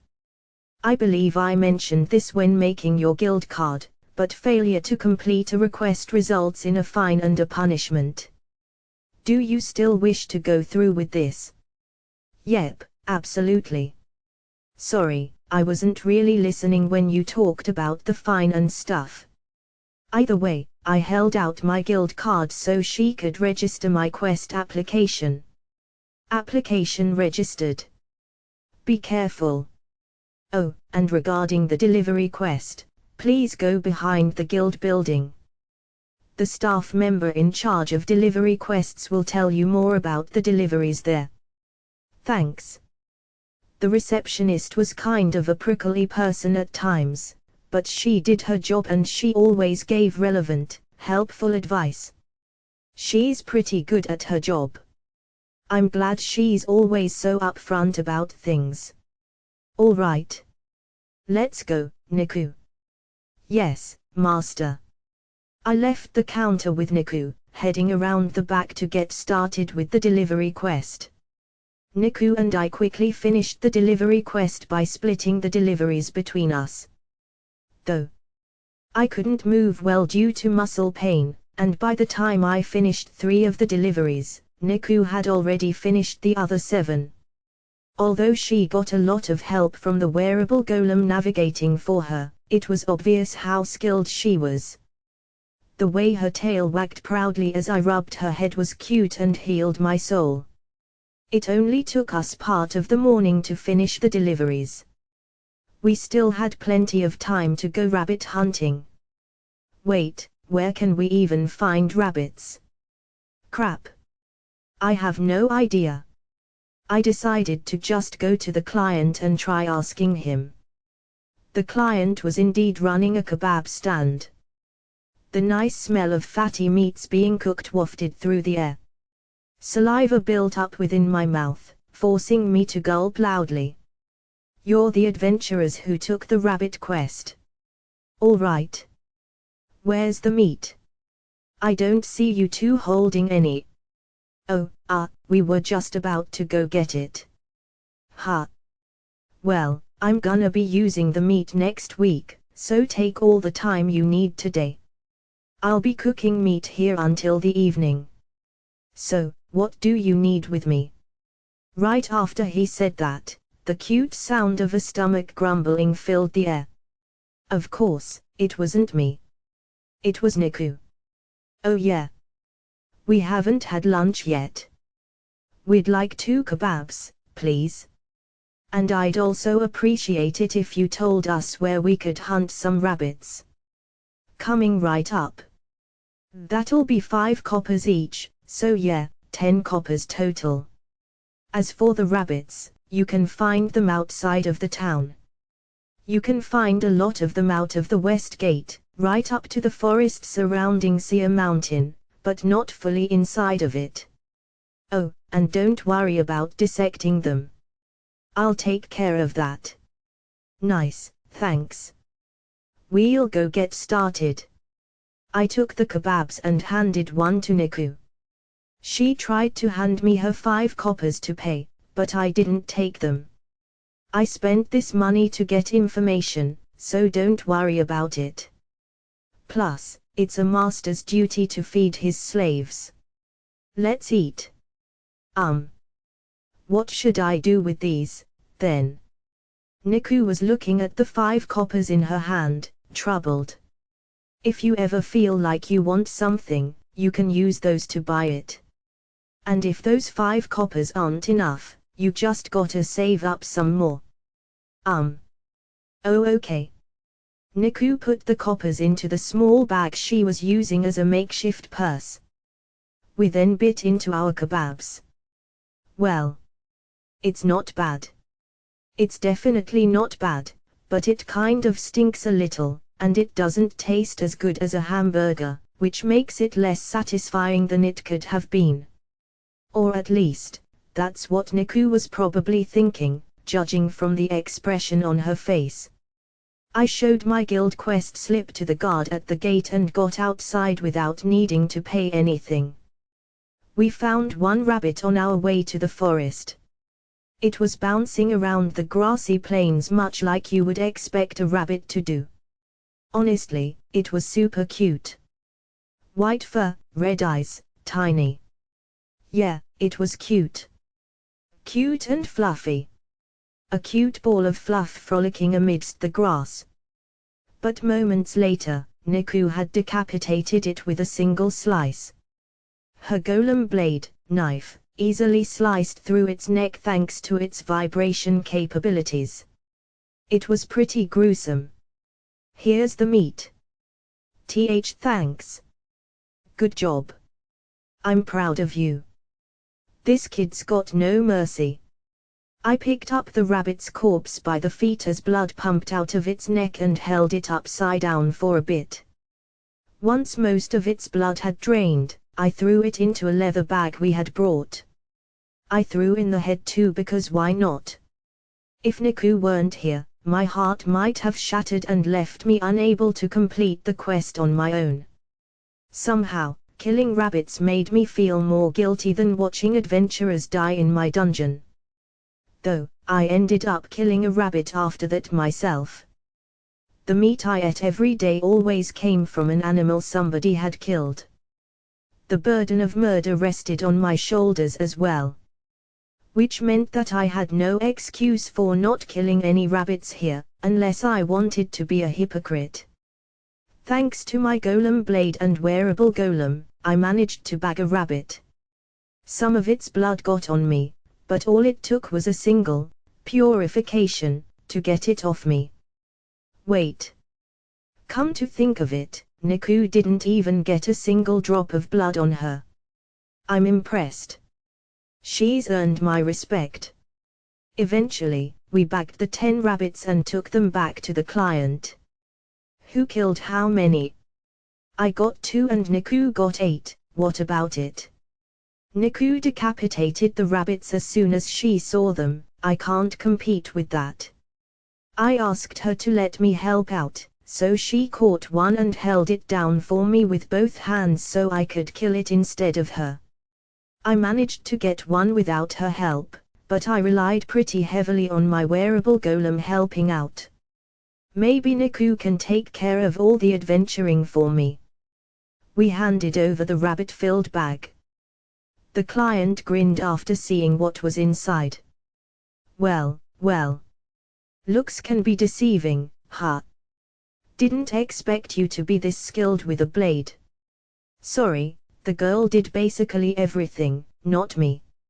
All I did was hold upside down the rabbits that the great Niku hunted and throw them in the bag after they ran out of blood. Niku was the only one who went into the forest. I just stood around waiting for her. But regardless of who caught them, the client was very impressed with the rabbits. It helped that their pelts were still usable thanks to how we drained their blood.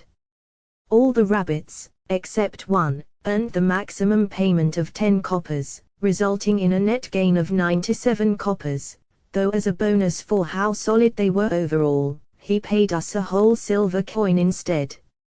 Ha! Which was the one worth 7 coppers? Yeah. You know it was the one I caught on my own. My bad for slicing its torso in half. And so, we returned to the guild with our quest slips. The sun was just starting to go down, indicating that it was slightly past noon. There were fewer people inside than yesterday, maybe due to most adventurers working until the afternoon. The same receptionist as always was behind the counter. There were a few other receptionists too, but thinking it best to deal with someone we had experience with, I brought the slips to her. So, how were they? Too much for you, just like I said. Yep, it sure was the same receptionist as always. I decided to just roll with her sharp tongue as a sign of the concern and affection she had for us now that we've known each other for 2 days. Nope, we finished them both. Here you go. Well, you certainly did finish them.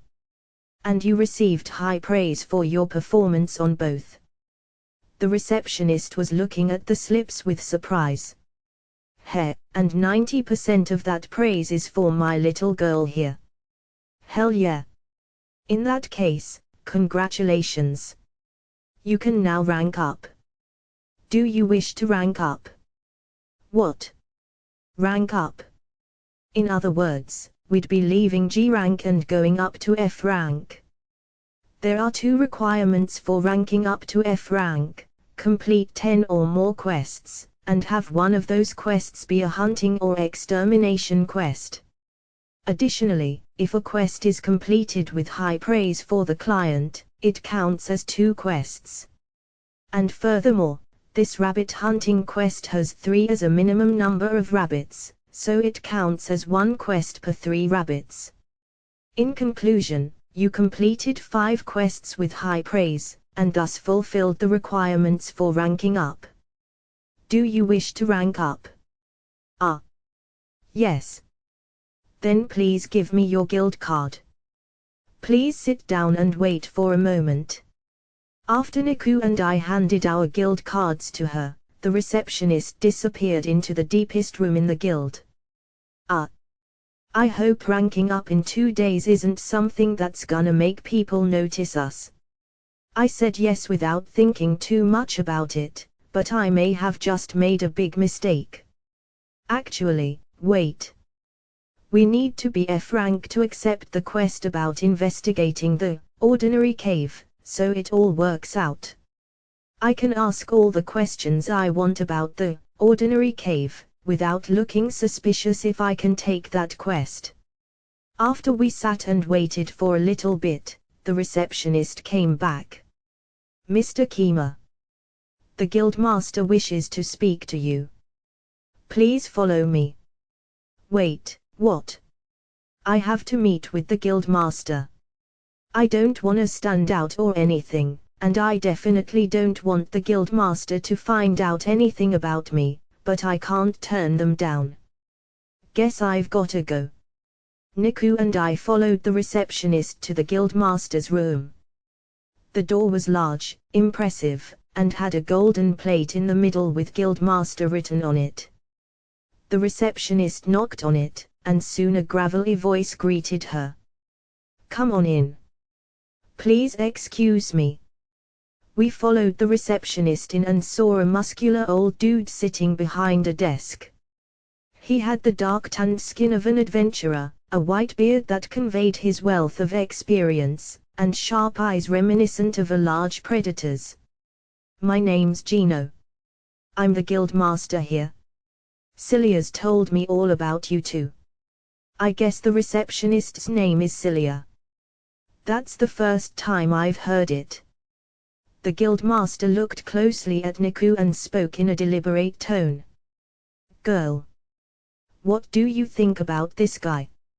"He's my master." Niku responded instantly. "All right." For whatever reason, the guildmaster nodded slowly and patted Niku's head.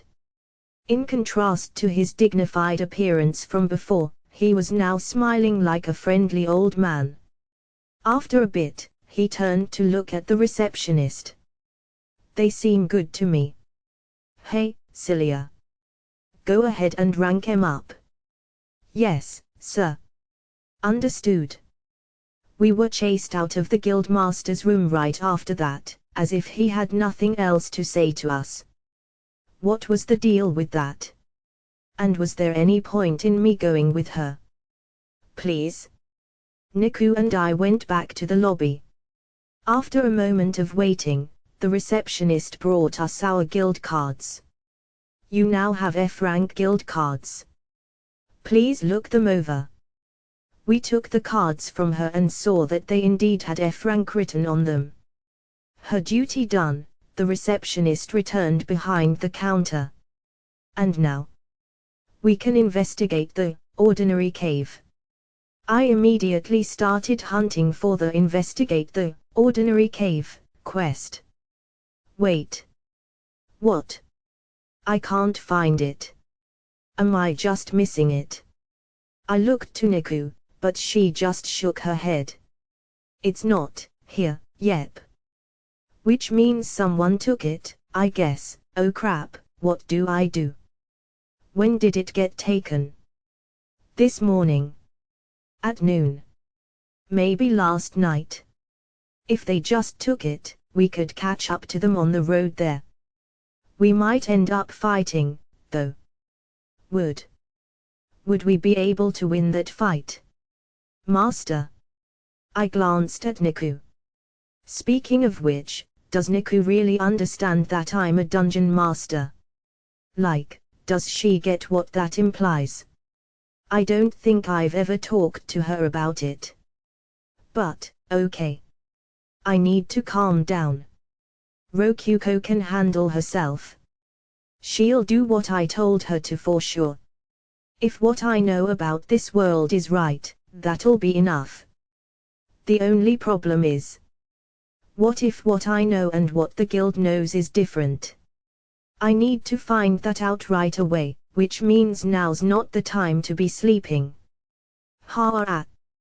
I headed towards the counter. Behind it was Celia, the same receptionist as always. "Sorry for coming right back. I'd like to ask you some questions about dungeons, if that's okay. Many adventurers will soon be returning, but I can answer your questions until then." "But what do you want to know?" "The dungeons around here are all D rank or above, so they should have little to do with you. In other words, because the Ordinary Cave was the subject of an F-rank quest, it wasn't a normal dungeon." I remember seeing a quest about exploring some dungeon named Ordinary Cave. I couldn't find it just now, but it was an F-rank quest, which makes me curious about it." "Ah, yes. That quest is primarily for rookies. It's a quest based on investigating a harmless, newly born dungeon. Those are quite rare. We post the quest about once every 2 weeks. Newly born. I'll have to ask Rokuko to see if that's a fact or just a false rumor. By the way, what kind of person took the quest? That information is confidential. Yeah, figures. I'd have appreciated it if she told me, but I'd basically lose all trust in her if she gave away information like that willy-nilly. More importantly, I have 2 quests marked specifically for your young slave. They're both toilet cleaning. What will you do? They're G-rank quests if you wish to take them. Let me think about it. Toilet cleaning, huh? I guess our first client liked our work so much he advertised us around town. But now's definitely not the time for us to be wasting time with that. While I'm here, might I ask what kind of places dungeons are? Dungeons are places where treasure, monsters, and traps appear. It's often said that if you wish to get rich quick, dungeons are your best bet. Though I presume you already knew that much. Naturally. Of course. How could I not? Yeah, I had no idea. Thank you for teaching me what's common sense in this world. Then, are you aware of what a dungeon boss or a dungeon core is? Dungeon boss. Not dungeon core. Now that she mentions it, I do remember one of the knights talking about a dungeon boss or something. Cores are like the hearts of dungeons. Right. Yes, that's right. A dungeon will collapse as soon as its core is destroyed. The dungeon boss is a being that awaits at the bottom of a dungeon, protecting its core. Some theorize that the dungeon core and the dungeon boss are one at heart. Historically, there are legends of the Demon King's castle collapsing after the Demon King himself was defeated. It's quite a popular theory that the Demon King was both the dungeon core and dungeon boss of his castle dungeon. Though I personally believe that the Demon King was just a sore loser who, at the last moment, tried to destroy those who defeated him by any means possible. A Demon King dungeon core, huh? I guess it was just someone like Rokuko going way too far. I tried imagining Rokuko as a demon queen. She stepped on her long cape and fell over. Yeah, Rokuko doesn't fit that role at all. The dungeon collapsing after the dungeon core gets destroyed probably had to do with the core holding up the walls on its own. Though there were so many dungeon terms, I was starting to lose track of what was common knowledge and what wasn't. I heard there was a rumor that you can grow stronger by destroying dungeon cores. Is that true? He who dares wins, or something like that. That is rumored, but whether or not it's true is still unknown. And, I might add, destroying guild-managed dungeons is punishable by death under imperial law. I would advise you to not try experimenting. Seriously. Seems like our dungeon's protected by imperial law. It might be a good idea for me to calm down a little. By the way, if you wish to know more about dungeons, I suggest that you buy a dungeonology book. Although books are expensive, there is no better way to learn what you wish to know. Now that's the kind of info I wanted. Dungeonology, huh? That's a funny name, but I'm glad I learned about it. I definitely want one of those books.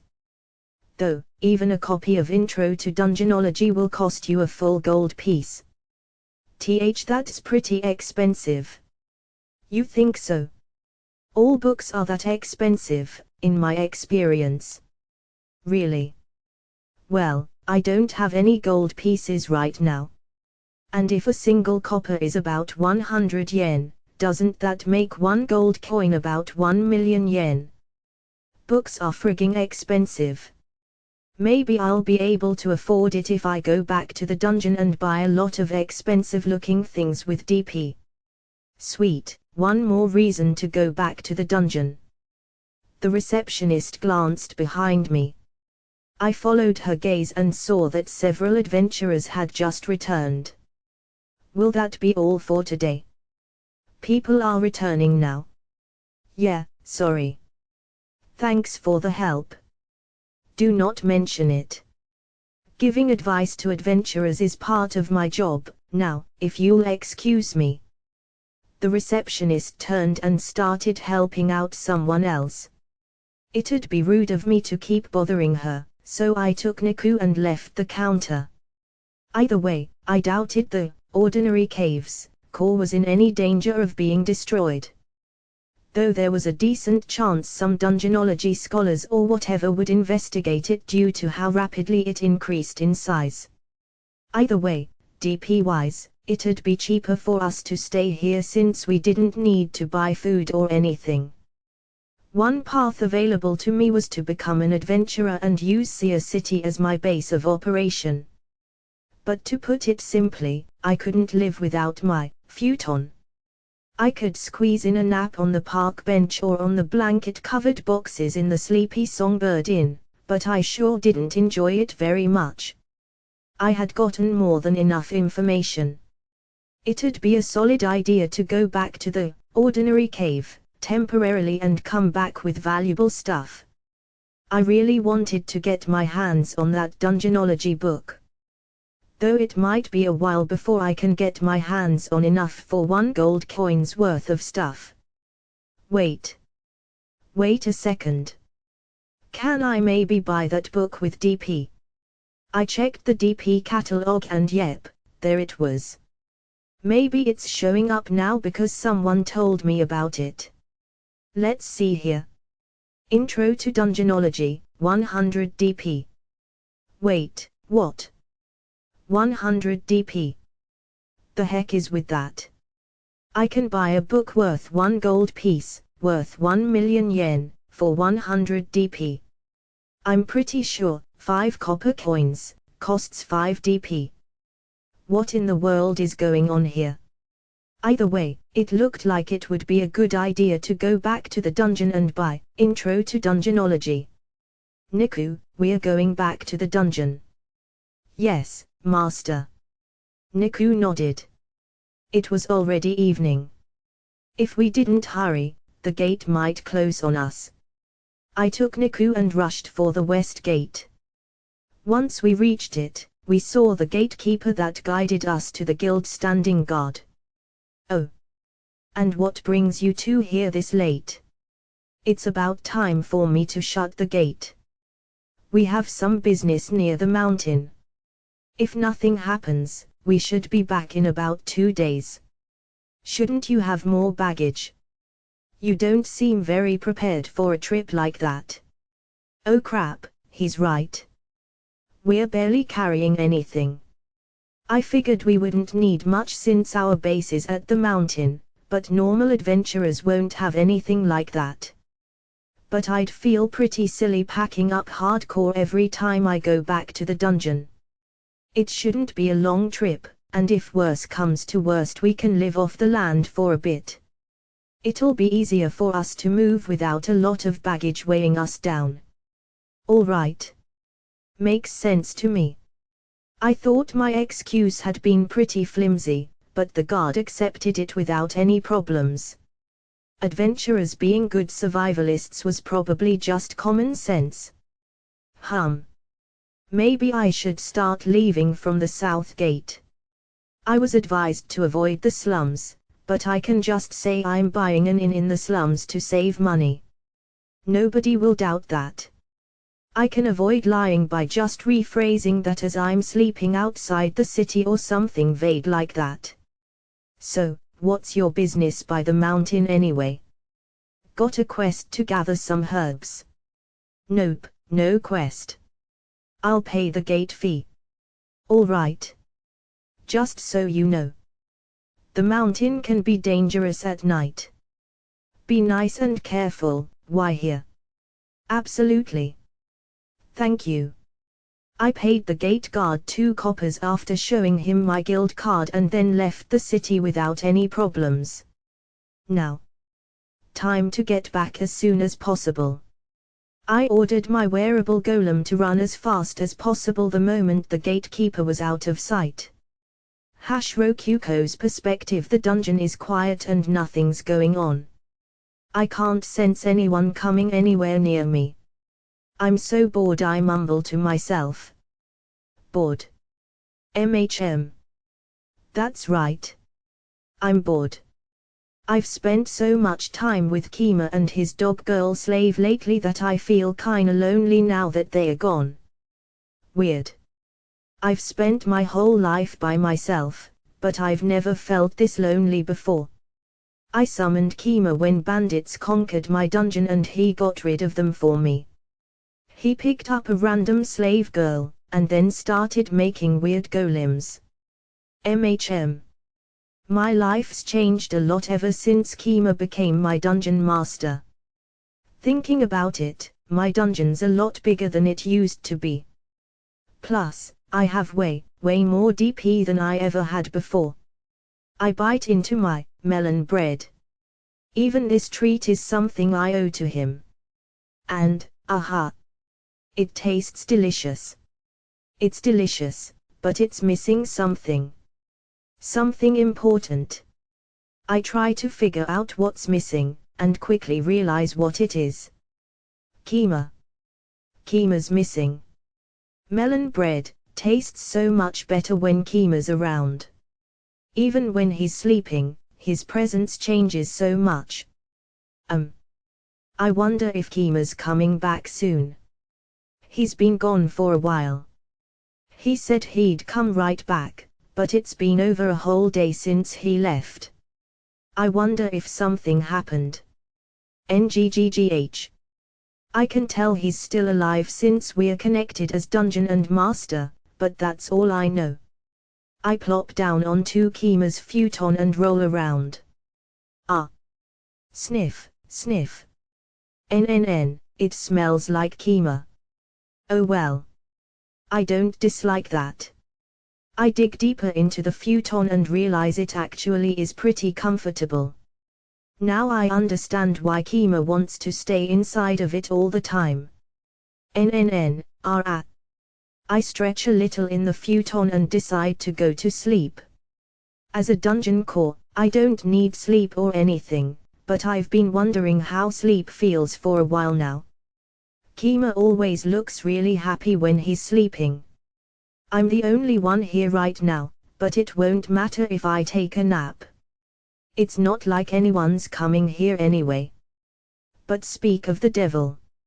I can sense someone coming towards my dungeon. It's not Kima. I could easily tell if it was Kima. Who is that? Don't they know they're getting in the way of me sleeping? Ah. I guess this is how Kima feels whenever he tells me not to bother him when he's sleeping. But well, this is okay. I'll just take care of them and get back in bed as soon as I can. Chapter 3 So this is the ordinary cave, A male adventurer stepped into the mostly empty cave. The rest of his party followed after him a few steps later. In total, there were 3 of them, all F-rank adventurers who had come after taking this investigation quest together. Hey now, be careful. This is a dungeon. Who knows what kind of traps are in here? Don't worry so much. Even the guild said there's nothing here, remember. The only thing we'll find is the dungeon core. You have a point, but the leader ignored his passive friend's warning and kept walking into the dungeon. There were hallways to the left and right of them. But otherwise, they couldn't see anything important. The only thing out of the ordinary was how the wooden doors looked a little burnt. Looks like there aren't any bandits left. Obviously. Knights wouldn't slip up like that. But I did hear that there were like 20 bandits here. Yeah. 20. Damn. Whoever came here before us sure was unlucky. Yep. I'm pretty sure they all died. Oh.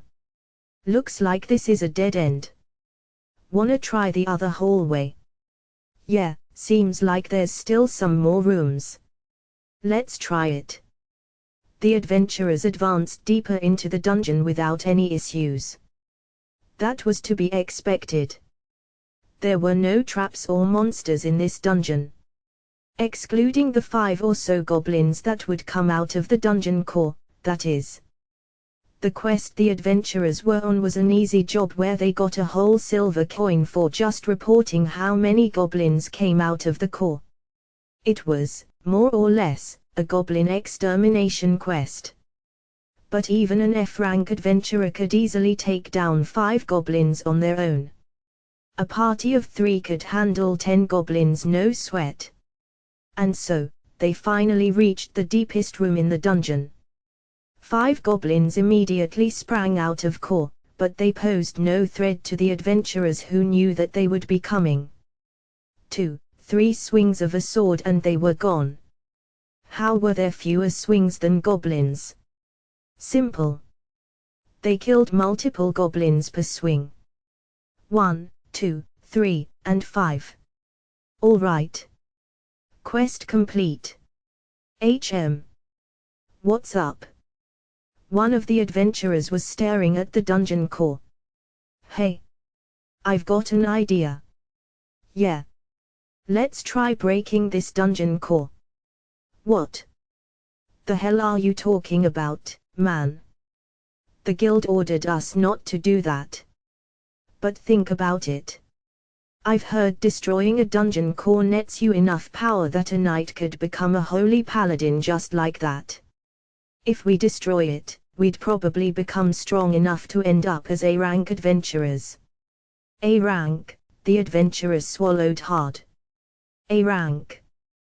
Those adventurers who reached A-rank were considered to be the best of the best, living examples of success for others to strive towards.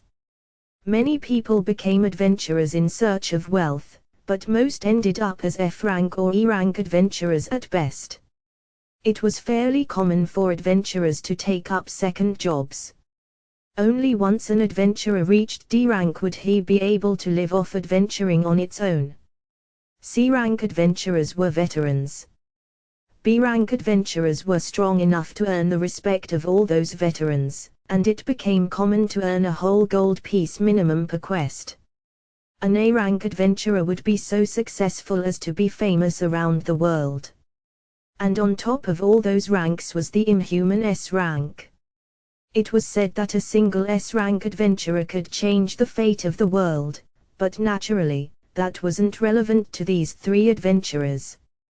But think about it. If we lie and say the dungeon's fine, then the next people who take the quest will end up reporting that the core is gone. We'll be caught and executed. Then all we have to do is say we couldn't find the core. That way, whoever came here before us will look suspicious instead. Which is perfect, because whoever came before us is actually the bandits and the knights. The guild won't be able to do anything since the bandits are all gone and the knights aren't adventurers. Man, you're a genius. In reality, their lie would be found out immediately with a lie detecting tool, but unfortunately none of the 3 adventurers knew such things existed. With that argument settled, all that awaited was action. The adventurers drew their swords and started wailing on the dungeon core. Their blades bounced off a few times, but they were causing real damage. The core itself did nothing entirely, as if it had been given an order to not do anything, and soon enough, a heavy blow made it shatter like a crystal ball. Day 30. What? I jumped awake, drenched in a cold sweat. That was a bad dream. A nightmare where the dungeon core got destroyed. Thanks to the dumb ideas of a stupid adventurer, the core to my dungeon got destroyed. Phew. Setting up camp early wasn't worth it if it meant having nightmares like that. Niku and I hadn't brought much with us, so after eating the last of our food and water, we had slept on the cold hard ground, with our wearable golems ordered to attack anyone who tried to ambush us in our sleep. Ideally we would have reached the ordinary cave before needing to sleep, but not even running at full speed got us there before the sun set. Our wearable golems could have kept going on track even in pitch darkness, but branches we couldn't see would have kept slapping our faces non-stop, so we just gave up. Speaking of which, how do our wearable golems even see anything? Can they even see in the first place? Putting that aside, I had a lot of thoughts about that nightmare. It was very plausible that people who became adventurers out of greed would try to destroy our dungeon's core out of that same greed. Thinking about it now, the investigation quest didn't even matter.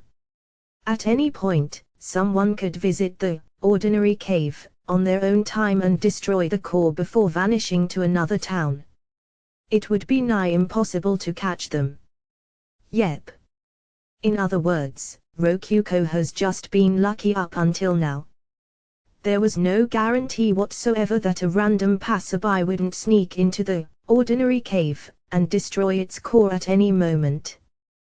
The nightmare I had could become reality at any point, as long as the ordinary cave existed. And actually, since someone took the investigation quest before me, it might actually be happening right now. NNN. Papa, squeeze me more. I glanced to my side and saw that Niku was hugging me tightly despite being asleep. I didn't want to wake her up from whatever nice dream she was having, but I had no choice. It may have been early in the morning, but we could see again. That was enough.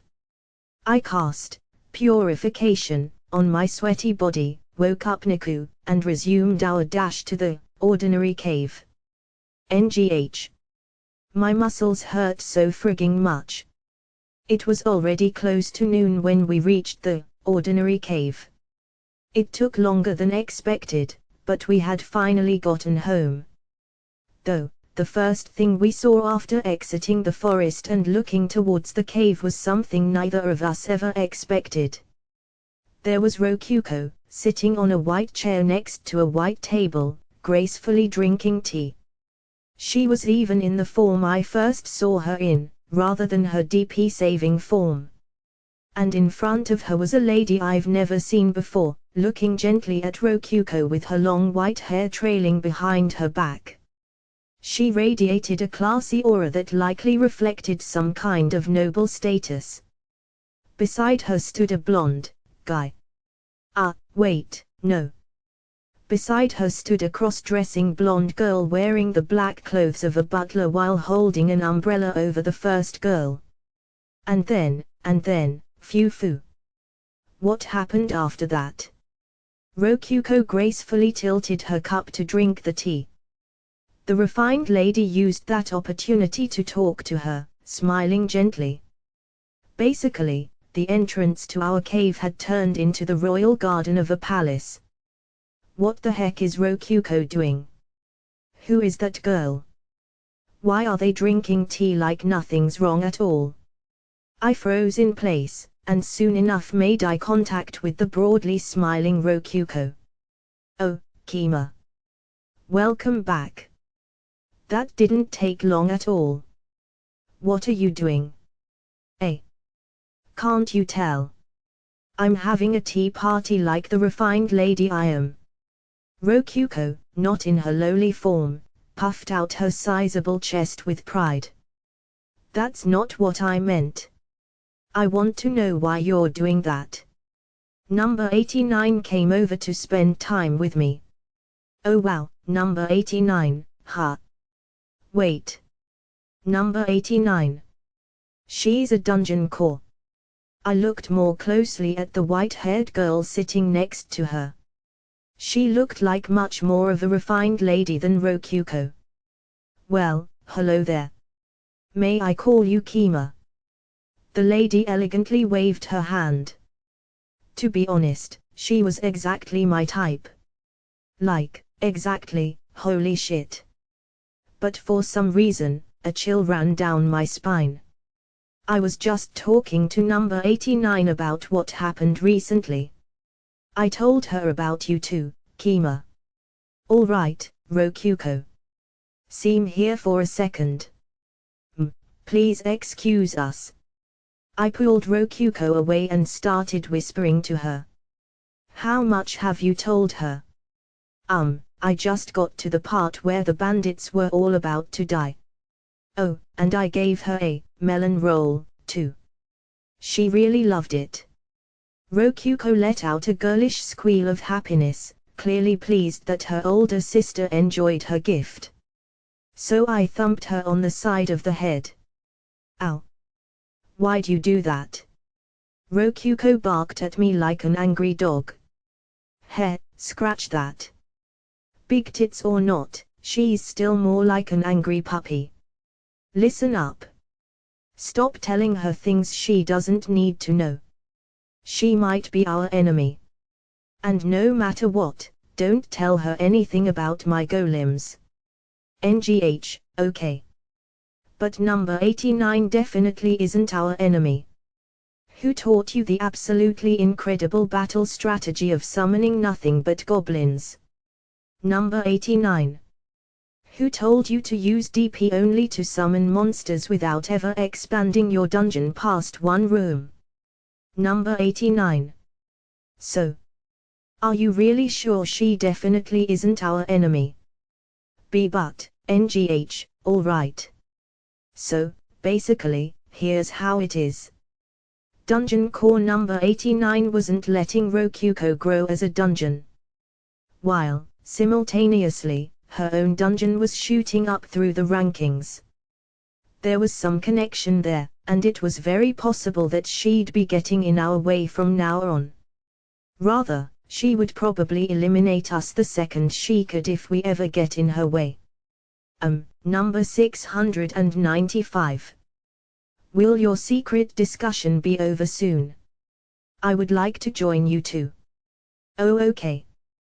We're coming right over, number 89. And yet, Rokuko still looked happy after dungeon core number 89 called out to her. Yeah. If I hadn't used my absolute authority over her as dungeon master, she would have spilled the beans instantly. Though it was still possible that she let some secrets leak. Whether or not I have absolute authority over her, my order wouldn't mean much if she was letting things slip unconsciously. So, what happened to the bandits after that? Rokuko glanced at me. She must not have known whether or not it was okay for her to talk. So, I answered for her. As you can tell, they were massacred. The band of knights took care of them, then. Yes, that's perfect. But I must wonder how much DP they were worth. Judging from the reports, you two must have earned at least 10,000. The reports? What do you mean by that? Sorry, I don't know too much about you. I imagine not. You were summoned here from another world, after all. Guess Rokuko already told her about my summoning and all that. Makes sense. That happened pretty early. Allow me to introduce myself. Dungeon core number 89 straightened her back and, with a hand on her chest, introduced herself with a clear voice.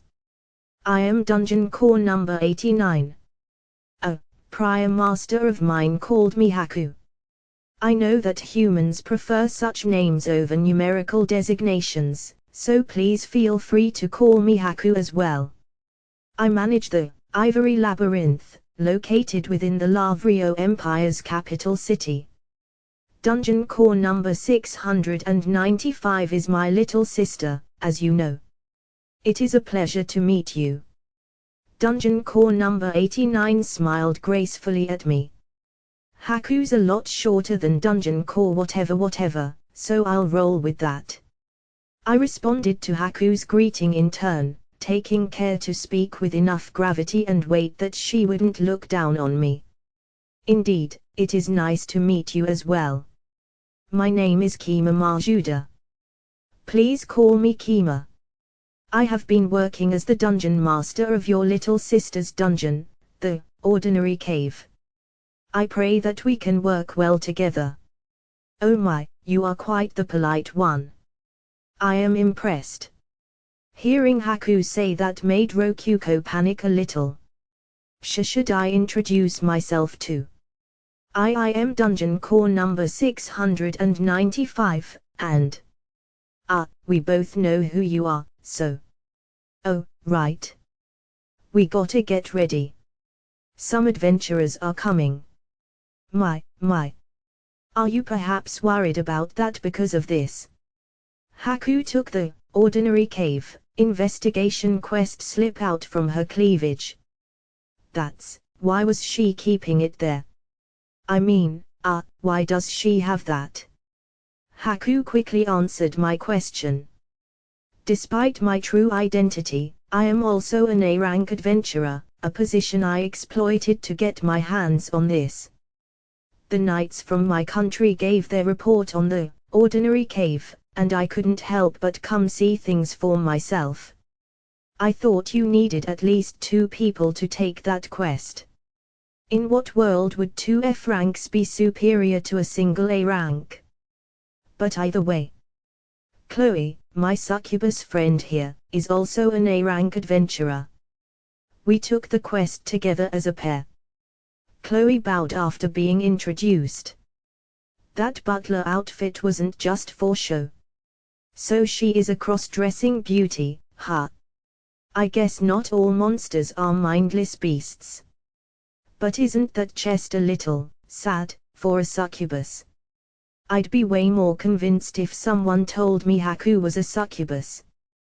But either way, a pure-hearted and chaste succubus feels a lot more realistic than a pure-hearted and chaste porn star. In this fantasy world, at least. So do not worry, Kima. You'll be fine for at least half a month now. Haku smiled, as if saying the situation was entirely under her control. She was right. No invaders would be coming for our dungeon anytime soon. Excluding the 2 in front of me. By the way, Kima. May I ask you a question? Sure. What's up? The smile vanished from Haku's face. Are you a soldier of God? I felt a chill run down my spine. A soldier of God? No idea what that means. Some god talked to me while I was being summoned here, but I didn't become his soldier or anything. I did meet someone who claimed to be a god, but I don't remember him talking about anything like that. I see. As if satisfied by my answer, Haku resumed smiling. I could almost feel the atmosphere warming back up. Forgive me, but I used magic to determine whether or not you were lying. You seem to be telling the truth, thankfully. I was worried about you ever since number 695 told me that she had summoned you from another world. When did she cast that magic? And that kind of magic even exists. Makes sense, I guess, since there's a magic tool that does the same thing. But either way, I have something more important to ask about. Sorry, but what exactly is a soldier of God? They are people who, after being summoned here from another world, destroy dungeons at the behest of God, a god, in any case. I defeated one of them before, and they told me that dungeons must be destroyed as they interfere with the flow of mana. They are known as heroes in this world. Oh, whoops. I might be a soldier of God. Not really planning on doing anything like that, though. Now then. I would like to have a conversation alone with you, Kima. Do you mind? You can wait here with Chloe, number 695. Oh, okay. Understood, my lady. Come with me, princess. I followed Haku as she distanced herself from Rokuko and Chloe. Of course, Niku stayed behind too. Yeah. This is pretty dangerous. I didn't notice until she stood up, but Haku has absolutely incredible feet. Crap. I can't stop staring at her feet, even though I know I'm in danger here. Her Vietnamese style dye dress hugged her body perfectly, showing off all her curves. I could see the outline of her feet through the thin cloth of her skirt each time she took a step.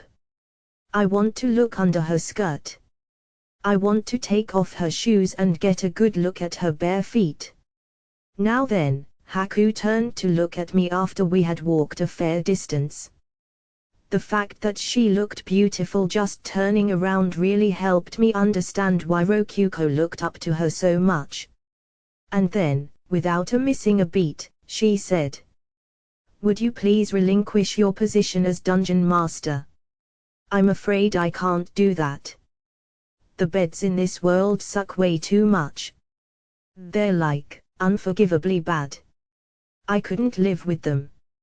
I'm not gonna quit being a dungeon master, it's the only way for me to get futons, and even better beds.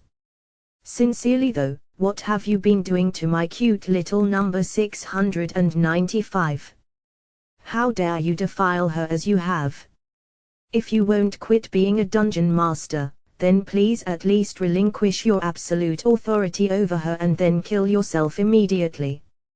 Isn't that basically just me quitting being a dungeon master? I'm not really sure what you're talking about. I mean, I wouldn't mind giving up my absolute authority, but suicide is a bit much. Oh my. I like your cooperative attitude.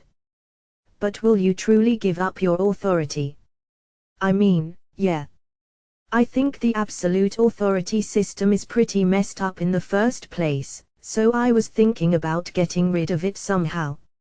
Like, in my dream, I told Rokuko to just send out 5 goblins.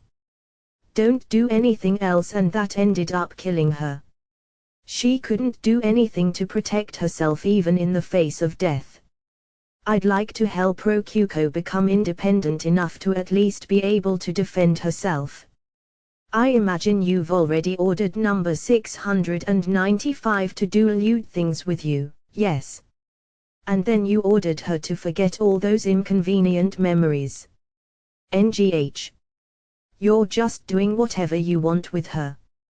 You humans are all the same. Hold on a second. I didn't do anything like that. HMPH, I wonder about that. Your species treat we dungeon cores like toys, giving us orders like slowly fall in love with me over time and marry me. I didn't even realize what was going on until he died.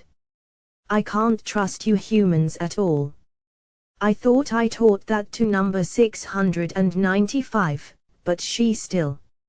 Oh, ha. I guess that's what happened to her. She might not have meant to actually say that out loud. I don't have any interest in non-consensual stuff, so yeah, I'll give it up no problem. Very well. I will have you remove it while I watch. Wait just a moment. In other words, you are interested in her as long as it doesn't involve your absolute authority. Just what do you intend to do to number 695? You've got a pretty strong imagination, huh? She was just making up false accusations as she went along. Well, whatever. There's just one thing I want to make sure of here. Haku. Are you Rokuko's enemy? I have no idea what you're talking about. In what world would I ever be number 695's enemy? So we're gonna be playing that game, huh? Why did you teach those battle strategies to Rokuko? Those battle strategies? I'm afraid that I taught her so many things, I don't know precisely what you're referring to. I decided to take things step by step and ask one specific question at a time to ensure I knew what was going on.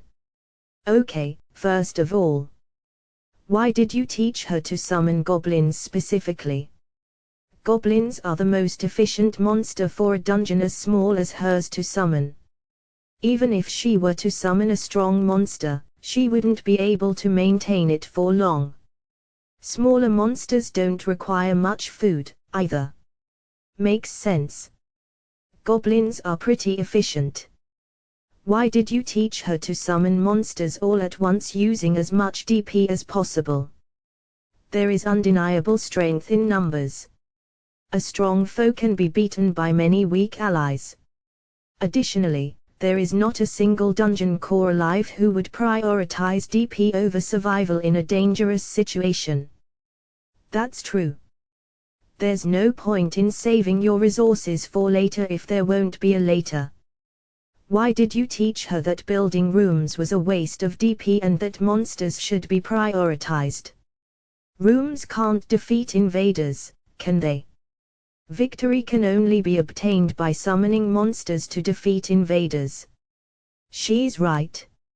No matter how many rooms you have, you need some kind of offensive strategy to ultimately win. In that case, why didn't you teach her about using traps? Most of them can only be used a single time, which isn't very cost-effective. And to make matters worse, you can place very few traps in a small dungeon. Traps that can be used many times are quite expensive. Makes sense. All right. I think that's enough questions. All her advice makes perfect sense from the perspective of this specific dungeon. But remove one condition and all the advice would be completely worthless. Okay. I understand where you're coming from. Now what I want to know is, how did you make people view her as a safe, harmless dungeon? Yep. The condition was that Rokuko had to be a dungeon managed by humans. In any other situation, invaders would destroy the dungeon core as soon as they defeated the goblins. After all, the ordinary cave had in fact been just an ordinary cave with a core lying defenseless in its only room. Oh my, you've figured it out, have you? Well, the answer is simple enough. I personally created both the Lavrio Empire and the Adventurers Guild. Rokuko was established as a safe dungeon because I willed it. I had more or less noticed that already. It didn't take me long to realize that she was a big fish in this sea. And by that I mean both among humans and among other dungeon cores. Oh my, you don't seem very surprised. I mean, you mentioned receiving a report from the knights earlier. You had no intention of hiding your true identity, did you? Well, no I didn't. Haku smiled and laughed a little, visibly pleased. So, why did you try to ensure that the ordinary cave would stay weak and small forever? Because number 695 is cuter that way, and I want to protect her. That's why I panicked quite a bit when I heard that she had been occupied by bandits. You want to protect her? Why? Well, she is my cute little sister, you know. I yearn for her safety so much that at first I thought about placing a guard by her entrance to prevent anyone from invading her in the first place. But that would just attract unwanted attention from the soldiers of God, who would proceed to hunt her. That's why I instead focused on making her as invisible and forgettable as possible. So, is that satisfactory enough of an explanation for you? Am I satisfied? Ha! More or less, but there's still a few things I want to know. Why are you hunting other dungeon cores? One of the knights had said that one needed to destroy a dungeon core to become a holy paladin. Which, of course, had to be a system that Haku set in place herself. She was protecting Rokuko while actively attacking other dungeon cores, and I wanted to know why. Wait. I wonder if she knows that her little system there nearly got Rokuko killed when the knights were here. That has nothing to do with number 695. If I didn't hunt other cores, the soldiers of God would hunt me in turn. She was doing it for her own sake. That was very easy to understand. Makes sense to me. Very well. Is there anything else you want to know? I'll answer any questions you have, while we're here. That's pretty nice of you. Any particular reason behind this streak of kindness? Yes, well. Consider it a reward from me. I heard from number 695 that you made certain every single one of the dirty bandits that stepped on her died. You made sure not a single one of them survived. This is my thanks for that. If even a single one had gotten away, I would have needed to waste my time hunting them down. All right. May as well use this opportunity to ask about holy paladins. By the way, did you know that one of the knights that came here tried to destroy Rokuko's core? I heard. I gave special treatment to the 17th Knight Platoon, and yet their report mentioned one of them trying to swing their sword at number 695. Can you believe it? My goodness, I will never understand how you humans can be so simple-minded as to not understand how lovely and cute and perfect number 695's core is. Naturally, I'm having them all executed. All of them. Of course, I can't mention number 695 in the official charges, so I'm planning to forge evidence indicting them all of treason against the state. The true treason would be punishing them with just a pay drop despite how grave the crime of attempting to destroy number 695 is. That makes their executions lawful and just. I suppose that they are currently returning to the capital with no idea of what awaits them. This woman's messed up in the head. And she's so stupidly powerful she can easily destroy people's lives if she wants to. What kind of politics involves executing an entire platoon of knights? That's just scary. Oh my, do you think I went too far? Not at all. Oh, by the way, the knights left early out of laziness. They said adventurers would take care of any stragglers for them. Was that in the report too? It seems I have another crime to charge them with. I kept my cool and played along with her. I'd be in danger myself if I disagreed with her too much. But either way, I felt like I knew her a little better after all that.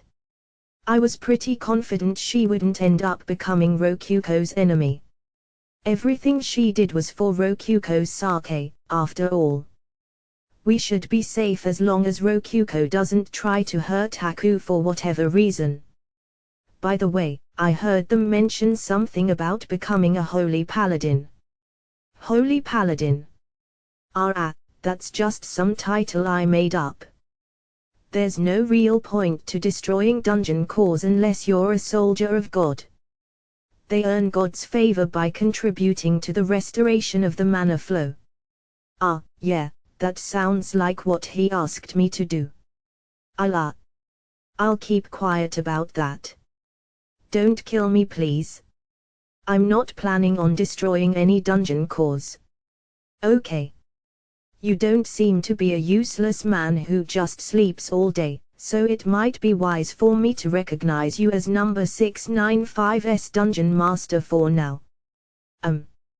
I'll spare your life at the very least, as thanks for doing so well in saving her from the bandits. Sweet, I'm gonna survive this. I feel like she's looking down on me pretty hard, but whatever. As long as she's not my enemy. I mean, her feet are super pretty. There's not a single bad person in the world with pretty feet. Actually, sorry, that's not true at all. There's a lot of villains that like to step on people with their sexy feet. Right. Very well. Let us have a dungeon battle. I'll recognize you as her master if you can defeat me. Ha ha ha. There's another word I don't know. And my tedious radar is beeping like crazy. Please know I took a deep breath. Calm down. Calm down. What is a dungeon battle? It's a competition. Yes, a competition where dungeons attempt to invade each other. There are many rules, but let's start with the basics. The most fundamental rules are that the dungeons connect their entrances with space-time magic and proceed to send an army of monsters into each other. Whoever reaches the other's core first wins. Simple, isn't it? Putting aside the space-time magic stuff, the rules certainly were simple. Though accepting her challenge was completely out of the question.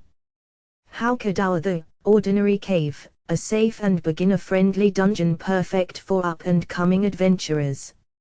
Field trips to see the dungeon core are available, ever hope to beat her the Ivory Labyrinth, a legendary dungeon located deep within the ancient Lavrio Empire's capital city. Haku was on a completely different level than us. At best, we had less than 0.5% chance of winning. And of course, I will go easy on you. My dungeon is extremely difficult and hasn't been conquered once over the centuries that it has existed, to say nothing of the several large branch dungeons I have split off from it. How could I not give myself a handicap? Of course, Haku had noticed how imbalanced her suggestion was, and so she added some additional rules. First of all, I will loan you 100,000 DP to use. I will then make a new branch dungeon the same size as your ordinary cave, and then develop it using 100,000 DP as well. You will win if you can touch the dummy core within it. What do you think? You'll loan me DP. You can do that. Of course. It wouldn't be an exaggeration to say that dungeon battles were created for the sake of dueling for DP. And by the way, you can keep the DP if you win.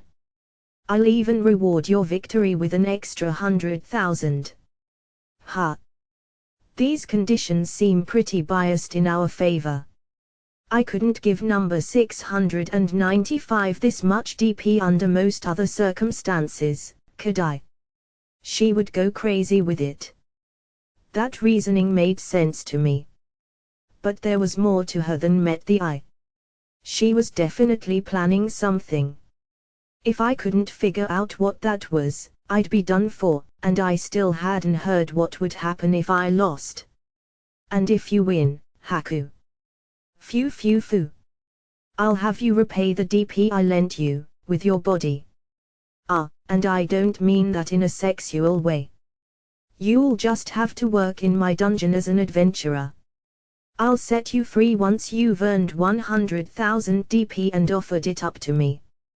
You have my word that I will take care of number 695 myself until you've repaid your debt. These conditions are unreasonably favorable to you, so I'm sure you'll accept my challenge. You will, won't you? She was right. The conditions were in our favor.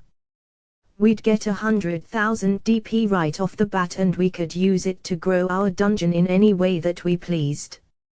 But think about it from my perspective. A single goblin was worth 20 DP, but actually defeating them in the dungeon would only earn back 2 DP. Assuming that logic held true for all monsters, I would need to beat 50,000 goblins to earn 100,000 DP. At best, I would need to beat 10 low-ranked dragons. Just how long would that even take? Wait, hold on. Would killing monsters even count as offering up DP? Monsters cost DP to summon, wouldn't killing them just make my debt even worse? Holy crap! Thinking about it now, even just aiming for items wouldn't do me any good. Any item I could find in the dungeon would be one Haku used DP to place herself. I'd be finished if she just didn't accept that. After all, dungeon masters and dungeon cores are the only things that can actually earn DP. Earning 100,000 DP as an adventurer sounds pretty difficult. Oh my, that wasn't my intention. In that case, I'll be satisfied with DP earned from battles as well. Are you suggesting that I work as a monster and as a player killer? In the legendary, Ivory Labyrinth, where veteran adventurers from all over the world gather. Phew. I do have some branch dungeons made to be suitable for beginners, you know. Haku giggled in blatant amusement. Yeah, I can't let my guard down around this person. I mean, around this dungeon core. Very well. I will accept any DP you expend in any of my dungeons to be part of your repayment. How do you feel about that? I think that's much more fair. But what do you get from it? Under those rules, if I, for example, found and used a healing scroll, 100,000 DP, on myself, I would immediately have paid back my debt in full. DP does return to the mana stream after adventurers expend it, but that's merely a side benefit. The main benefit of you working my dungeons is that I get an excuse to take Rokuko to the capital and take care of her there personally while leaving guards to protect her dungeon. Under normal circumstances, she would never accept such a thing. Makes sense. She has a lot to gain if it comes to keeping Rokuko safe. You will accept this challenge. I do need to see whether you're a skilled enough dungeon master to truly protect number 695, after all. I guess turning her down was never in the cards for me. And that's what we discussed, number 695. We'll be having a dungeon battle. What's a dungeon battle, number 89? Wait, what? Seriously? You don't know that either. Haku and I explained the term to Rokuko. Wow, that sounds like fun. Though, it is a competition, so we'll be fighting with DP on the line. I'll lend you your share of DP this time. You can share DP with me. How do you know so little about anything, Rokuko? I mean, I also didn't know about these things before, but that's totally different. And I wonder how DP is shared, anyway. It's only natural that you didn't know that, number 695.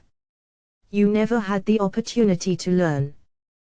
The truth is, DP is exchanged by kissing. It's true. We have to give each other a nice, long kiss. Mwah. Really? Is that true, Chloe? No. If my memories are correct, a simple handshake would do well enough. I consulted the butler for confirmation and got a quick, firm answer. This is the first time number 695 has ever exchanged DP before, and I'm giving her an entire 100,000. It's important that we kiss so that none leaks out and is wasted by mistake. It's easy to make mistakes when you're doing something for the first time. Is it not wise for us to use the safest method here? That excuse is so obviously fake it hurts. 100,000. I can't take that much. I'm just lending it to you. And you'll need around that much to prepare for our battle. After all, this is a competition where we fight with DP as our everything. It would be boring for us both if you didn't have any DP, wouldn't it? This is just a simple handicap for me. NNGH. We'll have to give it all back to her if we lose, so it really is just a loan. Go ahead and take it. And be sure to do exactly as Haku says when it comes to taking the DP from her. Okay. Thank you very much, number 89. I'll gladly accept your DP. I realized halfway through saying go ahead and take it that my statements would probably be interpreted as orders that Rokuko had to obey due to my absolute authority. So, I added on that last bit about the DP exchanging to earn some brownie points. Haku's stealthily giving me a thumbs up. I guess a thumbs up means the same thing in this world too. What should I do to take the DP from you? Number 89. Close your eyes, open your mouth just a little, and stick out your tongue. Yes, just like that. Leave the rest to me. I'll eat you, I'll give you the DP now. She was just about to say I'll eat you upright. Haku locked her mouth against Rokuko's, making sure that their tongues touched as much as possible. She embraced Rokuko's trembling body and pulled her closer with her left hand while using her right hand to lock her head in place. Rokuko looked nervous due to never having done something like that before, but she kept her eyes shut and entrusted her body to Haku. She was blushing bright red and would occasionally twitch as if some sensitive spot on her body was being touched. Haku had been going really slowly and taking her time, but apparently that was all just the beginning. She embraced Rokuko's head with both hands and moved her mouth, causing something, likely DP, to flow into her little sister's mouth. Rokuko pulled her head back in surprise, allowing me to briefly see a shining light between their tongues, but Haku soon pulled her head back. And so, that continued for about 10 more minutes. When their mouths finally separated, a string of saliva bridged the gap between their tongues before breaking apart. Fu, Gawa, Hara, and Fua, their expressions were entirely different. Rokuko was breathing heavily with her eyes shut, whereas Haku was smiling in satisfaction while licking her lips. The only thing they shared was their flushed cheeks and dreamy floatiness. A small amount leaked out, but I gave more than that as a bonus. Ha, ha. Thank you, so much. Number 89. How you fufu? Was your first DP exchange too much for you? That's fine. I'll keep holding on to you for as long as necessary, so rest well. Haku once again stealthily gave me a thumbs up behind her back. Yeah. That definitely means good job in this world too. I checked our DP while Rokuko rested her body against Haku's. 114,032 DP. The exchange certainly seemed to have gone well. I think we had 3,500 DP before this, so. Dang. The DP I worked my ass off to get with blood, sweat, and tears is equivalent to just a minor bonus in Haku's eyes. Just how much DP does she earn a day? Seriously. By the way, Kima. Do not even think about losing intentionally by not preparing for the battle. I won't accept the DP I just loaned you as a way to repay your debt. It has to be new DP. Oh snap, there goes that plan. Darn. I could earn 10,000 DP for nothing, too. By the way, this is a gift from me. Haku gave me a copy of Intro to Dungeonology. I took a look at the author and saw that it had been written by Haku Lavrio. Makes sense that a dungeon core would write a book about dungeons. This is probably the best source of information I could ask for. Humans believe many things that aren't quite true, so you should read this and be careful. Most of these are things I've thought up myself. One thing that's particularly popular amongst we cores is this section. Haku pointed her pale, white finger to a section in the book named Safe Zones. I glanced over it and saw that safe zones were described as, reasonably enough, safe places where monsters cannot enter. This is just an act on our part. We set up magic tools that appear to serve some kind of function and then order our monsters to never go into the area. That causes humans to let their guard down, thinking the area is completely safe. I get it. That's pretty smart. You could earn DP from the adventurers resting within your dungeon, but the best thing of all was that safe zones weren't safe at all. The adventurers would all have their guard completely down without any eyewitnesses. You could easily kill them all without leaving any evidence behind.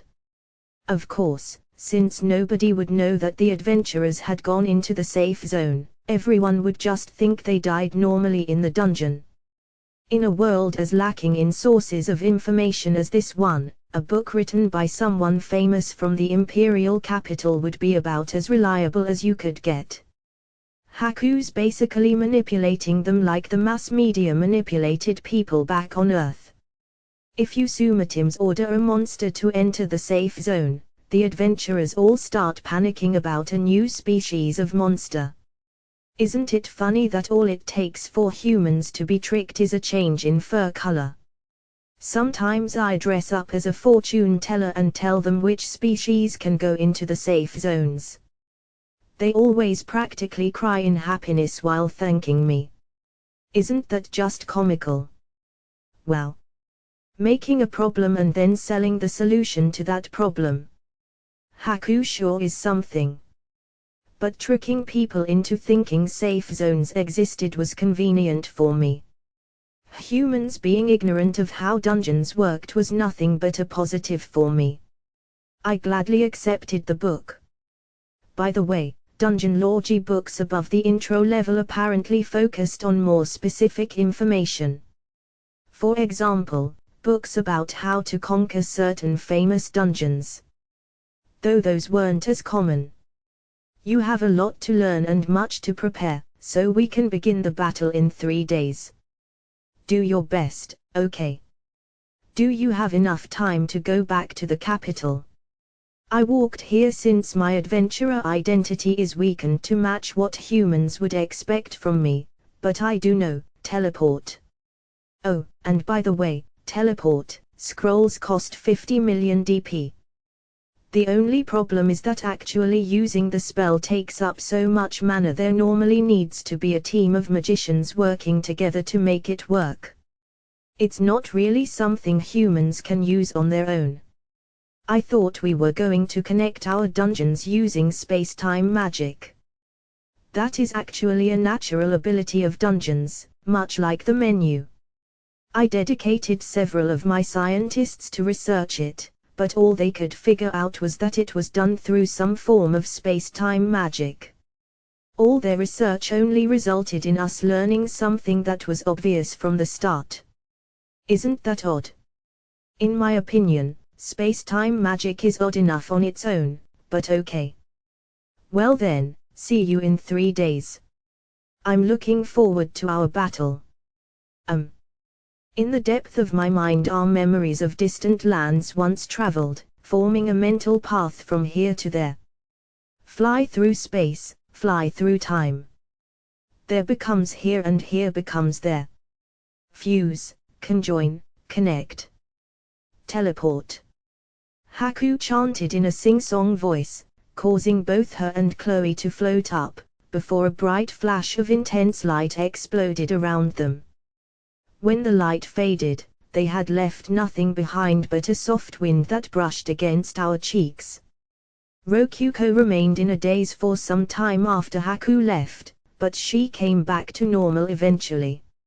She checked out the DP almost immediately and, after seeing the 110,000 DP, passed out with her eyes rolling in the back of her head. I went ahead and woke her up. She didn't have to know that I glanced at her bare feet a few times before doing so. I wonder if she's gonna abandon her lowly form now that we have tons of DP. So, do you think we can win? For sure. The rules were designed to give us a chance. Though she has a pretty huge advantage over us. Rokuko looked surprised after hearing me say that. She seemingly didn't understand how Haku had an advantage. Really? I know that number 89 is really amazing, but she gave us a whole extra 10,000 DP to use, didn't she? She didn't mention resources she already had in the conditions at all. It'd be totally legal for her to bring out a dragon she had already placed in one of her dungeons, since that technically wouldn't be her using DP. She probably won't go that far, but I wouldn't be surprised at all if her monsters come swinging with magically enchanted weapons or something like that. Rokuko sighed and shook her head. Ha! Kima, I don't know how you always find crazy loopholes like that. It's like, impressive, but maybe not in a good way. Hey, that older sister you love so much made those rules with that loophole in mind. She intends to exploit it. That's what's really impressive here. I wouldn't expect anything less from number 89. Yep. She's basically a monster, and I do mean that in a good way. She probably wouldn't take advantage of the loophole too much against Rokuko, but I doubted she'd show mercy to anyone else. And since I was her main opponent this time, yeah, I guess I'm gonna have to go all out here. I just want to sleep. I'm tired of all this. I want to abandon everything and just sleep. But if I lose this fight, my sleeping time is gonna get cut down hardcore. I won't even get a futon to sleep on. No thanks. Alright then. Rokuko, Niku. It's time to work. What were the first things I bought with my newfound 110,000 DP? Shovels and pickaxes, of course. Day 31. The first thing to do was expand the dungeon. Dig holes. Lots of big, deep holes. Digging holes both made it cheaper to expand the dungeon and got me materials to make golems with. So naturally, my main role in the operation was making more golems as the dungeon got mined out. I let Rokuko and Niku give the mining golems more detailed instructions while I focused entirely on making new golems. The only problem was that my natural mana regeneration couldn't keep up with how fast I was making golems, so I was drinking mana potions, 150 DP, pretty much constantly. NGH, so bitter. My body must have been absorbing the potions as soon as I drank them, as the liquid didn't build up in my stomach. I could drink as much of them as I wanted, no problem. I should just buy a barrel of this stuff. A barrel of mana potions. Oh, looks like mana potion was added as an option under the barrel of liquid item path. Seriously. It only costs 1000 DP, too. That's an absolute steal. Maybe the glass on the normal mana potions is expensive. It does look like it's made of crystal glass. Soon, I selected the Add a Floor, 5000 DP, option from the menu. I added one basement floor and one upper floor. It was convenient that I could add both upper and lower floors from the cave. I wanted to make a dungeon that forced you to go up and down floors to reach the true bottom, so I told Rokuko and Niku what instructions to give to the golems to make that happen. Dig even deeper. Bring me clay, stone, whatever. I want anything I can make golems with. So, are we really going to dig out the basement floor? That seems like a lot of work. Why don't we just get rid of all the clay and stuff with DP? 'Cause that'd be a waste. I want that clay for golem making. I intended to make the basement floor and second floor, in other words, the second and third floors, of our dungeon labyrinthine in nature. Which meant adding a bunch of complex, interweaving hallways. By the way, it'd take 10,000 DP to make a new floor on its own, but digging out the hallways beforehand made it only 5,000 DP. Plus, manual digging would net me tons of materials to make golems with. Rokuko, you're the only one other than me who can use the map to give detailed instructions to the golems. I'm counting on you. NGH. Oh okay, sure.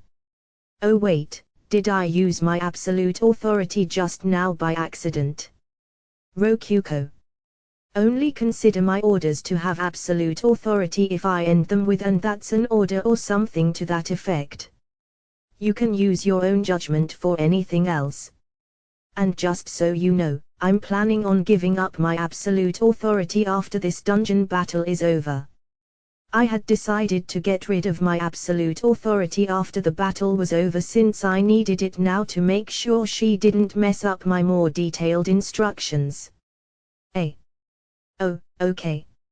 Are you fine with that? Hey, we're partners in body and soul. I'd like us to treat each other as equals. Partners? Why yeah, that's right. Dungeon cores and masters are spiritually connected and stuff. Yep. And that's why I'm counting on you right now. But not ordering you around. Leave it to me. I'll do my best. Rokuko smiled brightly and resumed giving the golems digging instructions. I had Niku working as well. She was digging a ton of pitfalls near the entrance to the dungeon. The real trick was that one of those pitfalls actually led to a tunnel which would end with a single, dummy core, 5000 DP. It's pretty standard stuff for a pitfall to end with a hidden tunnel. Though the only thing at the end will be a dummy core. Thanks to the castling function, I could instantly swap the real dungeon core with any dummy core. In other words, the more dummy cores I placed, the more opportunities I had to keep the real core safe. The castling function wasn't as useful in this situation since Haku would win if she touched even a dummy core, but still. I could just hide them right before she got to them. The number of dummy cores she had and almost found would basically be how much HP our dungeon had left. I will dig out a lot of pitfalls. I'll put flooring on the bottom too. That's the spirit. I want you to put spikes on that flooring after you're done, so be careful not to fall in yourself. I'll be putting covers over the pitfalls once they're all dug out. Roger. By the way, the covers would be really thin and flat golems. Golems were great even outside of doing physical labor. Though I was probably the only one who's ever gone out of their way to make flat plate golems. Just goes to show how much I cared about saving DP. Oh, it might be fun to put wall-shaped golems in the labyrinth and have them move around so the correct path shifts around. That would make things pretty tricky. I'll talk to Rokuko about this later. In any case, I decided to make the area after the labyrinth a puzzle area. Thus, I bought a durable switch-activated door, 1000 DP. I hid the switch within a golem and made it such that the door would open only after you solved a puzzle. By the way, it'd be super rude to make the switch impossible to reach, so. Just kidding. The door would weaken and turn into a destructible object if the switch was unreachable or anything like that. That had something to do with the powers of the dungeon not working, or something. On the flip side, if the switch was reachable, the door became incredibly durable thanks to the dungeon's power. The main thing was that it had to be simple to open the door. The puzzle, in turn, had to be one that anyone could solve using some common sense. But those rules were exclusive to the door. Although I was hiding the switch within a golem, the puzzle itself was extremely simple: flip the switch, open the door. Thanks to that, I was getting an extremely durable door for cheap. The main flaw with that plan was that it'd all fall apart if the golem with the switch got destroyed, but I decided to hope that any invaders would see the door and assume there was an actual puzzle they had to solve. Though, it might be smart to do the opposite and make a puzzle that looks easy, but is actually super tough. If they get the puzzle wrong, I could use a floor-styled golem as a makeshift trapdoor to drop them to a lower floor. Alrighty. I've got lots of traps to set. I'll mix up plenty of pre-made DP catalog traps and my own handmade traps. I really want to make a bunch of weird traps nobody else has seen before. Let's just hope I can think up of some good ones. I'm not gonna be getting much sleep at this rate.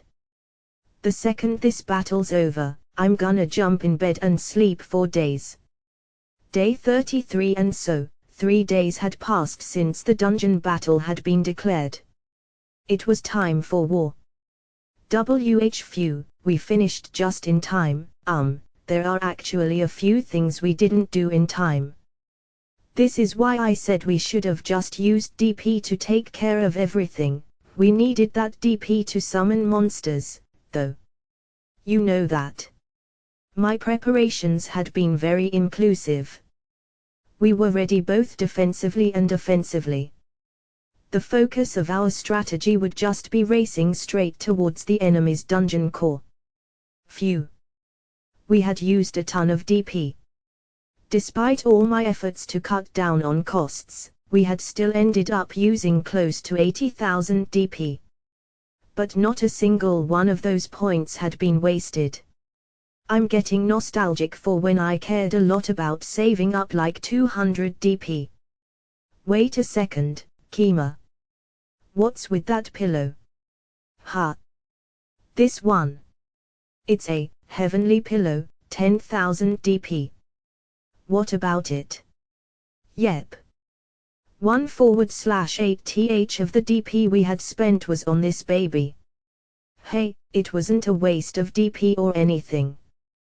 This pillow is absolutely vital for helping me work efficiently and sleep effectively. This heavenly pillow was a necessary expense. More importantly, nice look, Rokuko. You really put your all into dressing up today, huh? Hee, of course. Honestly, I'm surprised you noticed. How could I not? I mean, she's in her princess knight mode.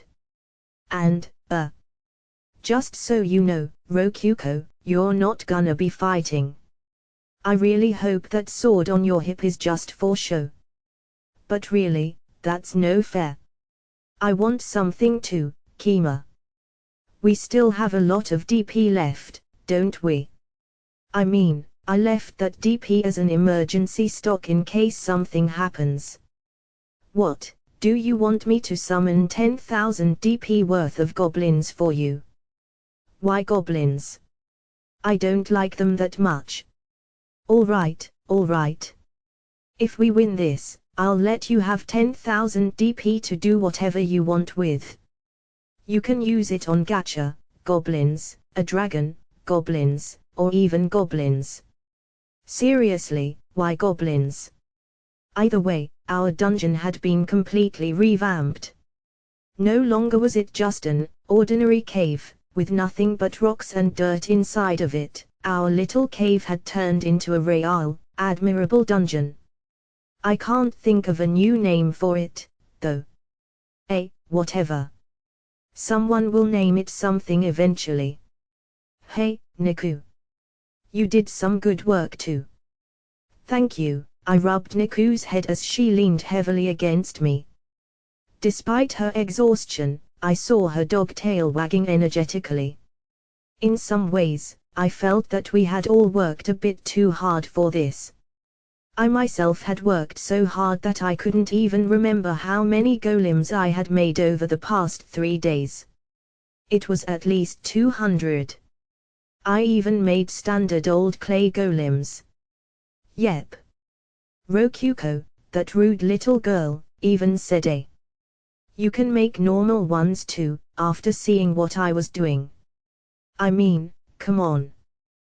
The more mobile golems I made were basically just normal golems too. I just mixed in stone with the clay and all that. Mainly because it was annoying to separate them. They look like normal clay golems on the outside, so it all works out, right? Haku's perspective. How are the preparations proceeding, Chloe? Without issue, my lady. The Ivory Proving Grounds was a branch dungeon of the capital's Ivory Labyrinth. It had suddenly appeared a short distance away from the capital itself. Of course, it was in truth a dungeon, that dungeon core number 89. That Haku had prepared for her dungeon battle with Rokuko. It had been named by Haku herself. She planned to register the dungeon under that name to the Adventurers Guild. It was a dungeon with 5 floors in total, dug out using 50,000 DP. Minotaurs wandered its halls and traps were placed everywhere, with loaded crossbows hidden and spears prepared to fly out of holes in the floors and walls. There were even lizardmen placed about. And among those monsters, many of them held enchanted weapons which would cost 10,000 DP each. That's right. Multiple monsters. By the way, Chloe, I feel as if many weapons are missing from my armory. Do you know anything about this? I would guess that the 17th Night Platoon stole from it before leaving. Yet another crime they have committed against us. I see. There's no helping that, then. I feel as if I've seen the axe that Minotaur over there is holding before, but it must be something else entirely. Indeed, that axe is actually quite common. Oh my, it seems that lizardmen have gotten into our dungeon. There was a lizardman nest around this area to begin with. But that has nothing to do with us, does it? Indeed it does not. We are not responsible for native creatures inhabiting our dungeon on their own. Their dungeon had been prepared using more than 100,000 DP, and their conversation revealed how that was done. Of course, they hadn't broken the rule about not using more than the set amount of DP. What they were doing was completely legal. As for the 7th Night Platoon, whose members now faced even more false charges, let us pray for them. The Ivory Proving Grounds, despite being a freshly made dungeon, was already difficult enough to pose immense danger for beginning adventurers. Even a party of C-rank adventurers would struggle to conquer it. If you included the army of monsters waiting by the entrance for war to begin, the dungeon's difficulty would increase even further, all the way to B rank. The attacking force alone was 15 Minotaurs, 3,000 DP, 50 lizardmen, 150 DP, and 100 goblins, 20 DP. All of those monsters were favored by Haku for how balanced their strength was with their DP cost. Perhaps out of the goodness of her heart, or perhaps to avoid suspicion, none of the monsters in the attacking force wielded enchanted weapons. Now then, shall we begin? I'm going to contact them, Chloe. Understood, my lady. Haku opened up the menu and sent a transmission to the ordinary cave. Yet again, such a thing would normally require extensive preparation and resources. Can you hear me, number 695? Sister. Yes, I can hear you. I'm so happy I get to see you again. An adorable voice came out from the menu, causing Haku to smile. This time, Rokuko was wearing a cute set of dress armor. She looked so cute in it that Haku wanted to seek her out on the battlefield to capture her. Haku found herself lovingly absorbed in Rokuko's angelic, cute smile that was dripping with clear enthusiasm for her first dungeon battle. This little cutie would surely start to cry with tears and snot dirtying her beautiful face if Haku were to mercilessly attack her as planned. Hot. Very hot. But I must take care to not go too far and make her hate me, thought Haku. Phew. I hope I'm not rushing you, but are you ready to begin? Aha. Very well. Dungeon battle, start. Haku's words marked the beginning of battle. The moment she finished speaking, a gate appeared near the entrance to her dungeon. It was large enough for a platoon of knights to pass through easily, and on the other side awaited the ordinary caves, golems. I see. Golems certainly are a good choice for an army's vanguard. Clay golems in particular are cheap and therefore easy to gather in large groups. Not only that, but since golems could move for essentially no cost thanks to free mana from the dungeon, they had the least upkeep necessary out of any monster. However, despite being offensively and defensively powerful, they were slow. Please attack with the lizardman. Lizardman, attack. Both armies charged towards the gate. Haku, determining that the golems would simply crush her goblins, prioritized attacking them with her lizardman. The goblins would mainly work as scouts to help with conquering the dungeon itself. Losing them early on the battlefield would be a tactical failure. The lizardmen leaped through the gate and swung their blades at the golems. Many of them were hit directly and collapsed onto the ground, bodies broken, but the majority of them won with speed and damaged the golems effectively, but nonetheless, many golems slipped past them and invaded the ivory proving grounds. The enemy has invaded our dungeon. Alamia was looking at the map and reporting the movements of the enemy army. She was one of Haku's most trusted retainers. Haku had brought her 5 retainers, including Chloe, into her master room to assist with the dungeon battle. The one who had just ordered the lizardman to charge was a living armor who was in charge of offensively maneuvering her armies. It's a bit late to be doing this now, but the ivory proving grounds military leadership was as follows: Amelia, a Lamia in charge of defense. Dolce, a wraith in charge of managing intelligence such as troop casualty statistics. Sally, a living armor in charge of combat and battles. Misha, a Wuracat in charge of offensive reconnaissance. And finally, Chloe the succubus, who supported Haku in any way necessary. Haku herself served as a unified leader that gave orders to each retainer and took care of the general decision-making. There are around 200 invaders. The retainers all shook in fear after hearing Dolce's report. No way. We didn't let that many get through. I can't even see that many monsters. No, look closer. The invaders aren't golems. They're grey rats. What? Grey rats? Those aren't even monsters. Even Haku's voice rose in confusion and fear. It seemed that the golems had all been carrying large boxes on their backs filled to the brim with ordinary rats. Of course, since each rat was being displayed on the map as an enemy, they had all been summoned and placed under the dungeon core's control. Rats or not, they were the enemy, and if even a single one touched the ivory proving grounds, dummy core, Haku would lose. Even the golems who hadn't passed through the gate had boxes, and soon their tops burst open as a throng of rats raced out. They charged like a pulsating wave of grey water, weaving through the lizardman's legs and into the ivory proving grounds. Exterminate them at once. I can't. They're too small, the Minotaurs can't handle them. Order half of the goblins to focus on exterminating the rats.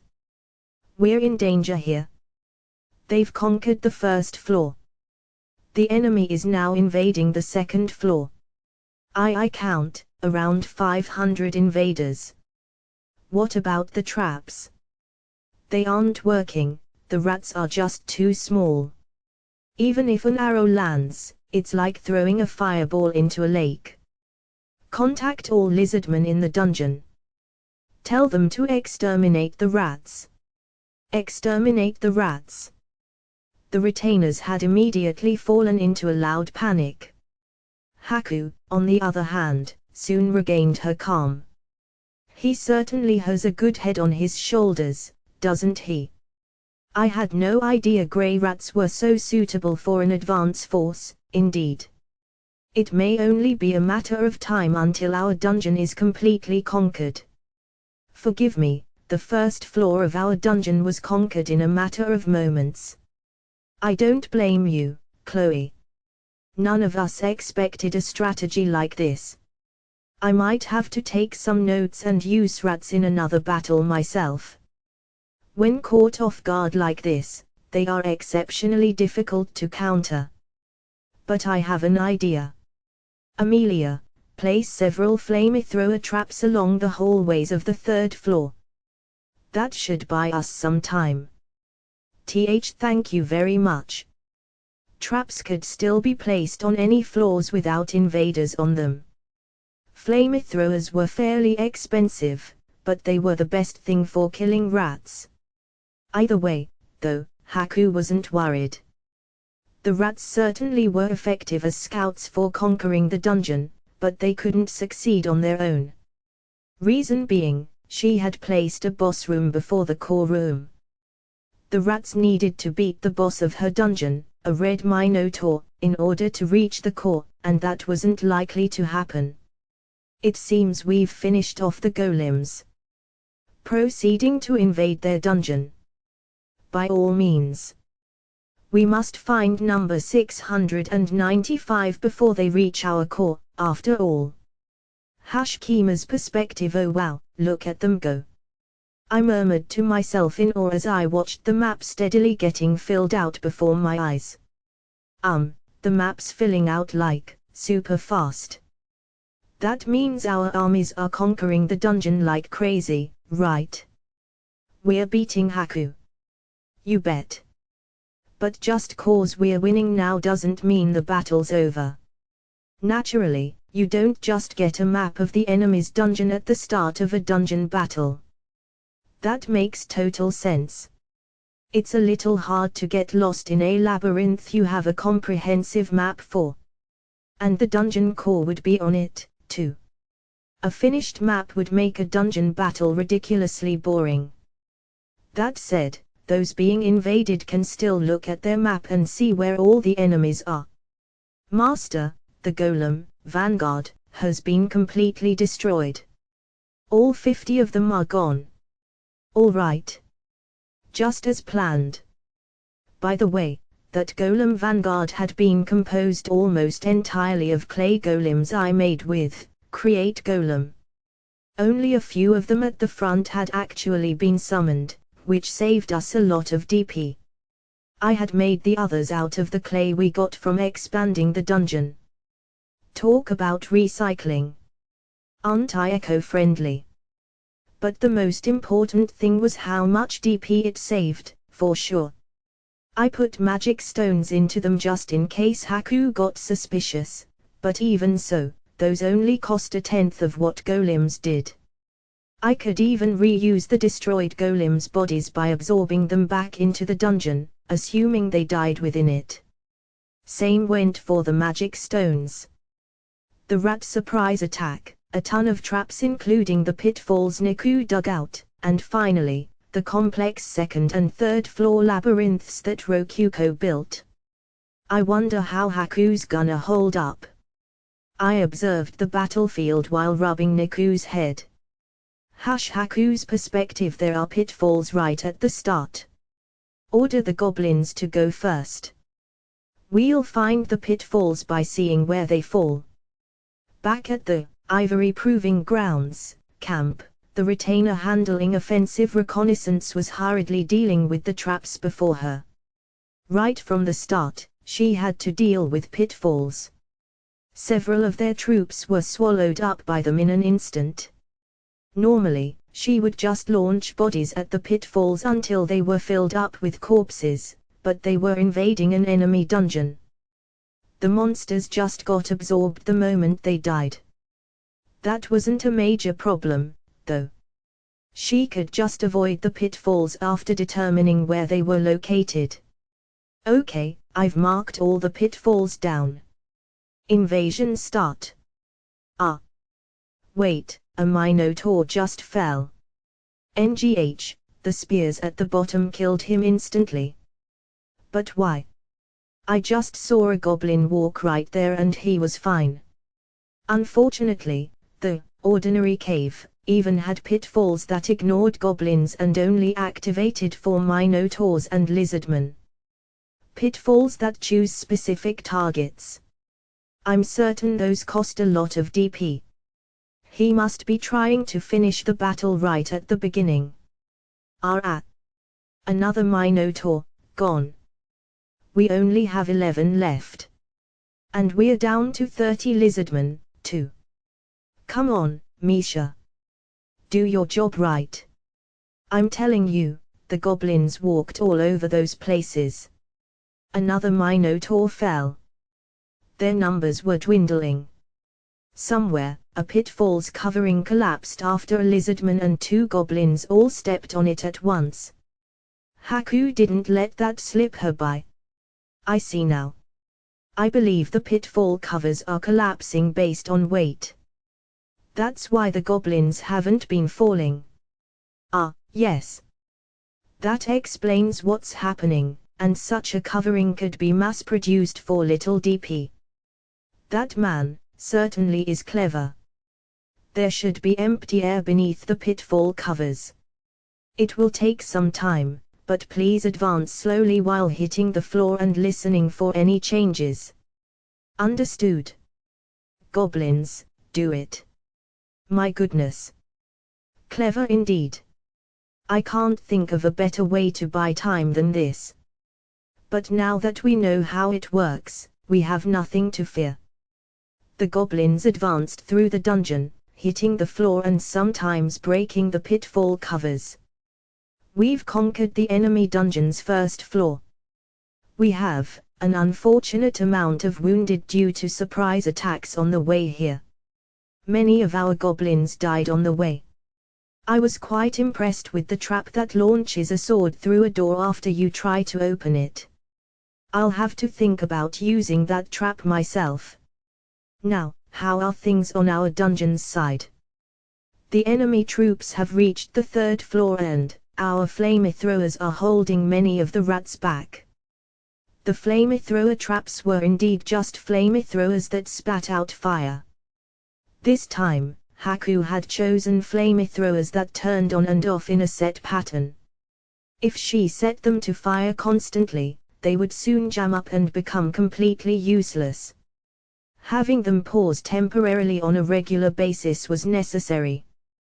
The lizardmen we went out of our way to get aren't proving to be very helpful against rats.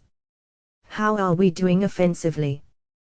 The 2nd floor of the enemy dungeon is a labyrinth. Truly. He would use a labyrinth to challenge me, the ivory labyrinth. I am impressed, to say the least. Split our troops and begin exploring. Impressed or not, Haku wasn't worried. Labyrinths were effective against adventurers, but not dungeons. Mazes were meaningless in the face of a map, and once the exit was discovered, troops could be directed along the correct path with ease. Oh, it looks like golems are wandering around. They're moving in groups of 5, and they have bows. Golems with swords are guarding archers in the back. They're crushing our goblins. What? Golems, acting like adventurers. That's quite a sight. We have no choice but to use lizardmen against them. Move the goblins as sentries while attacking with lizardmen, then minotaurs. What in the world? Those golems have really powerful weapons. They're cutting right through our lizardmen's blades. I can't believe it. The 3 swordsmen in this golem squad all have magic equipment. What did you just say? These golems have magic blades. No matter how economical it was to summon golems, they weren't strong enough to bother equipping them with magic blades. After all, even a low-tier magic blade would cost a ton of DP and stronger monsters would make much better use of them. And really now, we've been seeing nothing but golems for a while now. He must truly love golems. Is he using them out of favoritism or something of the sort? If so, that lack of seriousness will prove to be his undoing. Gather our troops and crush the golems between our minotaurs. Understood. Wait, what? Hold on, the map is acting weird. Why is there a wall right there? What? The map showed a passageway, but looking through the monsters' perspectives, no such passageway could be found. And as they tried to figure out what was going on, their gathering troops were being steadily cut down. No way. Is this an illusory labyrinth? No way, one of this size would cost way more than 100,000 DP. Perhaps he isolated only a few crucial areas to be mobile. If so, he could buy one with only 40,000 DP. Hopefully that is the case, and that would make this his last line of defense. Haku genuinely admired Kima's strategical skill. He had used his small pool of DP quite efficiently. Very good. This dungeon battle had been founded on the idea that they would duel with the same amount of DP. The winner, then, would be decided solely by the quality of their strategies and tactics. Who could use less DP to do more? That was the true core of this battle. Would Kima have won had Haku fought fair and truly used the same amount of DP? She didn't even need to question it. She knew, deep inside, that he was her definite superior. Phew. I suppose my one regret here is that we are dueling with a mere 100,000 DP. If the battle had been won with 1 million DP instead, their duel would have become a genuine war. But instead, they were fighting with only 100,000 DP. From Haku's perspective, that wasn't nearly enough for Kima to prevent her from winning in quick fashion. Kima's perspective, I had equipped the sword-wielding golems with mass-produced golem blades. They were made of stone with only the blade being iron, which helped save a lot of DP since I could make several golem blades from a single iron ingot. The stone was free, as it could be mined from the dungeon walls. I had made the bows without putting much effort into them. The arrows, too, I had made from whatever stuff I found lying around. I would have been that lazy with the bows, too, but since the arrows flew better with wooden bows, I cut down some trees and made the bows out of them. The only other thing I used, really, was determination and mana potions, in barrel form.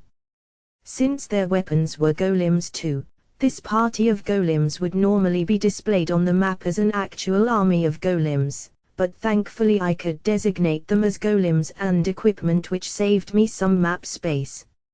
Very convenient. And of course, I was watching the map and moving the wall golems around as soon as they were completely out of the enemy's sight. Hell yeah, the wall golems are moving around undetected. Those are the things you had Niku punch earlier, right? They can move. I don't see feet on them or anything. They're a new model. I put tires under them so they can drive around. Thanks to that, believe it or not, these mobile wall golems cost exactly 0 DP. They were free. I made them from leftover parts and I did everything myself. Plus, since they are only moving around inside the dungeon, I didn't even have to buy magic stones for them. My motto: reduce, reuse, recycle. Haku's perspective: by the time Haku conquered the labyrinth, invaders had already surpassed the 3rd floor of her own ivory proving grounds. There were still over 150 rats still alive. They were cleverly and effectively avoiding the flamethrowers, as if someone was giving them detailed instructions. But even so, thanks to all the lizardmen she had gathered in the staircase room, many of the rats had perished. I can't believe that we have to climb back up a floor now. I thought perhaps the 3rd floor would return to more standard practices, but instead, the labyrinth continues up to the 2nd floor. It might be wise to employ this man not as an adventurer, but as a dungeon advisor. At the end of the labyrinth was an upwards staircase. The second floor ended with an exit that took them up 2 whole floors. If the initial entrance was called floor 1, would they now be on floor 0? Or perhaps floor -1? In human terms, they were technically on the second floor, but I have no idea what to name where we are. He has no intention of making anything easy for us, does he? I declare that this floor will be known as the second above ground floor. Yes, understood. And I see a door right away on the second above ground floor. The staircase led them right to a room with a large door in it. By borrowing the vision of their monsters, they saw just how firm and durable the door looked. That, and a brightly colored sign right beside it. What is written on it? It appears to be a riddle. I'll read it out loud. The answer is simple. You mustn't think too hard about this. Please tell me how to split 1 silver coin between 3 people. And that's it.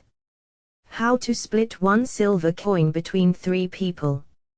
1 silver coin is worth 100 copper coins, so Haku smiled as she watched Dolce start to count on her fingers. I know the answer to this. First, you convert the silver coin into 100 copper coins. Then, you hand the copper coins one by one to each individual, and give the final copper coin to whoever handed out the coins as payment for their labor. In other words, 2 of them get 33 copper coins, and the third one gets 34. A question as simple as that was nothing to Haku, an experienced dungeon core with a long history of dealing with riddles and puzzles. Fantastic, my lady. That answer certainly satisfies the question. I could not imagine a more perfect answer. And there you have it. Open up, door.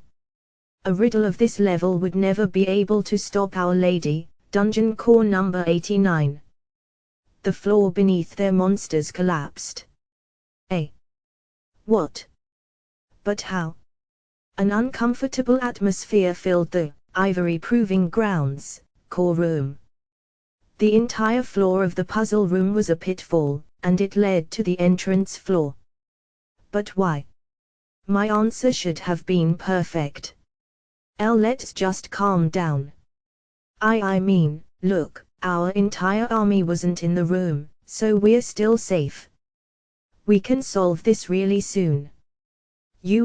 How many were wounded in the fall? One of the Minotaurs broke his ankle. He won't be able to fight anymore. 2 of the Minotaurs died from the fall, and all 3 lizardmen survived.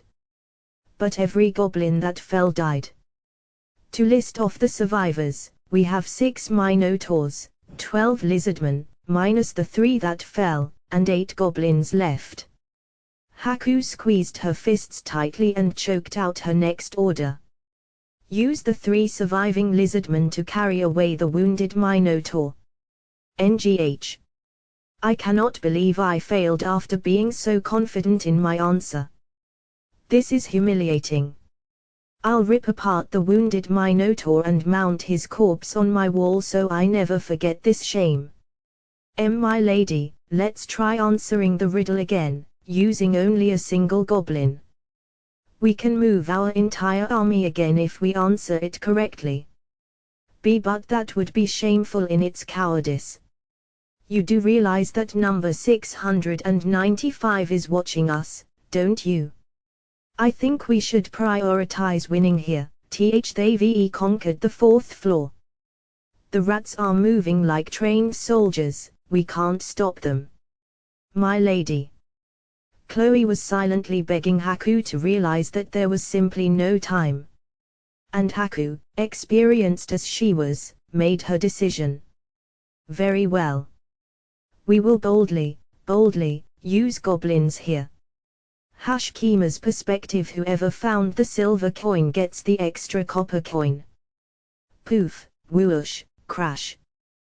The extra copper coin becomes the party's shared property, while the other 99 coins are split equally. Poof, whoosh, crash. You cut the silver coin into thirds and split those. Poof, whoosh, crash. 2 of the party members are slaves, and their owner gets to keep all the money to himself. Poof, whoosh, crash. The money is given to an impartial third party who chooses how to split the money himself. Poof, whoosh, crash. Heh. She's completely fallen for it.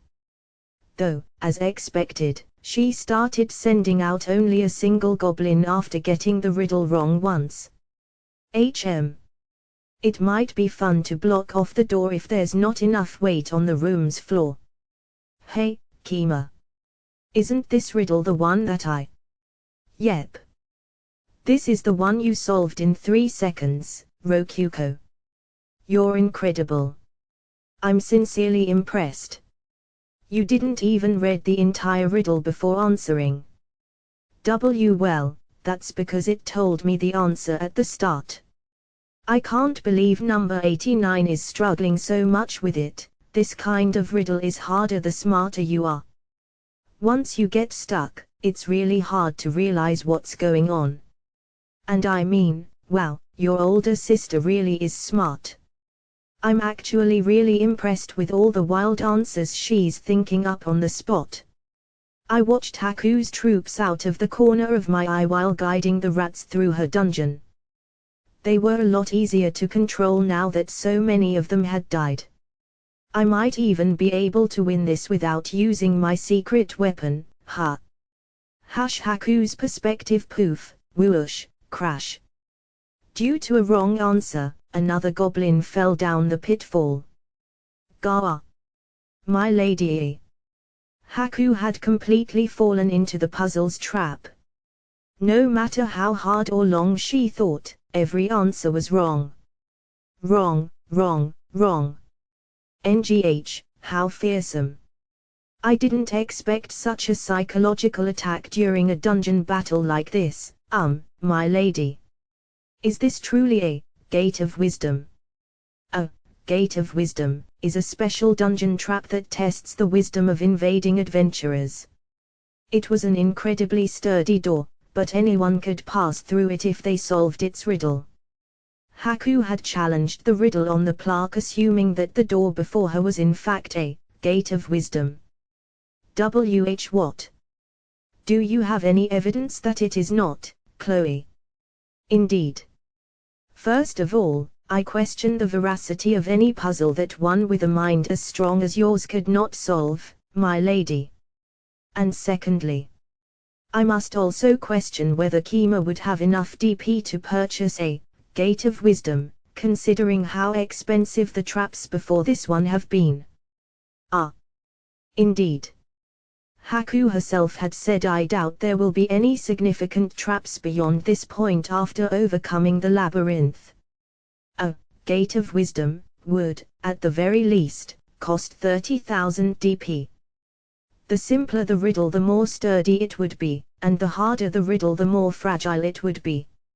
It would cost large amounts of DP to keep the door sturdy with such a difficult riddle. This was quite an expensive trap for a battle of only 100,000 DP. Which means, it is quite possible that it is simply an ordinary door that he expected to be broken. Or perhaps it is a trap where attempting to answer the question in front of it will cause the floor to open. That would be an absolutely devilish trap. No matter how many times you attempted to answer the riddle, the door would never open, even if your answer was correct. The moment you stopped to think about the riddle, you had already lost. My goodness, this is just frightening. What in the world is wrong with Kima's head? I've never seen a trap as unfair as this one. It's just cowardly. And if you never notice the trick, you'd be stuck here forever, NGH. But even so, it is our fault for being tricked. Let us accept our loss here with no more shameful griping. Phew. But truly, I am impressed you saw through it, Chloe. You supported me when my vision grew too narrow, just as I'd expect from my right-hand woman. Your praise honors me beyond words. Misha, the pink-haired cat, hesitantly raised her hand. Among all the 5 retainers in the master room, she was the least suited to solving riddles. To put it simply, she was an airhead. Haku directed a bright, visibly angry smile towards her. What is it, Misha? I've already decided to destroy this door through righteous violence. Are you trying to get in my way? I would never dream of that. It's just, I was thinking. Maybe the answer to the riddle is just simple. Simple. What are you talking about, Misha? Oh, I see. It is true that this is quite a simple trap at heart. It merely presents a question without an answer. And no, that's not what I mean. It says right there at the start that the answer is simple, doesn't it? The air froze. And no way. Ha ha ha, that'd be ridiculous, Jeegies, Misha, what kind of idea is that? Ha ha ha. Seriously, Misha, that's just, their voices were stiff and shaky. By this point, all the retainers were thinking that might actually be the right answer. The retainers, and Haku herself, too. Even Chloe. Chloe. I will give the riddle one more try, NGH. Understood, Haku gave the last answer herself, prepared for her heart to shatter if that was indeed the correct answer. The answer is simple. Ding. The door made a sound, signifying that it had been unlocked. Haku's heart shattered. The gate of wisdom slowly opened. Haku gathered her shattered heart together as best she could and tried peering through the door, but couldn't. Reason being, there was a solid wall on the other side of the door. And on that solid wall was a sign with "under construction" written on it. Haku's shattered heart exploded. Kima's perspective, oh nice, she figured it out. Hey, why'd you end the dungeon there, anyway? Weren't you going to make a whole floor there? Yeah, but I actually ran out of time before I could finish it, and not because I was sleeping, okay? Seriously. Rokuko shook her head, clearly thinking he totally slept instead of making it. Rokuko checked the map to confirm that there was nothing on the top floor before looking at me. Unable to bear her narrowed eyes, I changed the subject. To tell the truth, I gave up on the riddle after you solved it instantly. I figured it would be best to just be bold and not make the floor at all. How is that bold? I just thought it'd surprise them, basically. Well, it is pretty surprising. Who would end a massive labyrinth with a dead end? But anyway. Where do they even go from there? I hid 1 dummy core in a pitfall and 3 in the labyrinth. They walked by every single one. 2 of them were in small rooms pushing out of the square-shaped labyrinth and 1 was in the ceiling. Haku didn't notice them since I had hidden them behind wall golems. The dungeon would cease functioning if the real dungeon core were hidden behind a wall, so if I needed to use the castling function to swap it with one of the dummy cores, I would just make the wall golem there move out of the way. As an aside, the dungeon core wouldn't be considered blocked off as long as there was a door to its location. I didn't really know the exact logic behind it, but surrounding it with wall golems was a clear no-go. No idea why, though. But my thoughts were interrupted by our units finding the boss room. I was genuinely stunned that our rats had made it that far into the dungeon. Gra-ah-ah-ah. Within the boss room was a minotaur. But not just any minotaur. The minotaurs that invaded our dungeon all had brown fur like you would expect, but this Minotaur had red fur, making it a red Minotaur. This guy sure is red. But why red? Is he super shy or something? Yep, he's red. I think monsters of the fire element usually end up being red. And you can count on fire monsters having high attack power. That's their thing. Indeed, the red Minotaur was snorting fire out of his nose. We can't just ignore him and slip into the next room, can we? No way. The door out won't open until you beat the boss. Our grey rats were facing a red Minotaur as their final opponent. There's an idiom that goes like a cornered mouse will bite a cat. Hopefully being cornered gives our rat pals here enough courage to beat this red, muscular cow. Grah-ah-ah. The red Minotaur swung his metal club sideways, scraping it against the floor. Our rats were blown back in all directions, as if they had been packed tight into a water balloon that just burst. Several of them managed to escape by jumping away, but nonetheless, over 50 rats had died in a single swipe. Oh shit! That was almost half of them. Kima, are you going to use your secret weapon now? Nah, it's not an actual weapon or anything. It won't help us here. Come on. Go bite him, rats. The rats responded to my order by biting the Minotaur's feet. But they were flung aside after he shook his feet, and to make matters worse, he crushed several rats after bringing his feet back down. We were getting destroyed. At best, our rats could scratch the Minotaur's skin a little. Yeah, I guess I shouldn't expect rats to beat the dungeon boss too. Niku. Prepare our second wave, the golem platoon. I hadn't expected the rats to reach the core alone, so I had prepared a platoon of golems equipped for dungeon invasion. But could they beat the red Minotaur either? Golems weren't fast. They'd be crushed beneath his club just like the rats were. They were ultimately just dolls made of clay and stone, after all. Welp. I was starting to question whether I could win this. The more time we spent here, the more time Haku had to conquer our dungeon. She would find one of the cores eventually, no matter how hard I tried to hide them. She was actually very intelligent.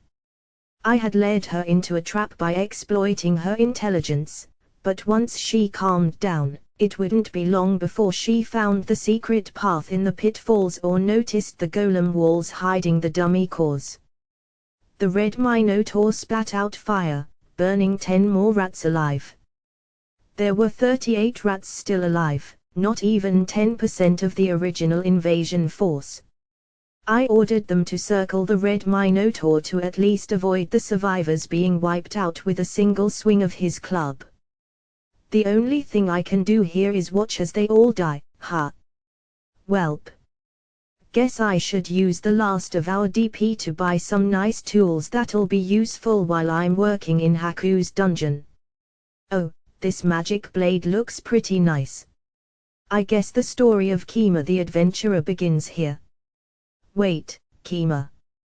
I have an idea on how to win this. Can we try it out? Rokuko smirked confidently, her tone dripping with pride. Ha! Tell me what the idea is first. Okay. Listen up, because I'm about to tell you something amazing. Believe it or not, Minotaurs die if their heads come off. I think that's true for basically every living thing, not just Minotaurs. So basically, we should just focus on attacking its head. Even grey rats should be able to do some damage then. I dunno about that. Won't the fire from his nose just burn them all to death? Not if they clog his nose and stop him from breathing. That's not what. Wait, hold on. Stop him from breathing, huh? Alright. Let's give it a shot. I watched the roaring Minotaur closely while giving orders to the rats. All units, attack the specified point. The rats surrounding the Minotaur all charged forward. Experienced as grey rats were with climbing even steep cliff faces, the Minotaur's legs proved to be no more than ladders assisting their ascent. The red Minotaur swung his body around to try and knock them off, but he couldn't shake them all off. 5 rats managed to reach his head. Ngggh. Gra. The red Minotaur tried to spit out fire. But him preparing to spit out fire was exactly the opening I was waiting for. I sent 2 rats towards his large nose, and soon both of his nostrils were clogged. The Minotaur immediately opened his mouth to suck in air, and as he did so, I sent the other 3 rats straight into his mouth. Wait, what? Kima, he ate them. Nope. This is what I was banking on, Rokuko. Now that they're in his throat, I'm gonna order them to keep still and block it up. The rats obeyed my orders and kept still, clogging the red Minotaur's air duct. Unable to breathe, the red monster could do nothing but flail his body around in a rampage. He crushed the rats in his nose with his hands, but it was too late. He couldn't even roar with his throat blocked up. Helpless, he fell to his knees and gripped his throat. His club fell from his hand and noisily hit the floor. He then tried to pull the rats out of his throat, but his hands were too big and his fingers couldn't reach deep enough inside. He tried throwing up, but his air duct was so solidly blocked that he couldn't even manage that. Saliva flew out of his mouth as he writhed helplessly. And then, after a few minutes passed, his arms weakly fell to the floor and his body started to twitch. 1 more minute was all it took before the door to the next room opened up. The rats that had been in his throat climbed out of his mouth, covered in Minotaur saliva but still alive. Well. We won. Yep. We won. Minotaurs die if you clog their throats, I guess. I think basically any living thing will die if you clog their throat. Really? That's good to know. Rokuko doesn't even need to breathe, huh? I mean, she is a dungeon core, so I shouldn't be surprised about that. But anyway. Yeah. Enemy or not, holy crap. I feel bad about suffocating that thing to death with rats. Geez. I ordered the rats to advance while praying for the red Minotaur to have a peaceful afterlife. We still had 27 rats remaining. All we had to do was find the dungeon core, and it had to be in the room right after the boss room. The map showed that we had explored everywhere else in the dungeon. Haku's dungeon had ended up being incredibly normal, what with the boss being the final obstacle and all that. The rats raced through the dungeon hall. As expected, the next room was the core room. In the middle of it rested a familiar-looking, basketball-sized orb. There was Haku's dummy core, with nothing standing between its pedestal and my rats. We can win this. I ordered the rats to jump at it, but someone appeared out of the dummy core at the last moment. It was Chloe, wielding a spear. You can teleport out of dummy cores too, huh? I didn't know that. I could have made a lot more golems if I had known. I can already see the endless flow of golems appearing from seemingly nowhere in the labyrinth. Wait, hold up. Are you telling me they have a second last line of defense? That's breaking some kind of rule, isn't it? Wait, it doesn't matter. She's full of openings, we can sneak a rat past her. Or so I thought, the exact moment before Chloe. Protect me, flame wall. Crackling fire roared up around the core in a circular fashion, turning the 5 rats I had sent charging to ash. Oh man. This is too much. I guess the Red Minotaur was just for show and this is the real last boss, huh? Come on. Haku's perspective, those in the Ivory Proving Grounds Master Room were all stunned by the under construction poster. The only thing that differed was in which exact way they were suffering. First of all, Haku. She was frozen with a smile on her face.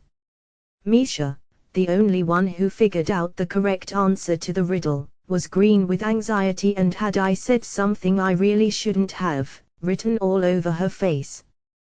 The other four retainers, Chloe included, felt indescribable fear from Haku's smile and found themselves unable to say anything. Ah! The enemy has broken through the boss room. They've found our core room. The silence was only broken after Amelia, head of defense, gave a panicked report. Dolce, head of information, immediately replied. Wait, what? Hold on. What happened to the boss, our Red Minotaur? They had to beat the boss to reach the core room, didn't they? The Red Minotaur suffocated to death after they stuffed rats into his throat. The air froze. Not just because of how terrifying a mental image that gave everyone, but because it was unbelievable that their boss monster had been defeated by mere rats. Ah. This doesn't even make sense. Grey rats aren't supposed to be this powerful. This monstrous. Please calm down, Dolce. Ah. My lady.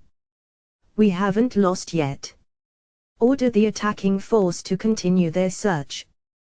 There's surely something we overlooked. Chloe, please go defend the core using my spear. Understood. I will protect it even if it costs me my life. No one suggested that she was over-exaggerating how serious a battle with the rats would be. They had just witnessed Kima sacrificing his rats to clog a Red Minotaur's throat and choke him to death. Chloe was much smaller than a Minotaur, it would only take one rat to choke her to death. There are still 30 foes remaining. I pray for your victory. My life belongs to you, my lady. I will not let it end here. To battle. Chloe grabbed the spear and jumped out of the core the exact moment that the horde of rats charged at it. Just in time, I see. Protect me, flame wall. That one short chant was all it took for a wall of fire to sprout out from the floor and surround the core. The rats all backed off after witnessing those at the front burn to death. Such was the power of Haku's magic spear, the Flame Wall Spear. It used the wielder's mana to cast the high-rank fire spell, Flame Wall, after a keyword was said. Indeed, it was literally a magical spear. And a rare one, too. If one were to offer up even a single, Flame Wall Spear, to a dungeon, one would easily earn 100 million DP. It was a treasure among treasures. It was one of Haku's favored weapons, an impressive feat considering the massive size of her collection. Ha! I should be able to save some time with this. How will they move now, I wonder?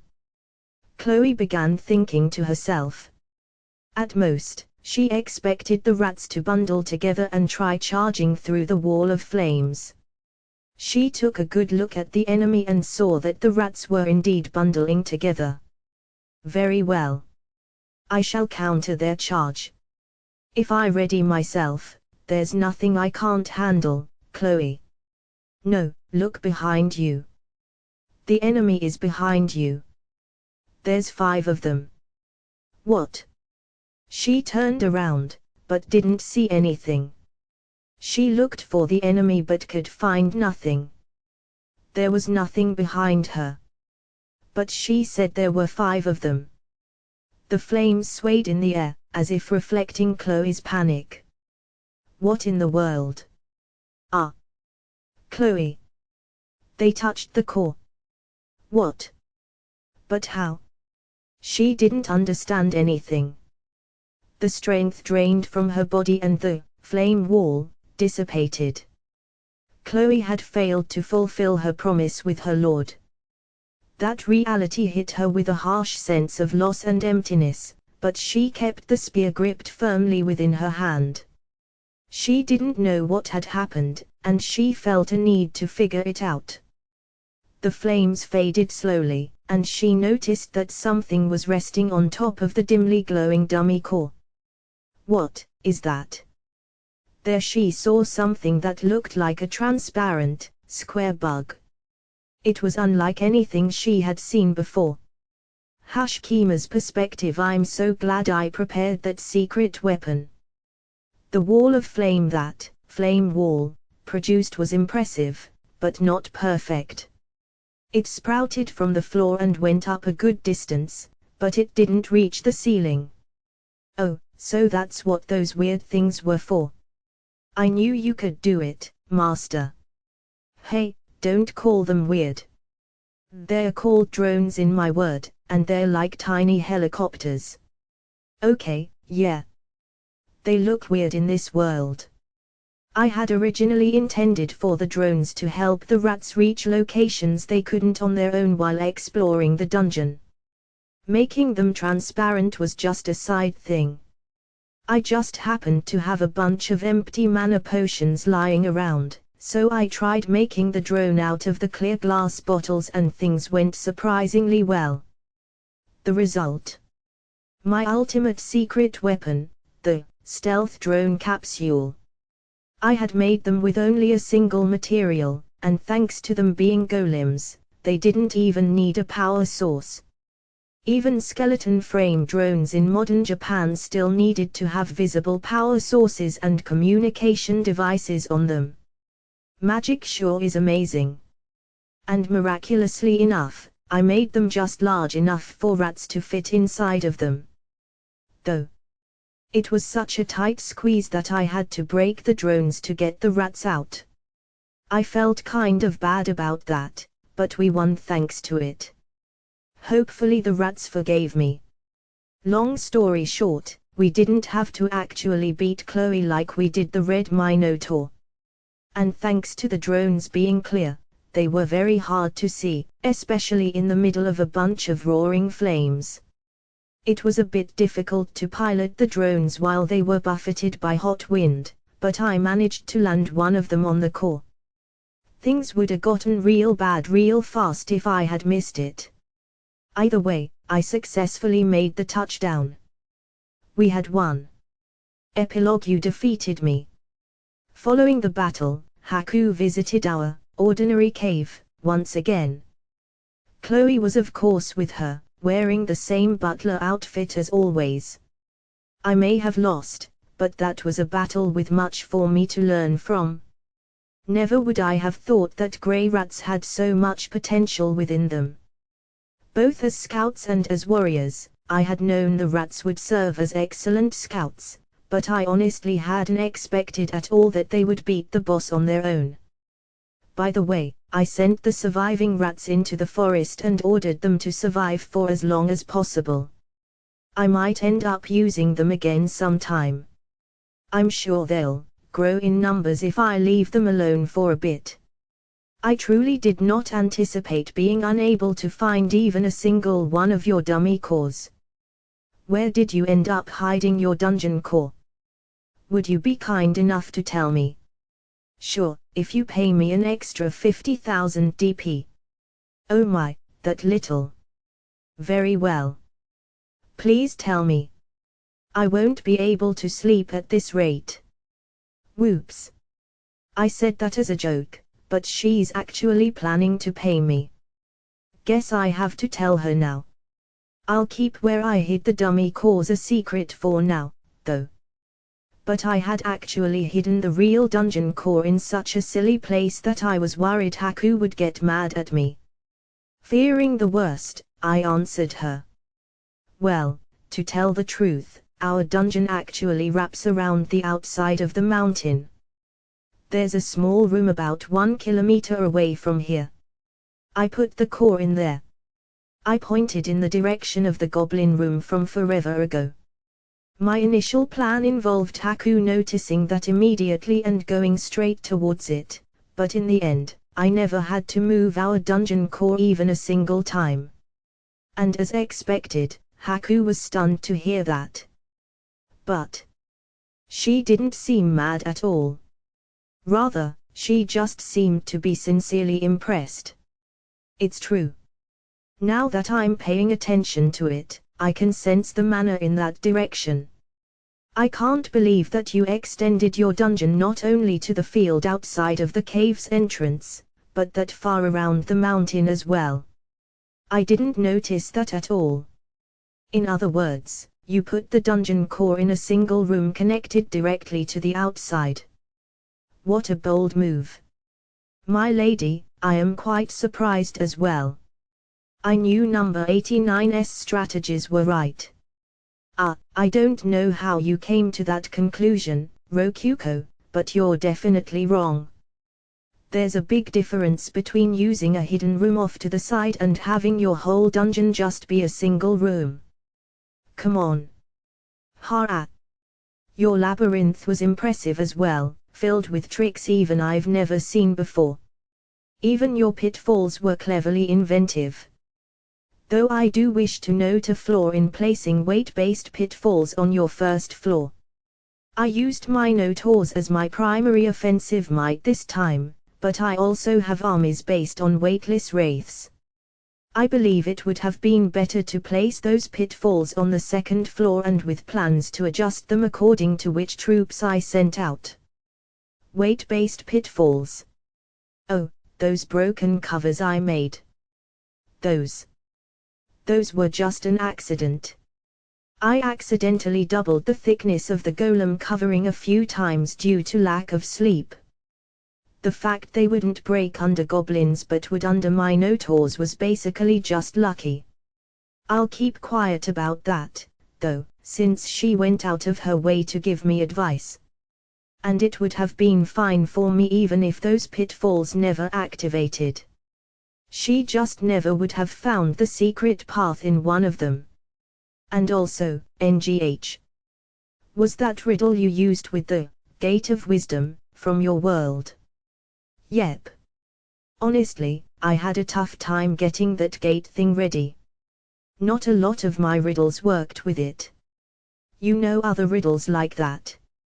Well, either way, it was quite a clever trap. May I please punch you in the face just once? Ha ha ha, nope.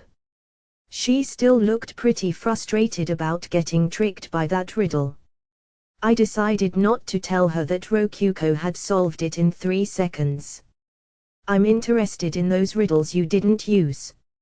They're basically just little word games. Though it looks like they are being translated into your language without my input, so, for example, if I were to say go break a leg to Rokuko, she would hear that as me saying go snap the bone in your leg without comprehending the good luck nuance of the phrase whatsoever. She often just wouldn't quite understand what I was saying. Unfortunately, that meant that even legendary puns were completely lost on her. Following that, a riddle like what time do you have to go to the dentist? Answer being tooth hurty, wouldn't work with the Gate of Wisdom. The first riddle I went with was this word becomes shorter if you add 2 letters to it. What is the word? The answer was just short, but that didn't work in this world's language, because according to Rokuko shorter and short didn't share the same relationship somehow. To take things a step even further, a riddle based on making letters out of matchsticks wouldn't work either. The shape of letters in this world was completely different, after all. Pictures in general still worked, though, so I was planning on doing something like that next time. Learning about all this was the moment when I simultaneously thought magic is incredible, and gave up learning this world's language. So much stuff is being auto-translated that I had no way to study it. I might have been able to manage it if I tried really hard, but come on. I wasn't gonna do that, especially not when I was managing just fine as is. Oh yeah. Guess what, sister? My name right now is Rokyuko. This comes from the number 695 in Kima's language. Ro is 6, Ku is 9, and Ko is 5. Yep. Thanks to auto-translator stuff, Rokyuko hadn't noticed the logic behind the name I gave her at first. I told her what was up after noticing that, and it made her super happy. I thought she'd be ticked off that I just straight up turned her number into a name, but that actually ended up being really important to her. I couldn't have picked a better name, basically. Yeah, I don't get dungeon cores at all. It seemed they even had special rules regarding their names, like attaching dungeon core number before the number itself as a sign of respect or something like that. Oh my! That's wonderful! What a splendid name! I'm quite jealous. Aha! Please call me Rokyuko from now on, sister. Certainly, Rokyuko. That name truly is wonderful. My former master named me Haku just because my hair is white, you know. He truly was the worst master imaginable, without a speck of good taste within him. Despite all I said earlier, there were some words that coincidentally were the same in both Japanese and this world's language. For example, Haku could mean white in Japanese as well. Wait, what? Haku, your name doesn't come from your number. 89. Haku blinked in surprise after hearing me say that.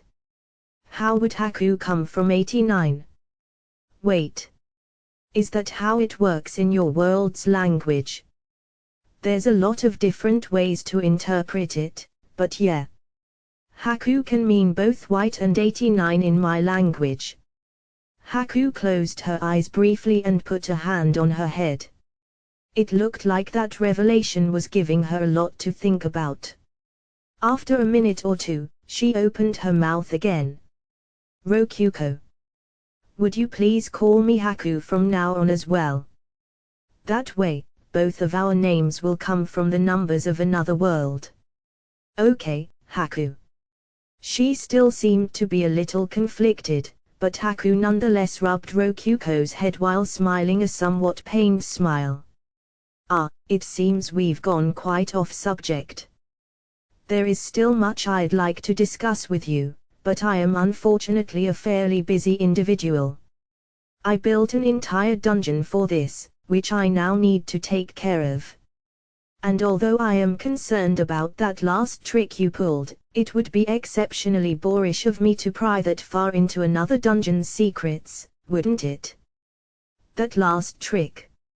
She must be talking about my secret weapon. I wouldn't mind telling her at this point, but she may want to have some fun by trying to figure it out herself. Now then, Rokyuko. It's about time for us to exchange DP, isn't it? Why yepus. Haku took Rokyuko's hand and gave her a gentle, pleased smile.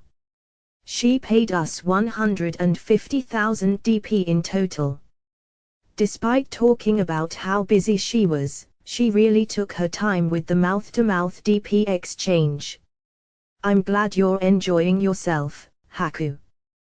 Day 34. Haku went home the next day. With the dungeon battle over, I made the decision to get serious about my duties as dungeon master and focus on managing our dungeon, I actually decided to just sleep for a while. Whew. I should be able to kick back and relax for a while now. Aha. I'm totally spent after all that. For some reason, Rokyuko was resting in a futon laid out next to mine. Whatever. We both worked a lot. I'll let her sleep by me just this once. Master, What's up, Niku? Are you getting too hot? No, I want you to squeeze me tighter. As requested, I hugged Niku tightly. Her skin was as smooth and pleasant to the touch as ever. Hold on, Kima. Listen to what I'm saying too. And what exactly do you have to talk about? I'm pretty sleepy right now, you know. Seriously, why do you sleep that much? I'm really surprised you actually managed to beat Haku like this. What can I say? I won because I'm in love. What's with you all of a sudden? Rokuko began to panic a little, stammering nervously. Ha! You're the one who asked how I can sleep so much. I just love sleeping. Oh, that's what you were talking about. I totally thought, you were saying you loved me or something. Well, yeah. I love you too, Rokuko. Mind if I rub your feet? Actually, just let me rub your feet. No way. Rokuko turned me down, blushing. Alright. I'm gonna sleep then. I could make joking orders like that because I had gotten rid of my absolute authority. If I hadn't, Rokuko would have held out her feet without a word and let me rub them. Wait, crap. I feel like I've made a huge mistake here. Oh well. I was just joking around when I said it, anyway. Hey, Kima. Are you going to stay with me? You're not going to go anywhere, right? Rokuko spoke to me in a sweet voice, as if seeking comfort. My heart thumped. What, do you want me to leave? No way. Melon rolls don't taste as good without you around, Kima. I don't know what she's talking about, but alright. I feel like I could sleep all day today. So let's do it. Extra episode, Rokuko is a Dakimakura. When I woke up, I saw Rokuko staring straight at me. The hell? Is her hobby watching people sleep? As I rubbed my sleepy eyes and grumbled to myself, Rokuko suddenly said something. By the way, Kima. I guess you're actually going to use that dog-eared girl as a Dakimakura now, aren't you? Ha. Oh, yeah. I guess I am. I thought other people were bad Dakimakuras at first, but after an extended trial period, it turns out they are actually pretty good. Trial and error is pretty important. Never give up after one go. Keep at it and things might just work out. Yep. Words to live by. Home. Rokuko gave me a meaningful look and thought for a minute before opening her mouth again. Hey, Kima. I want to try that out too. Is that okay? Ha. I guess she wants me to lend her Niku. I don't have any problem with that. Sleeping without Niku for a day won't kill me or anything, and I could just sleep with a normal pillow in her place. Sure. Just for today, though. Oh, really? You're really okay with it? Yeah. She really makes a point to get my clear permission. Do I really look like I'm someone who can't sleep without someone else in their bed? Okay, Niku. You need to sleep on your own today. Thanks. Wait, what? And so, that night, Rokuko was right in front of me. In the same futon as me. To make sure everyone completely understands the situation, let me make it clear that I'm not saying we were sleeping in the same room. I'm saying we were in the same futon, under the same covers, and as an aside, Rokuko was in her bustier form. See, come on, why aren't you hugging me? You need to squeeze your Dakimakura. Wait, hold up. How'd things end up like this? To be honest, I should have said something earlier. Rokuko had slid into my futon before I knew what was going on, and then she slid my arms around her back, making me hug her awkwardly from behind. I smelled something good. It was a sweet, soft scent quite different from Niku's.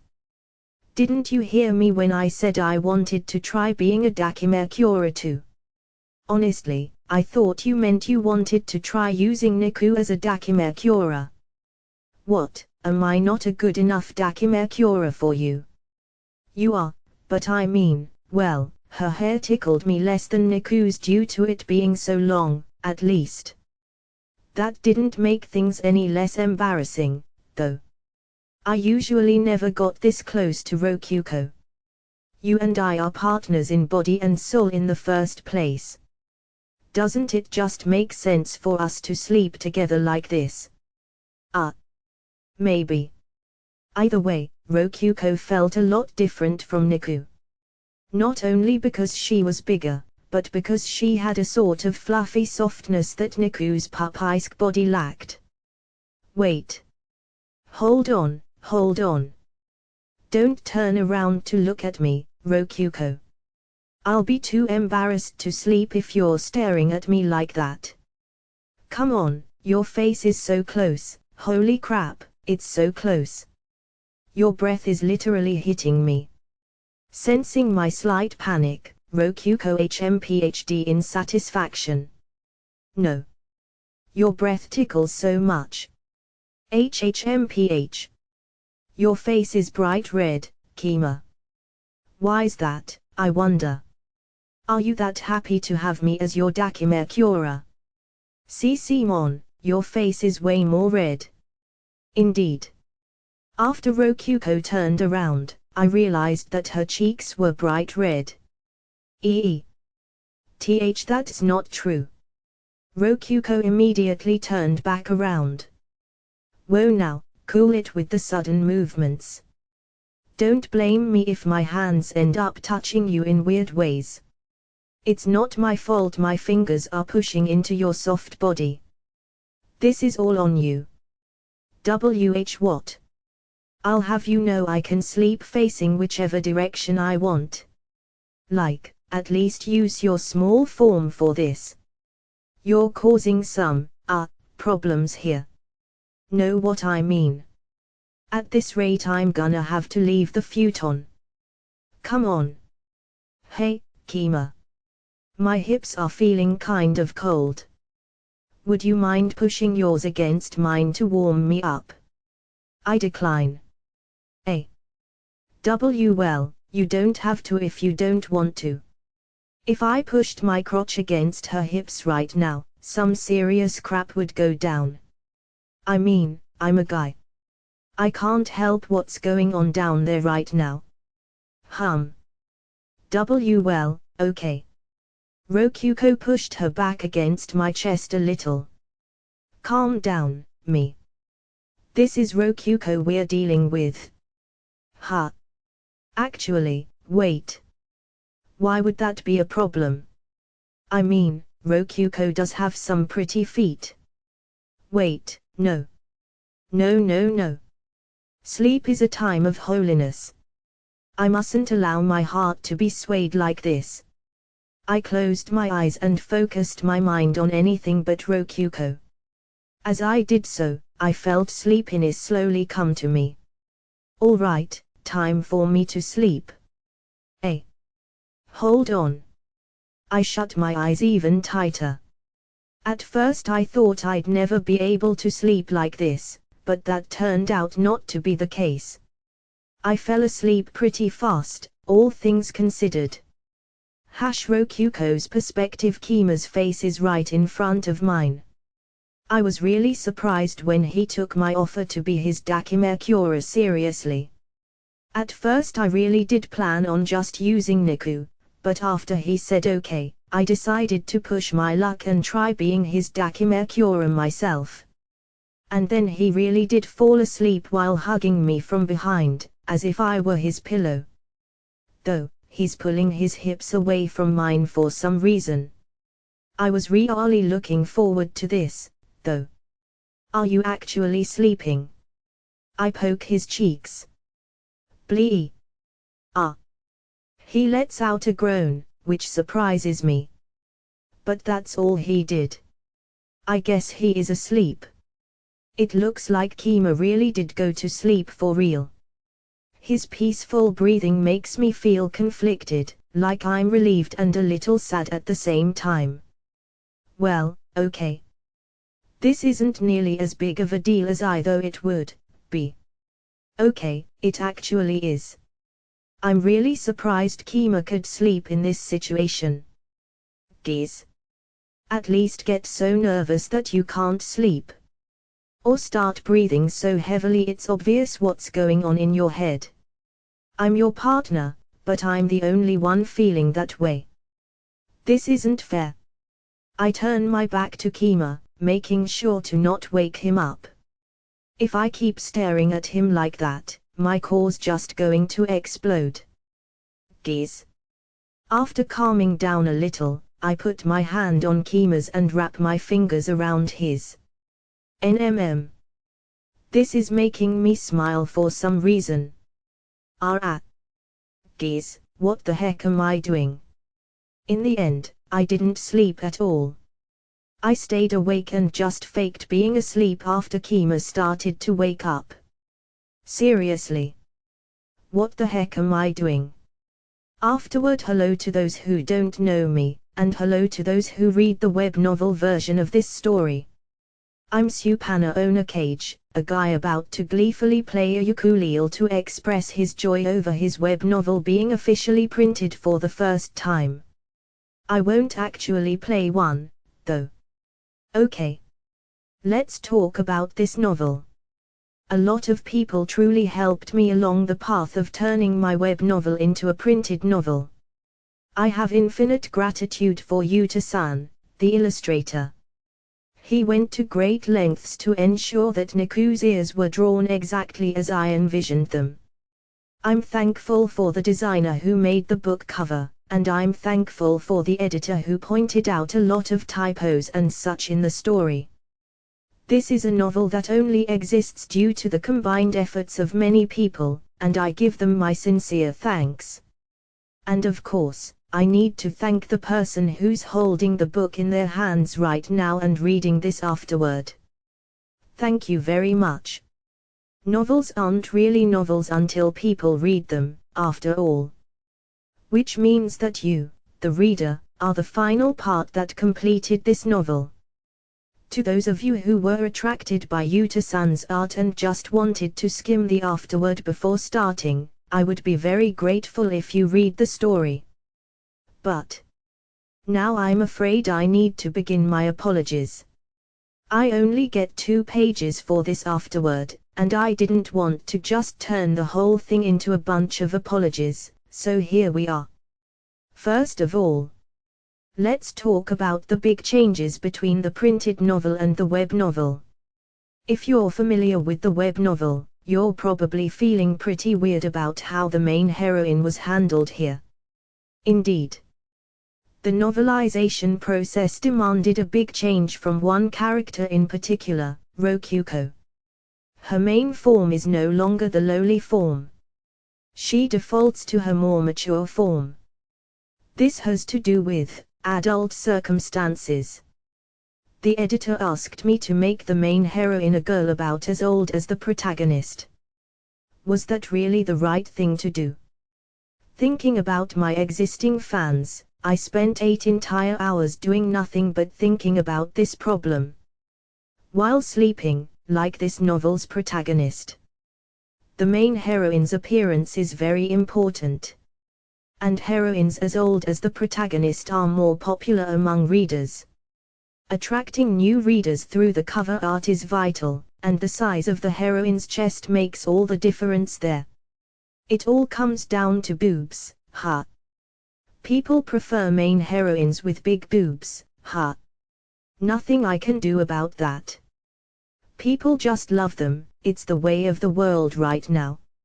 I'm sorry. I couldn't beat big boobs. But I didn't want to abandon my web novel fans, so I made it so that Rokuko could alter her appearance as necessary. And I mean, Rokuko is a dungeon core of unknown age, so it makes sense that she can turn into a lowly if she wants to. That's the kind of main heroine we settled on. Basically, we got the best of both worlds here. and thanks to me acquiescing there, I got to keep Niku as a lowly without changing her at all. Ha! But that one part of the story turned into something else. You're right, it did. That has to do with adult circumstances as well. If you've read the web novel, you probably know what I'm talking about here and why it was changed. I hope that was a good enough afterword. Thanks for reading, and let's meet again after Volume 2. Supana Onikage Table of Contents Cover Color Illustrations Prologue Chapter 1 Chapter 2 Chapter 3 Epilogue Extra Episode Rokuko is a Dakimakura afterward about J-Novel Club Copyright. Sign up for our mailing list at J-Novel Club to hear about new releases. Newsletter, and you can read the latest chapters, like Volume 2 of this series, by becoming a J-Novel Club member. J-Novel Club Membership. Copyright Lazy Dungeon Master, Volume 1 by Supana Onikage, translated by Quoth, edited by Kititama Jordan. This book is a work of fiction. Names, characters, places, and incidents are the product of the author's imagination or are used fictitiously. Any resemblance to actual events, locales, or persons, living or dead, is coincidental.